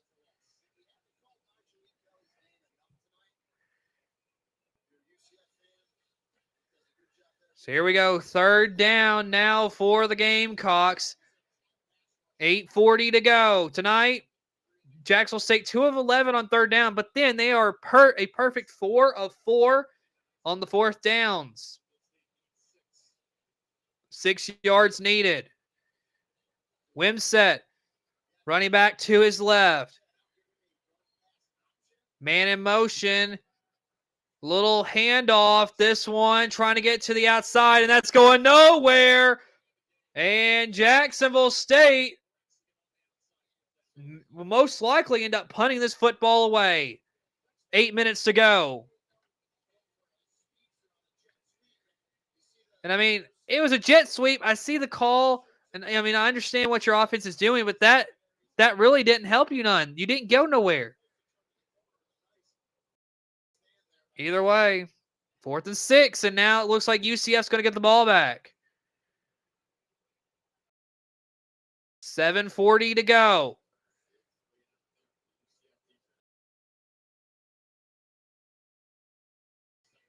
Okay, back to punt.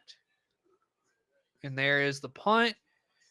And that one is going to roll out of bounds at about the 30-yard line. So now it's your chance, UCF. It's your chance to really go down, score, and really take control of this ball game if you are UCF. Of course, right now they're looking at the AP top 10. Yeah, our Savor Broadcast Network rankings is a little bit different. We have, between the Savor Broadcast Network rankings and the AP, 9 of the 10 schools in the top 10 are there. The only difference is Miami's in the top 10 of the AP, and we have Florida in the Savor Broadcast Network polls. So that gives you an idea of the differences. Here we go. Taven Jackson looking to throw. Got a little bit of pressure now, going to float this one up. Caught! It's caught past midfield and down to about the 45. Great catch right there. Marcus Burke. So here we go. 7 minutes to go. That was just a beautiful throw. Like literally just a beautiful throw. Lays it right where Burke needed it. It's just beautiful. Here we go. 1st and 10. Jackson going up to the line of scrimmage, giving out some signals. They're at the 43-yard line to be exact. Jackson takes the snap. He's looking as he drops back. Now throwing across the middle. Got his man. Caught at about the 28-yard line. And now UCF in striking distance now. It's taken long enough, but hey, maybe UCF is starting to get going here. Taven Jackson tonight, 15 of 22, 39, and a touchdown. He's looked really good here in this ballgame after Fancher got hurt. As here's the handoff to Miles Montgomery, who will get a few yards right there. Maybe 3, maybe 4. And, you know, that's a good call. Slow it down a little bit. But clock continues to move. 5.5 to go in this fourth quarter. And for Jacksonville State, if you end up losing this game, that is a sad reality. But we still got a lot of football to play. 25-yard line, fakes the handoff, and Jackson's going down. Garrett Stansberry gets in the backfield And he gets the sack. Wow. Just a great job right there by Stansberry. He's a senior out of Franklin, Louisiana. 6'6", 275 pounds. That is a massive human being. 3rd and 17. Here's Jackson looking, throwing. That'll be, I believe that's caught at the 25-yard line, but short 4th down. And it looks like UCF will kick a field goal here. Try to get the lead. So if you're Jacksonville State, it's not all doom and gloom here, because if you're down only 13-10, if you can hold on to the football the rest of this game and then go down and score a touchdown, you have a win here. That's for the Jacksonville State fans here. If you're a UCF fan, this field goal is no good. It's wide left. Oh my goodness. Wide left. It missed. And like that, if you're Jacksonville State, you have life. You got 4 minutes to put together a game-winning drive. Oh my goodness, folks. What a game we're watching. What a game.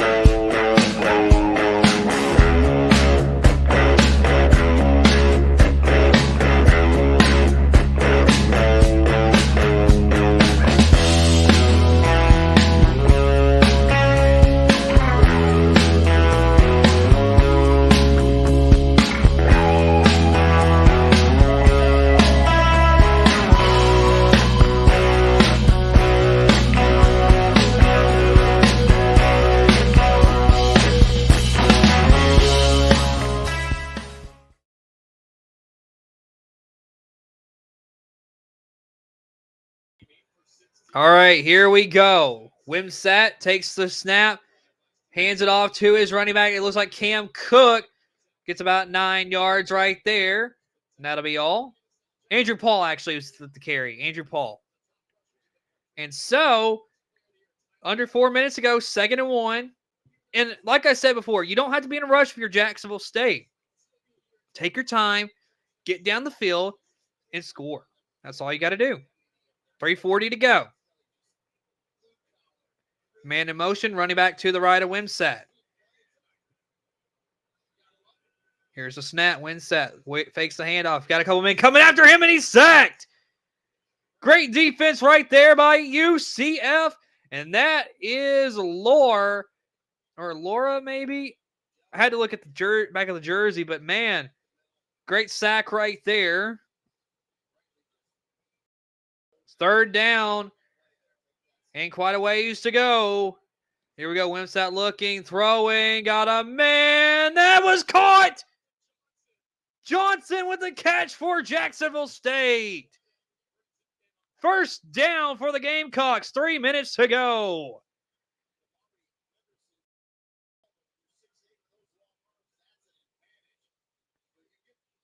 And that's just called, I got a 50-50 ball, but I trust my receiver's going to go up and get that ball. Incredible. 2:40 to go. Jacksonville State is just happy to take their time and go down the field. They only got to get 3 points here. It's maybe their last play before the 2-minute timeout. Here's the handoff to Cam Cook, and he gets about a yard, and that is it. And so now, if you're Jacksonville State, it don't look like they're going to run another play until the 2-minute timeout. So it's going to be 2nd and 9 after we come back from the 2-minute timeout. Jacksonville State on the verge of a crazy, crazy upset in Orlando, Florida.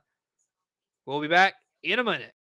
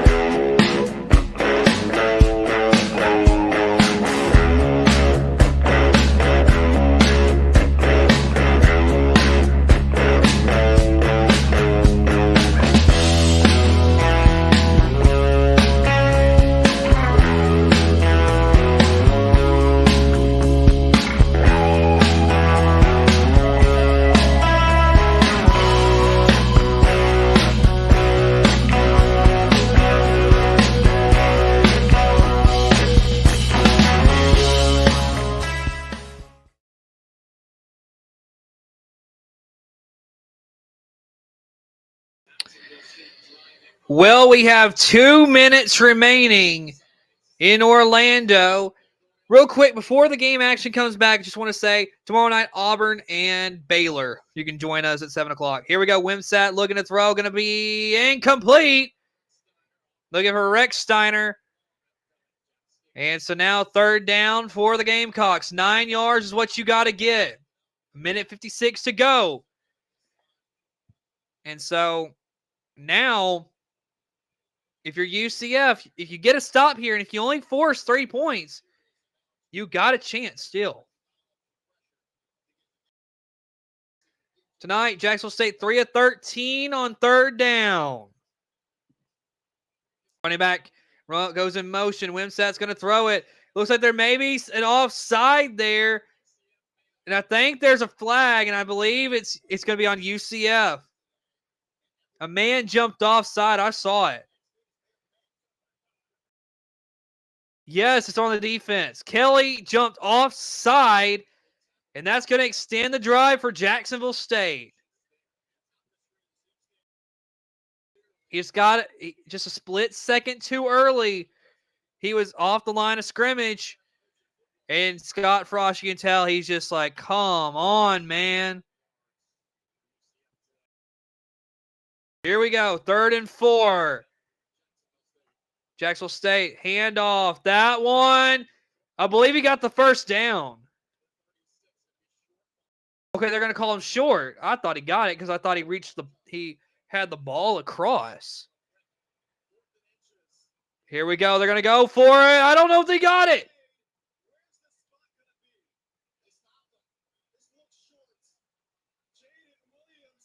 I believe they're calling him short.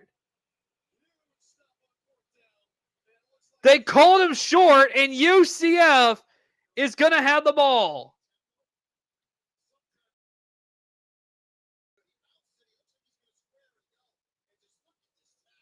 That is just an incredible tackle to keep Cook behind. Wow. Just wow.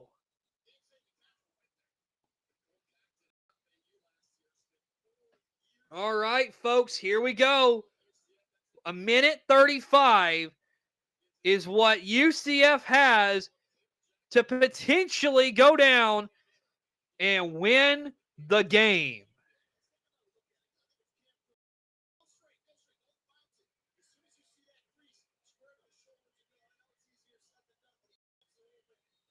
So here we go. Taven Jackson and the Knights offense back out there.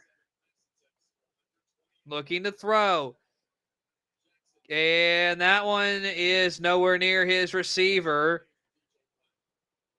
He's looking for Black and just nowhere to be found. That ball just sails on him. 2nd and 10 with 1:30 to go.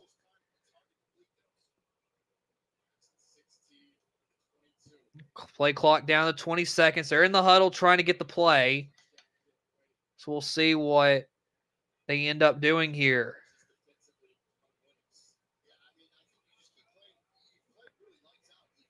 Running back to the right of Taven Jackson.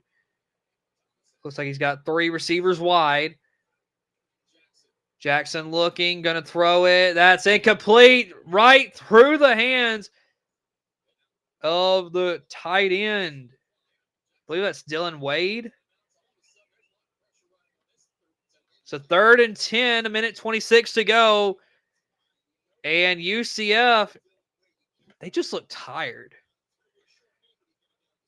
5 minutes until midnight there in Orlando. So who knows? They may just be really tired. But here we go. 3rd and 10 for the Knights.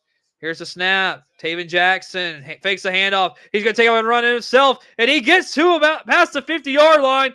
And now it looks like there's going to be a targeting on Woods of Jacksonville State because Taven Jackson was really late to start sliding.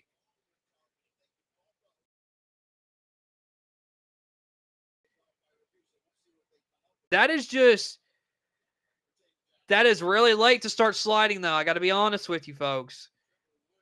He waited until he knew Trevor Woods was about to hit him, and then he slid, try to get the call.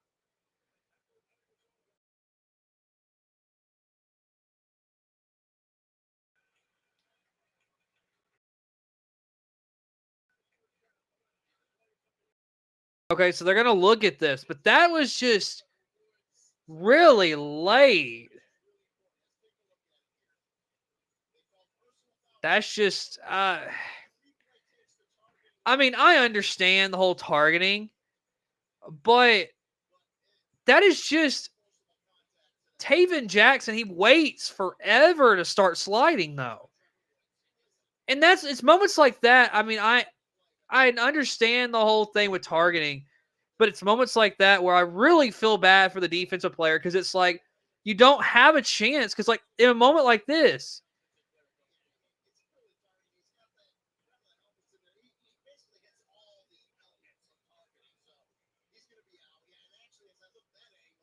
so we'll see. Minute 19 to go. But so Trevor Woods is out. That is a targeting. That'll help UCF. Trevor Woods is disqualified for targeting. I mean, I understand it. I mean, he did lower his helmet a little bit. I just hate it, though, because, I mean, Taven Jackson, it was late to start sliding, though. That was just really late. And I don't know if I fully agree with some of that, but I mean, if you're going to start sliding, you got to do it earlier than that, in my opinion. But we'll see. Here we go. From the 34-yard line on Jacksonville State's side of the field, here is Taven Jackson handing it off to Miles Montgomery, who may get 2 yards there, and that'll be it.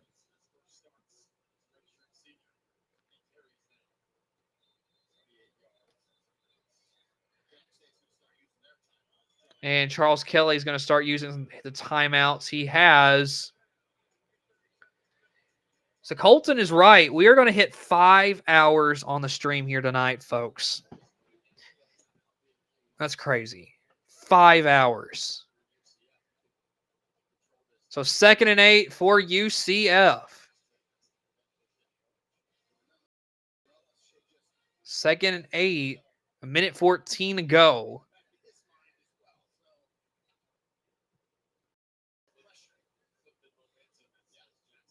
So, this has just been a wild game, folks. I did not think we would be getting this kind of a game, but hey, here we are.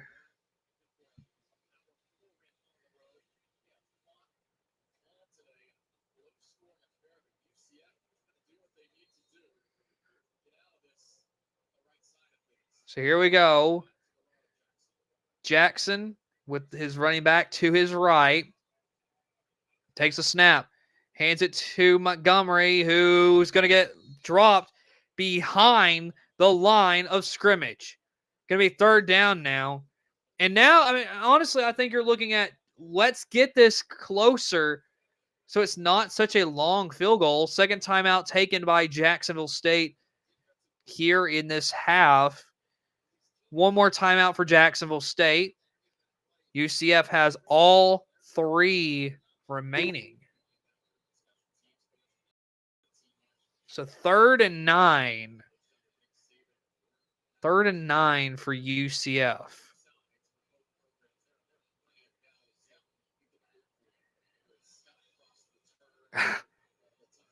I mean, I understand. Yeah, that would be crazy if they do end up missing the field goal.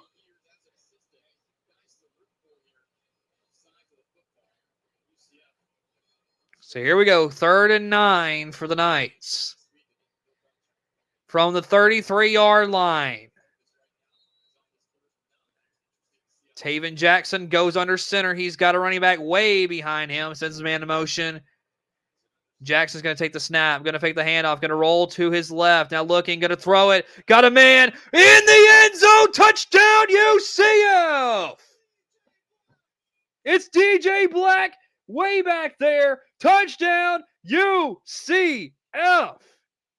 Oh, my goodness. The Knights, they take the lead. Oh, my goodness. Oh, my goodness. What a play. 1:03. This game is not over yet, folks, but it sure is looking like it. 1:03 in UCF. That is a big, big touchdown. 17-10 is your score now. Wow. Just a beautiful play action play. Roll to your left, throw it up, got your man, touchdown, UCF. And now the Knights are in business, up 17-10. One more minute, but that's still a long time. You never know what could happen in these games. 6 plays, 64 yards, and 32 seconds. And that is a touchdown for the Knights they desperately needed.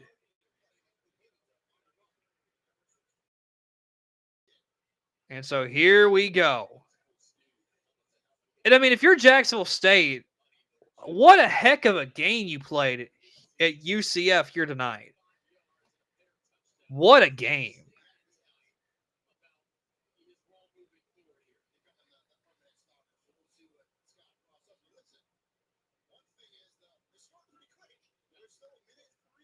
So here we go.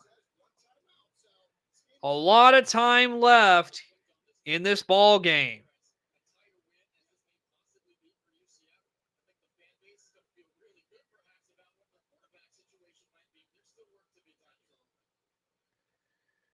So here we go. Here's the kickoff. And that one is going to go into the end zone and touchback. 75 yards. And we'll see what the Gamecocks can do here. They need a touchdown. You got 1 minute and 3 seconds to go. You got to go quick, and you got to get it here. There is no questions about it if you're Jacksonville State.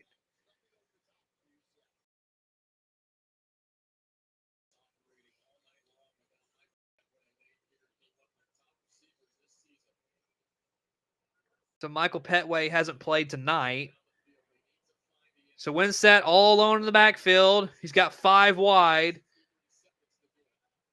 Here's the snap. Winsett looking, going to throw it. Got a man, and that is caught inbounds. So now they got to go because they only got 1 timeout, and you cannot waste it here. So here we go. 48 seconds. They got to go. They're going way too slow. You got to go. Here we go. Winsett looking, throwing, incomplete. But that incompletion is a good thing because it stops the clock. But it's a 3rd down for Jacksonville State. 3rd and 5. You only got 39 seconds. You wasted a lot of time on that last play. So here we go. 39 seconds, a 3rd and 5. Big play in this ball game, folks. If you're UCF, this is a moment you could possibly end it here.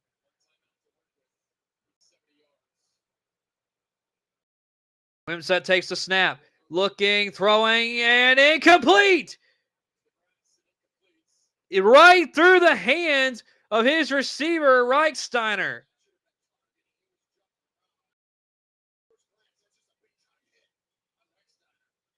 And they're showing a replay of this, and ooh.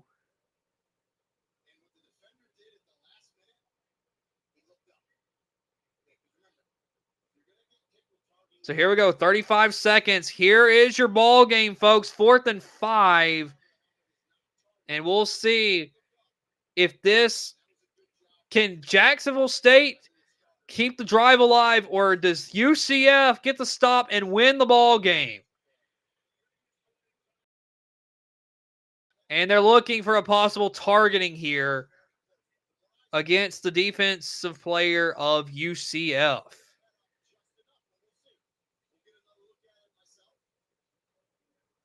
So let's see. Okay. I mean, I don't know. I don't know if I really would like to say if it's targeting or not, because I don't really think it is. I just think that's a clean hit. More so dangerous for the defensive player than it is the offensive player. Because it's more shoulder contact.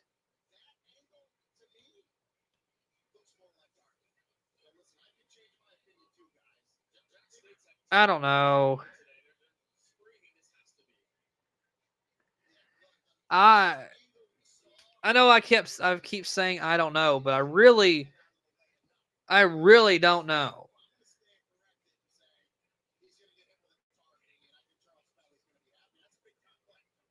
So let's see.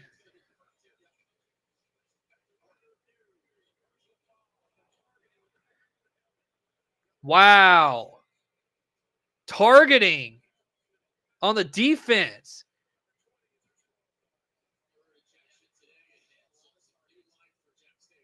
And that is Carter for UCF, the defensive player. He is out for targeting.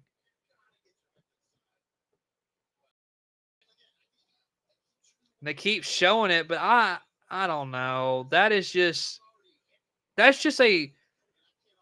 it's kind of tick-tacky in a way, in my opinion, but we'll see.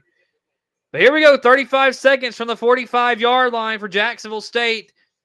Can they score? We will see. You're down a touchdown. You need one. Let's see if you can get it. Here we go. Wimsatt looking. That one dropped. And just, a little too far outside. 31 seconds to go.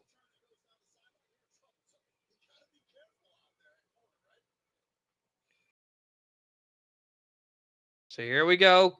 Play clock continues to roll. 20 seconds until they have to snap the ball. From the 46, I meant to say a minute ago. 2nd and 10. Wimsatt takes the snap. He's looking, getting pressure now, throwing deep. That one incomplete. Looking for Deontay Johnson. Bellamy in coverage for UCF. And 3rd and 10 now for Jacksonville State. 2 more plays at least. So let's see what they can do. 26 seconds to go. 3rd and 10.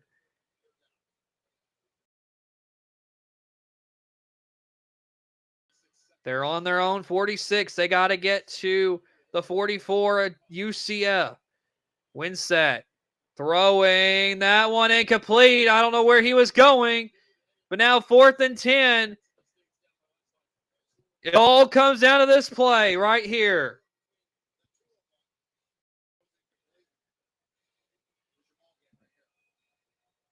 So here goes. 21 seconds. Wimsatt has a running back to his right, or left, Now throwing that one. Intercepted! Intercepted. UCF is going to win the ball game.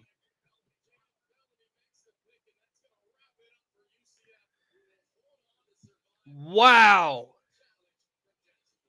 What a game.